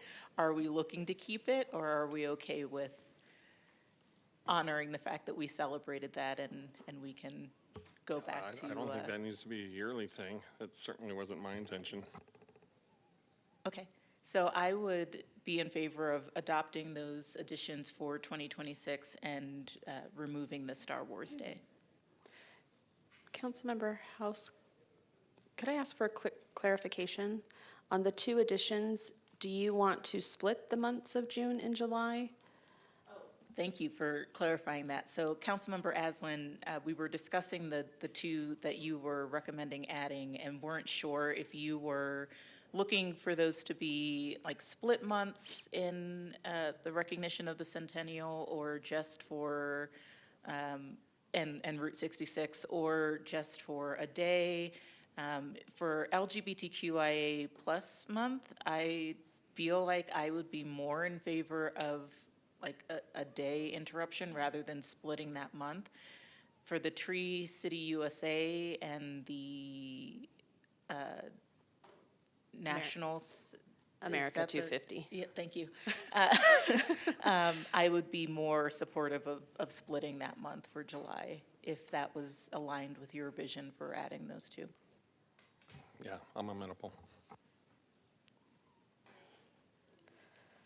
Vice Mayor and then Councilmember Matthews. Thank you, Mayor. I just wanted to comment on the Star Wars Day. I am in favor of removing that. Thank you for bringing that forward last year. That was fun. But I wanted to do a flag for employee recognition. I got that thought from, I'll admit, someone else, but I thought, oh, that's good. But then I was reminded that our flags there's something in there that says they're not just meant to be flown for a day. And so I just wanted to state that I opted to not bring the Employee Recognition Day forward because of that. We do try to avoid the single day flying. It's a lot of work to pull down our flag, put the new one up, come back the next day, pull it down, put another one up for just that singular day. So we do try to stay away from that. As you know, with the Star Wars Day, there's some exceptions made, but we do try to stay away from that single day. Thank you, and I just wanted to state that as to my main reason of wanting to take that off. Councilmember Matthews. Thank you, Mayor. In general, as last year, I don't 100% support these flags because it just gets muddy. But I like Austin's two recommendations, and especially, next year is going to be a big celebration for our country, and Route 66. So I'd also like to put in for October of next year will be our recognition as a dark sky city, our 25th anniversary. So I would like to suggest a dark sky flag for October. And I don't know what's on there right now. Right now, we have part of the Hispanic Heritage Month as well as National Domestic Violence Awareness Month. See, this is another reason why I don't like any of these flags, because there's so many important things that we want to fly. I don't know, what does the council think? I love your idea. Well, we could, because Hispanic Heritage Month bridges 2 months, we could, again, yeah, and then October, we could split Dark Skies with National Domestic Violence Awareness Month. I'm good with that. We put the dark skies at the end of the month, since I think it's the end of the month, like October 24th something. Yeah, so we can move National Domestic Violence Awareness Month up to October 1st through 15th, and then the Dark Skies from October 16th through the 31st. Councilmember Garcia? I think that's a wonderful idea, Madam Mayor. Thank you.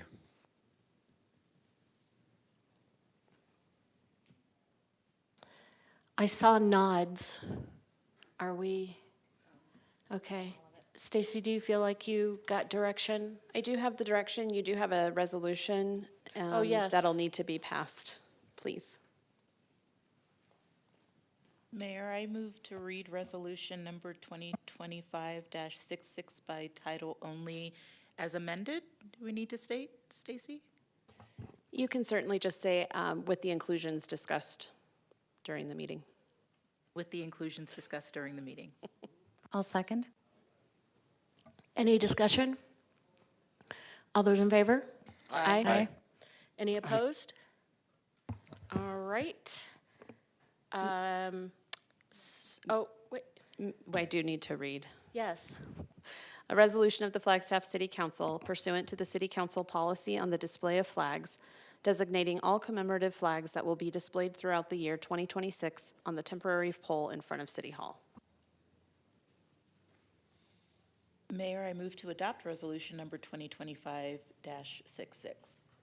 I'll second. Any discussion? All those in favor? Aye. Aye. Aye. Aye. Any opposed? All right.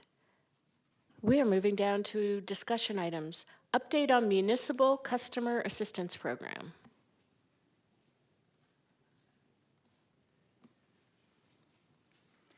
Good evening, Mayor, Council. I'm Jessica Kittleson, Customer Service Director, here tonight with sharing good news, a lighter item for you, on an update on our municipal customer assistance program.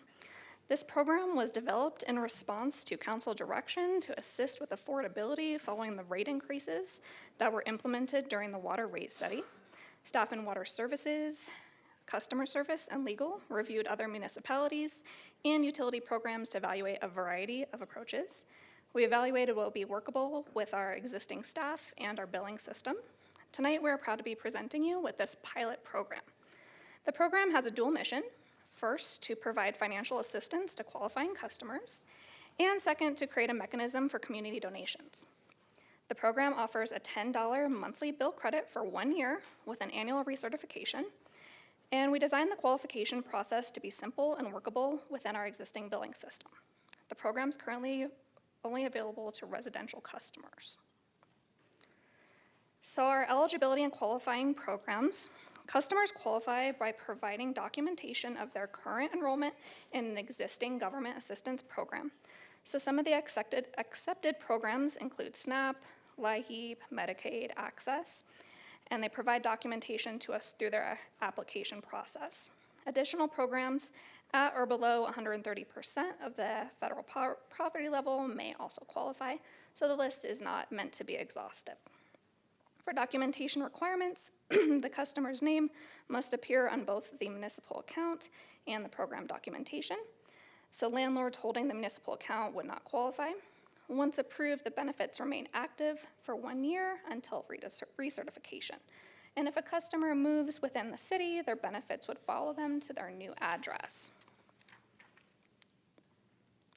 For our community support, the community donation component allows anyone to contribute to support neighbors in need. So you don't need to have a municipal account with us in order to contribute. Donations can be made in 2 ways. So one-time donations through the city website payment page, which I'll be showing you, or recurring donations added to their monthly municipal bills. For recurring donations, customers can contact customer service to enroll or to discontinue.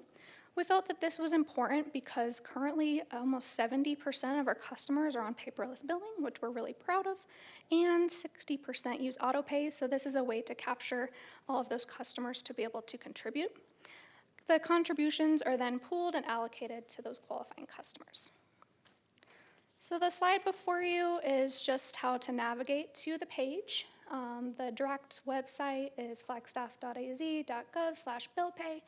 And then the little square here is the payment assistance. And then once you click there, that'll take you to our payment assistance. And you can click on donate to help, which will take you to the payment page. And the apply for assistance is then there as well.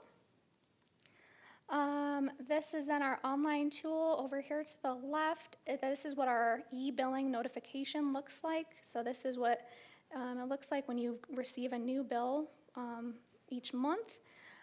So right here it shows you, well, we like to notify you about going paperless, but then we also highlight if you need payment assistance, you can click there to explore the assistance options. That'll take you right there to the assistance. We also have other assistance options that people can look at, but then now we have the new box to inform people of the donation options. This is the assistance application, so it's very straightforward. Just ask the customer for their name, address, information, and then gives the examples of the documentation that we're looking for.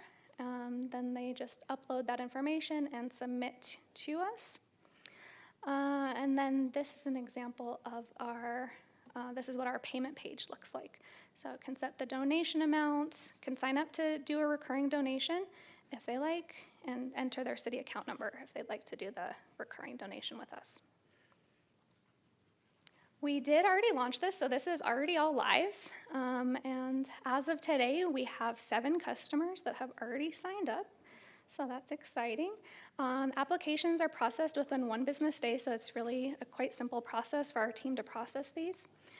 We've partnered already with Creative Services, and so we have a design in the works that's coming soon. Once we have that design ready, we'll have some bill inserts that we hope to have ready in February to go out in all of the bills. These will be promoting both the enrollment and the donation opportunities, and we'll have Spanish and English materials ready. We want to remind everybody that this is a pilot program, and we hope for it to be funded primarily through community donations. The city funding is not guaranteed. Currently, Water Services did commit $10,000 to the first year of the program. We will be monitoring the donation revenue versus the program enrollment. So if we need to restrict to a first-come, first-served basis, depending on the resources, we could have to discontinue the program based on the available resources. But we hope that everybody will donate to support the program. With that, I'll take any questions. Awesome, Jessica, thank you. You are welcome. Councilmember House. Thank you, Mayor. Thank you, Jessica. I love this program, or pilot program. But my question is this only can you only donate if you are a municipal customer? So like if you live in apartments and you wanted to contribute to this, but you're part of bulk billing, are you? You can absolutely contribute. So the page to contribute is for anybody. If you want to sign up to be recurring, then you'd have to be a city customer. And one thing I didn't mention is we are working with our payment provider to do the traditional roundup option. So if you're doing like the one-time payment option, we hope to implement that sometime in the future. Thank you. Vice Mayor. Thank you. I did want to do a special shout out to not only you, Jessica, but to Shannon Anderson, F Cubed, sorry, it's been a long night. F Cubed and our Northern Arizona Interfaith, am I saying that? Yeah, Council, thank you. They had come to me asking if we could create something like this, and we've been working on it for a while now. And I just really appreciate your attention to this. You made it happen. I can't wait to see the card that we'll be putting in the bills. I think that'll be a useful tool, and I just appreciate all of your work on it. It's great. Thank you.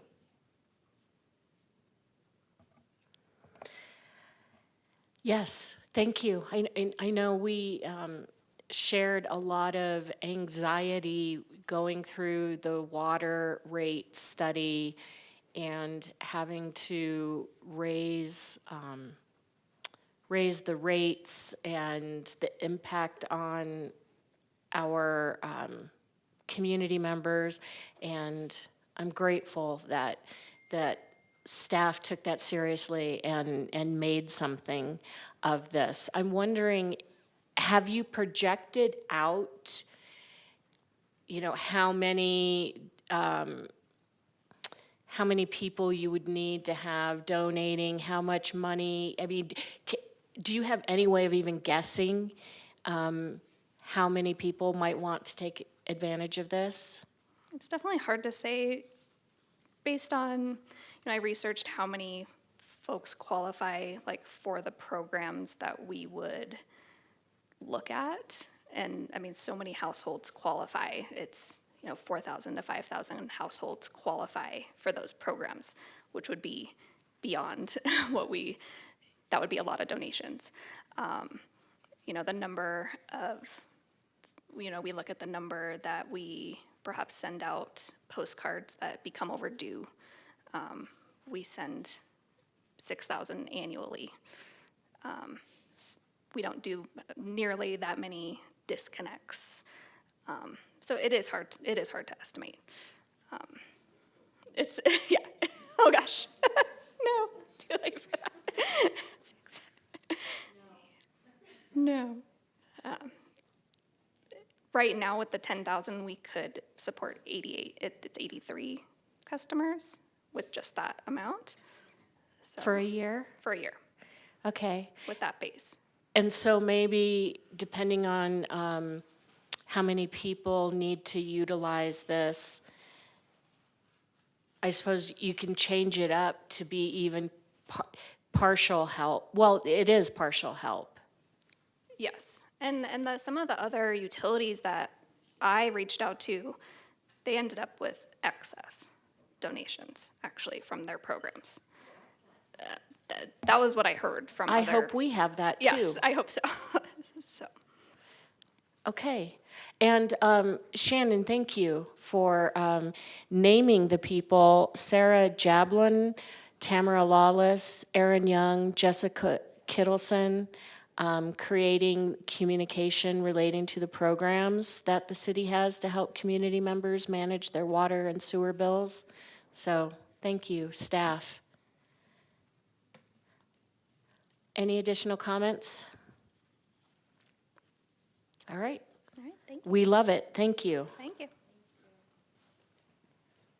Okay, skipping over energy code update options, which we will talk about in January. Next up, we have future agenda item requests. And we have a citizen's petition titled "Provide Representation for Individuals with Disabilities in Flagstaff." And what I normally do is call the petitioner up to, call the petitioner up to discuss why the petition was submitted, and then take public comment. And then this is where the council members give the thumbs up or thumbs down for additional discussion at a future meeting, putting it on a future agenda. So I will call up Russ Randall.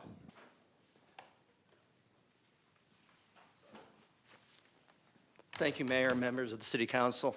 I am not actually the petitioner. Joseph Spence is the petitioner, but he could not be here today because he's having a medical procedure done. So to start, I would like to read to you a letter from Joseph Spence, the author of the petition. And this is what he writes: "Dear members of the City Council, I am sorry I was unable to be here today. As someone with a disability who now feels without representation and really without a voice, and as the author of the petition, I encourage the resumption of the Commission on Inclusion and Adaptive Living meetings as soon as possible. So I ask that you have the petition to restart the commission be moved to the agenda of the next City Council meeting. The work of the commission is very important. To continue a suspension is to completely ignore the needs of the disability community. This is just not right, and the suspension needs to stop. Thank you, Joseph Spence." Now, as for me, I speak to you today only as a representative of Barrier-Free Flagstaff. I am encouraging you to move the petition to the next City Council meeting.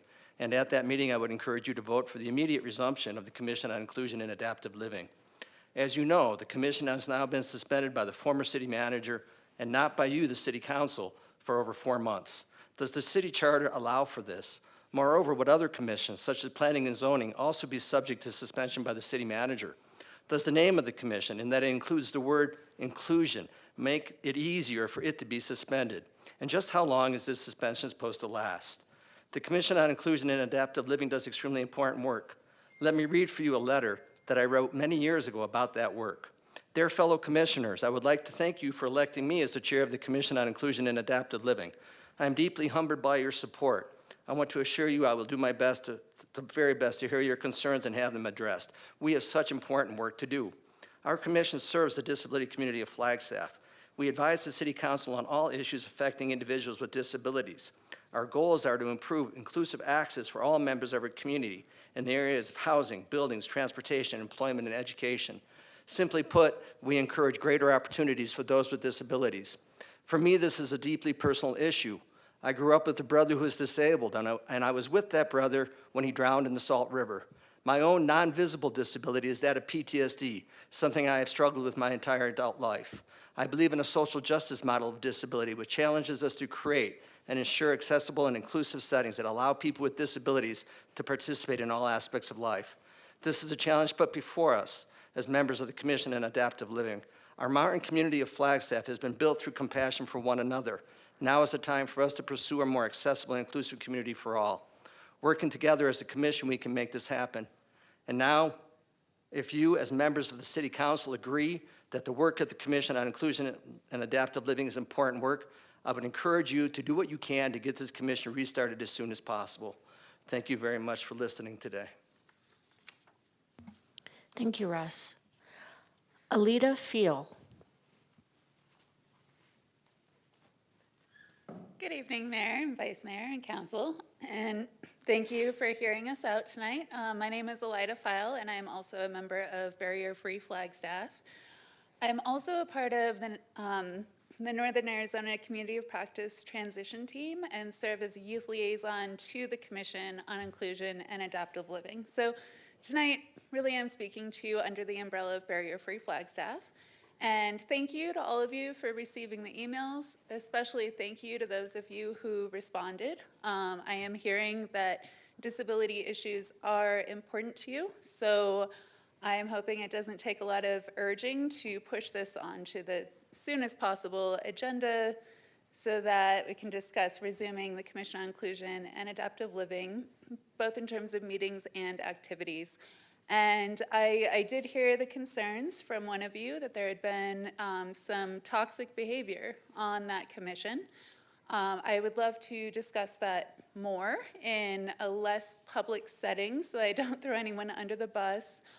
That really is part of my concern here, that an individual's behavior led to the disability community of Flagstaff at large losing a voice with the city. To me, there needs to be a process to address those issues as opposed to marginalizing the group that's being represented. And yeah, it's been a long flocking night, so I hope you enjoy your evening. Thank you. Thank you. And I believe City Manager has something. I do, Mayor and Council. So as you all know, the commission was suspended in September of last year, and that was after some discussion with staff and also I believe some of you as well. Just going through this process, and as a new city manager, one of my roles is to better understand staff's time and what staff is spending their time on. So we're taking the opportunity right now to identify the best staff liaison for this commission, but we have determined that we will resume the commission in March 25th will be the next meeting, and it will be with the current membership, and then our plan is to bring in an outside facilitator to start off kind of on the right foot and resume this commission. Thank you. Councilmember House. Thank you, Mayor. I think that pretty much just answered my question.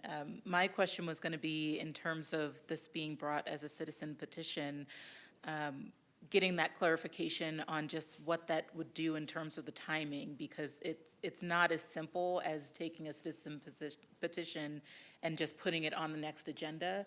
It goes into the queue, if my understanding is correct, of that process. And so if we had advanced this as a citizen's petition, it actually may have extended the time before that conversation beyond even what you're talking about with resuming the commission. Is that correct?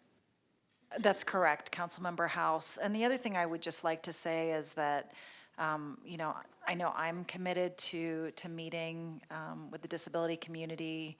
I know the mayor, I believe we have a meeting coming up in January. So until that commission resumes, I'm happy to meet with members of that commission and the disability community.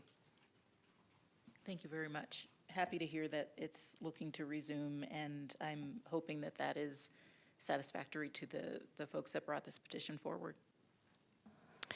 Councilmember Aslan. Thank you, Mayor. Yeah, and thank you for bringing this to our attention. I appreciate the disability community's concern over these things, and I appreciate the confusion that kind of surrounds some of the factors that go into why that happened in the first place. I'm a huge advocate and peer of the disability community. Not a lot of people know this, but I have a younger brother with severe autism, And I spent time in college working with physical therapy and occupational therapy. It's near and dear to my heart, especially adaptive sports. And I want nothing more than to get this thing back up and running because I completely and utterly am bought into the value and the importance of this commission for the city of Flagstaff. It was mentioned that this should be done as soon as possible, and the reality is that I think as soon as possible is the plan that the city manager just laid out. So stick with us, hold on there for a little bit longer, and we will all get through this. I'm putting faith in city manager's process of mediation, and hopefully that will address the issue. The only other thing I wanted to say is that there was a comment that the previous city manager did this on his own and that it wasn't strictly okay to do that. That is a misunderstanding. I felt brought along on the deliberations for that, very much so. City manager always consulted with his council on everything he did, and this was no exception. So I just wanted to clear the air on that and look forward to getting back to business. But I'm a no vote for the petition. Councilmember Garcia. Thank you, Mayor. Not to restate anything that Councilmember Aslan or Councilmember House has said, I'll try to be brief, but I agree with them. So I'll be a no vote as well, even though I support the commission 100%. I think that the path forward is the one that was displayed tonight by the city manager. And the main reason that I would be voting no for the citizens petition is A, we already have a solution to the meeting. It's going to be happening in March, and I think that's about as quick as we can get it done. And B, the sensitivity that wraps around this, I don't think should be part of a public conversation, and inevitably it would have to be. And I am not willing to risk whatever the implications may come for those that were maybe hurt or damaged through the process that happened to make this committee go away publicly. That's just too much for me, especially for a disability commission to be put through that kind of public conversation.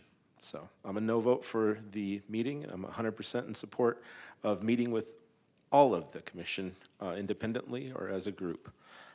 As we wait for that March date to come, and then I'm excited to see what will be happening next. And the new ideas and the rest that took place should rejuvenate some thoughts, and we should have a disability commission that hits the ground running, rolling, and we should have some good conversations with that. Thank you. Council, any additional comments? Anyone who disagrees with what's been expressed? Well, I look forward to getting the meetings going again. Look forward to our meeting in January, and then again in March. All right, so we are moving down to open call to the public. Seeing none. Informational items to, from, mayor, council, and staff, and future agenda item requests. Let's start over on this side of the room. Councilmember Spence. Nothing this evening, thank you. Councilmember House. Thank you, Mayor. Just two quick things. So first, I noticed in the public comment cards that we had during an earlier conversation. One of them was actually meant to have been attached to item 8F regarding the letter of support to renew the long-term authorization of annual deposits to the Historic Preservation Fund. It was asking if all of council could sign on individually to that letter, rather than just a collective signature. And so I just wanted to make note of that request. And it was already approved, so I don't know if we can change that, but it was just, that was something that was put forward in a comment. If I may. So this letter that was signed off on was actually done a few weeks ago. This was a ratification of that letter being sent. Should individual members of council want to sign on individually, we'd be happy to provide that information. I don't know if additional letters can be submitted at this time, but we can look into that and send you that link to be able to do that. But Mayor did sign on behalf of the entire council. Thank you very much. And I apologize for that oversight. No problem. Thank you very much. The other item then that I wanted to bring forward was just the comments that we had earlier about furthering council discussion for public support of renaming Agassiz Peak to Omaki. And I would like to ask that we bring that forward. And just at least, I don't know if it rises to the status of a fair. I think it's more of just looking into what that process looks like and bringing that back. Mayor, Council, yeah, we can bring an update back to council on that one. I have that in my notes as well. Perfect. Thank you. That's all for me, Mayor. Thank you. Thank you. Vice Mayor? Thank you, Mayor. I just wanted to let everyone know that I appreciate all of the conversation tonight, and I hope you all have a wonderful holiday. Thanks. Councilmember Aslan? Yeah, just a couple things. If you weren't going to mention it, I certainly had it queued up to agendize the conversation about Omaki, home of the clouds. I think we should get to that right away. It's definitely something that just sort of escaped our notice, I think, after a while, which is very unfortunate and not okay. I would like to suggest that the name of the mountain is twofold. That we generally call it Omaki, but I also think colloquially, if that's hard to remember for people, home of the clouds is absolutely a satisfactory alternate name for me in English. So I would just keep that in the mix, and I hope we can get to that very soon. We'd love to be involved in it. Wanted to mention that on a slightly related note, the Coconino Plateau Water Advisory Council voted last week, was it last week? Or at most 2 weeks ago, to write a letter in support of Bajnawavjo Ikta National Monument and its preservation. I have signed that letter as the chair of the committee, and I'm very excited to be turning that in, and just wanted to bring that to everyone's attention. I did fail to remember to mention that during liaison reports this afternoon, but I was also eager to get on with the agenda earlier. I just thought of this, but I think it's a worthwhile discussion. I think we need to have some allowances made for credentialed press to be able to take some better photos during council meetings. I imagine that our photographers are incredibly frustrated with the angle at which they're forced to resort to for their coverage. I don't know if them walking around behind us up here is a good idea, but at least getting on the ramp or being able to come up on the steps makes a lot of sense to me. It also makes a lot of sense to me that would be restricted to a credentialed press or managing that in some way where it's very clear that this isn't just anything that any public can do. I agree with the reason why we have these safeguards in place to keep, just to manage crowds and emotions. So we wanted to think about that. And Stacy, I also, lastly, just wanted to make sure it was introduced into the minutes that I'm the first council member to use the term 6-7 during a council meeting.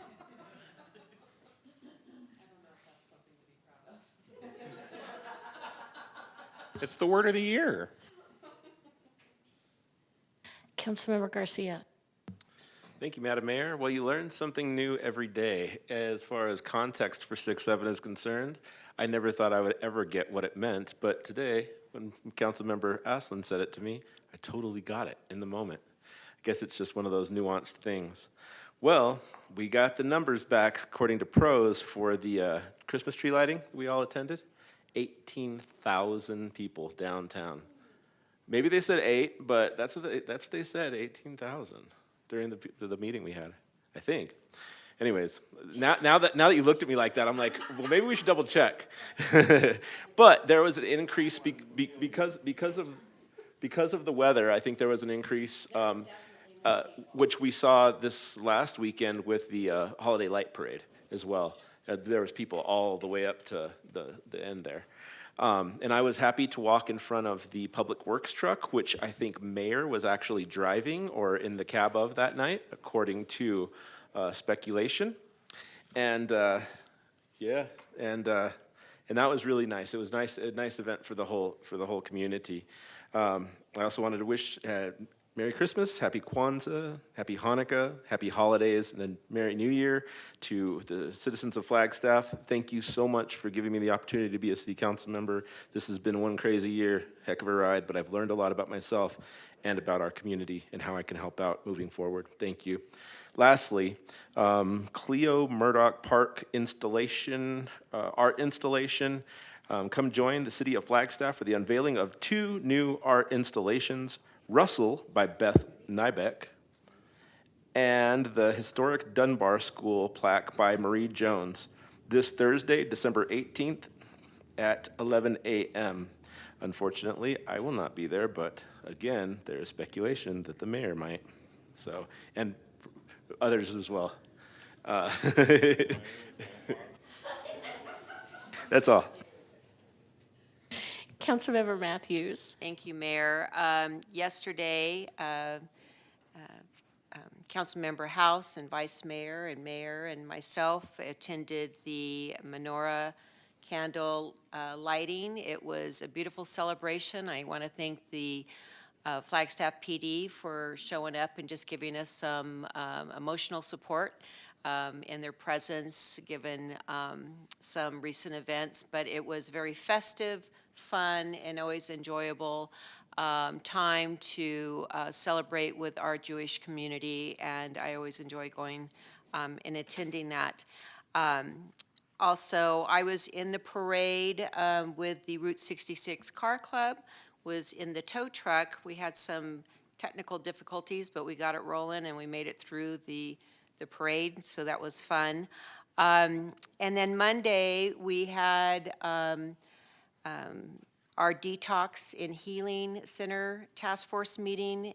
Ammon Barker and myself have been really pushing hard on this, and we have located a very potential temporary building.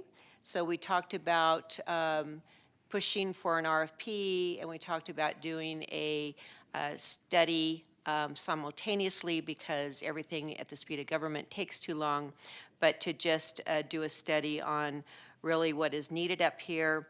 We have still a lot of barriers. We've just started. There was 27 stakeholders that were invited to this meeting, and I think one thing that I can say for sure is everyone is engaged and supportive of identifying the need for a medically assisted detox facility.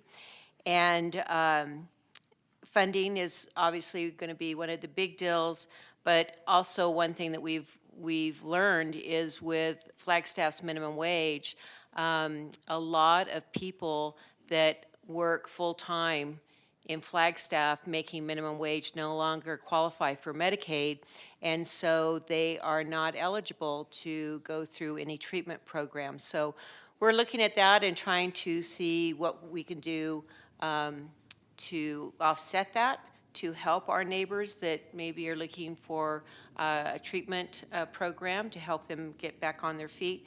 But I'm excited about our county attorney's tenacity in this, and it's been going on since the 70s. We've talked about it, and everybody just gives up and walks away, but they've never stopped saying how important it is. So I'm hoping with the group that we have put together that we're actually going to make this come true this time. So I'm excited about that, and I look forward to the beginning of the year. All right. So I think many of us got to take advantage of some time with our delegation from Navajo, Sonora. I got to spend most of the day on Thursday with them, took them around downtown, had lunch. We did a tour of Lowell Observatory and some cultural exchange and also some economic development exchange. I wasn't there on Friday for their work with our fire department, but the pictures look like it was a really productive and fun time. And let's see. Saturday was the NAACP Holiday Luncheon, which was a nice event that Councilmember House and I went to. The Holiday Parade of Lights, if Public Works will let me drive a truck in the parade, I would love to drive a truck in the parade. I was actually up on the balcony of the Weatherford doing some announcing. Maybe you heard my voice and you just thought I was driving the truck. But again, if Public Works is listening, I would like to drive the truck.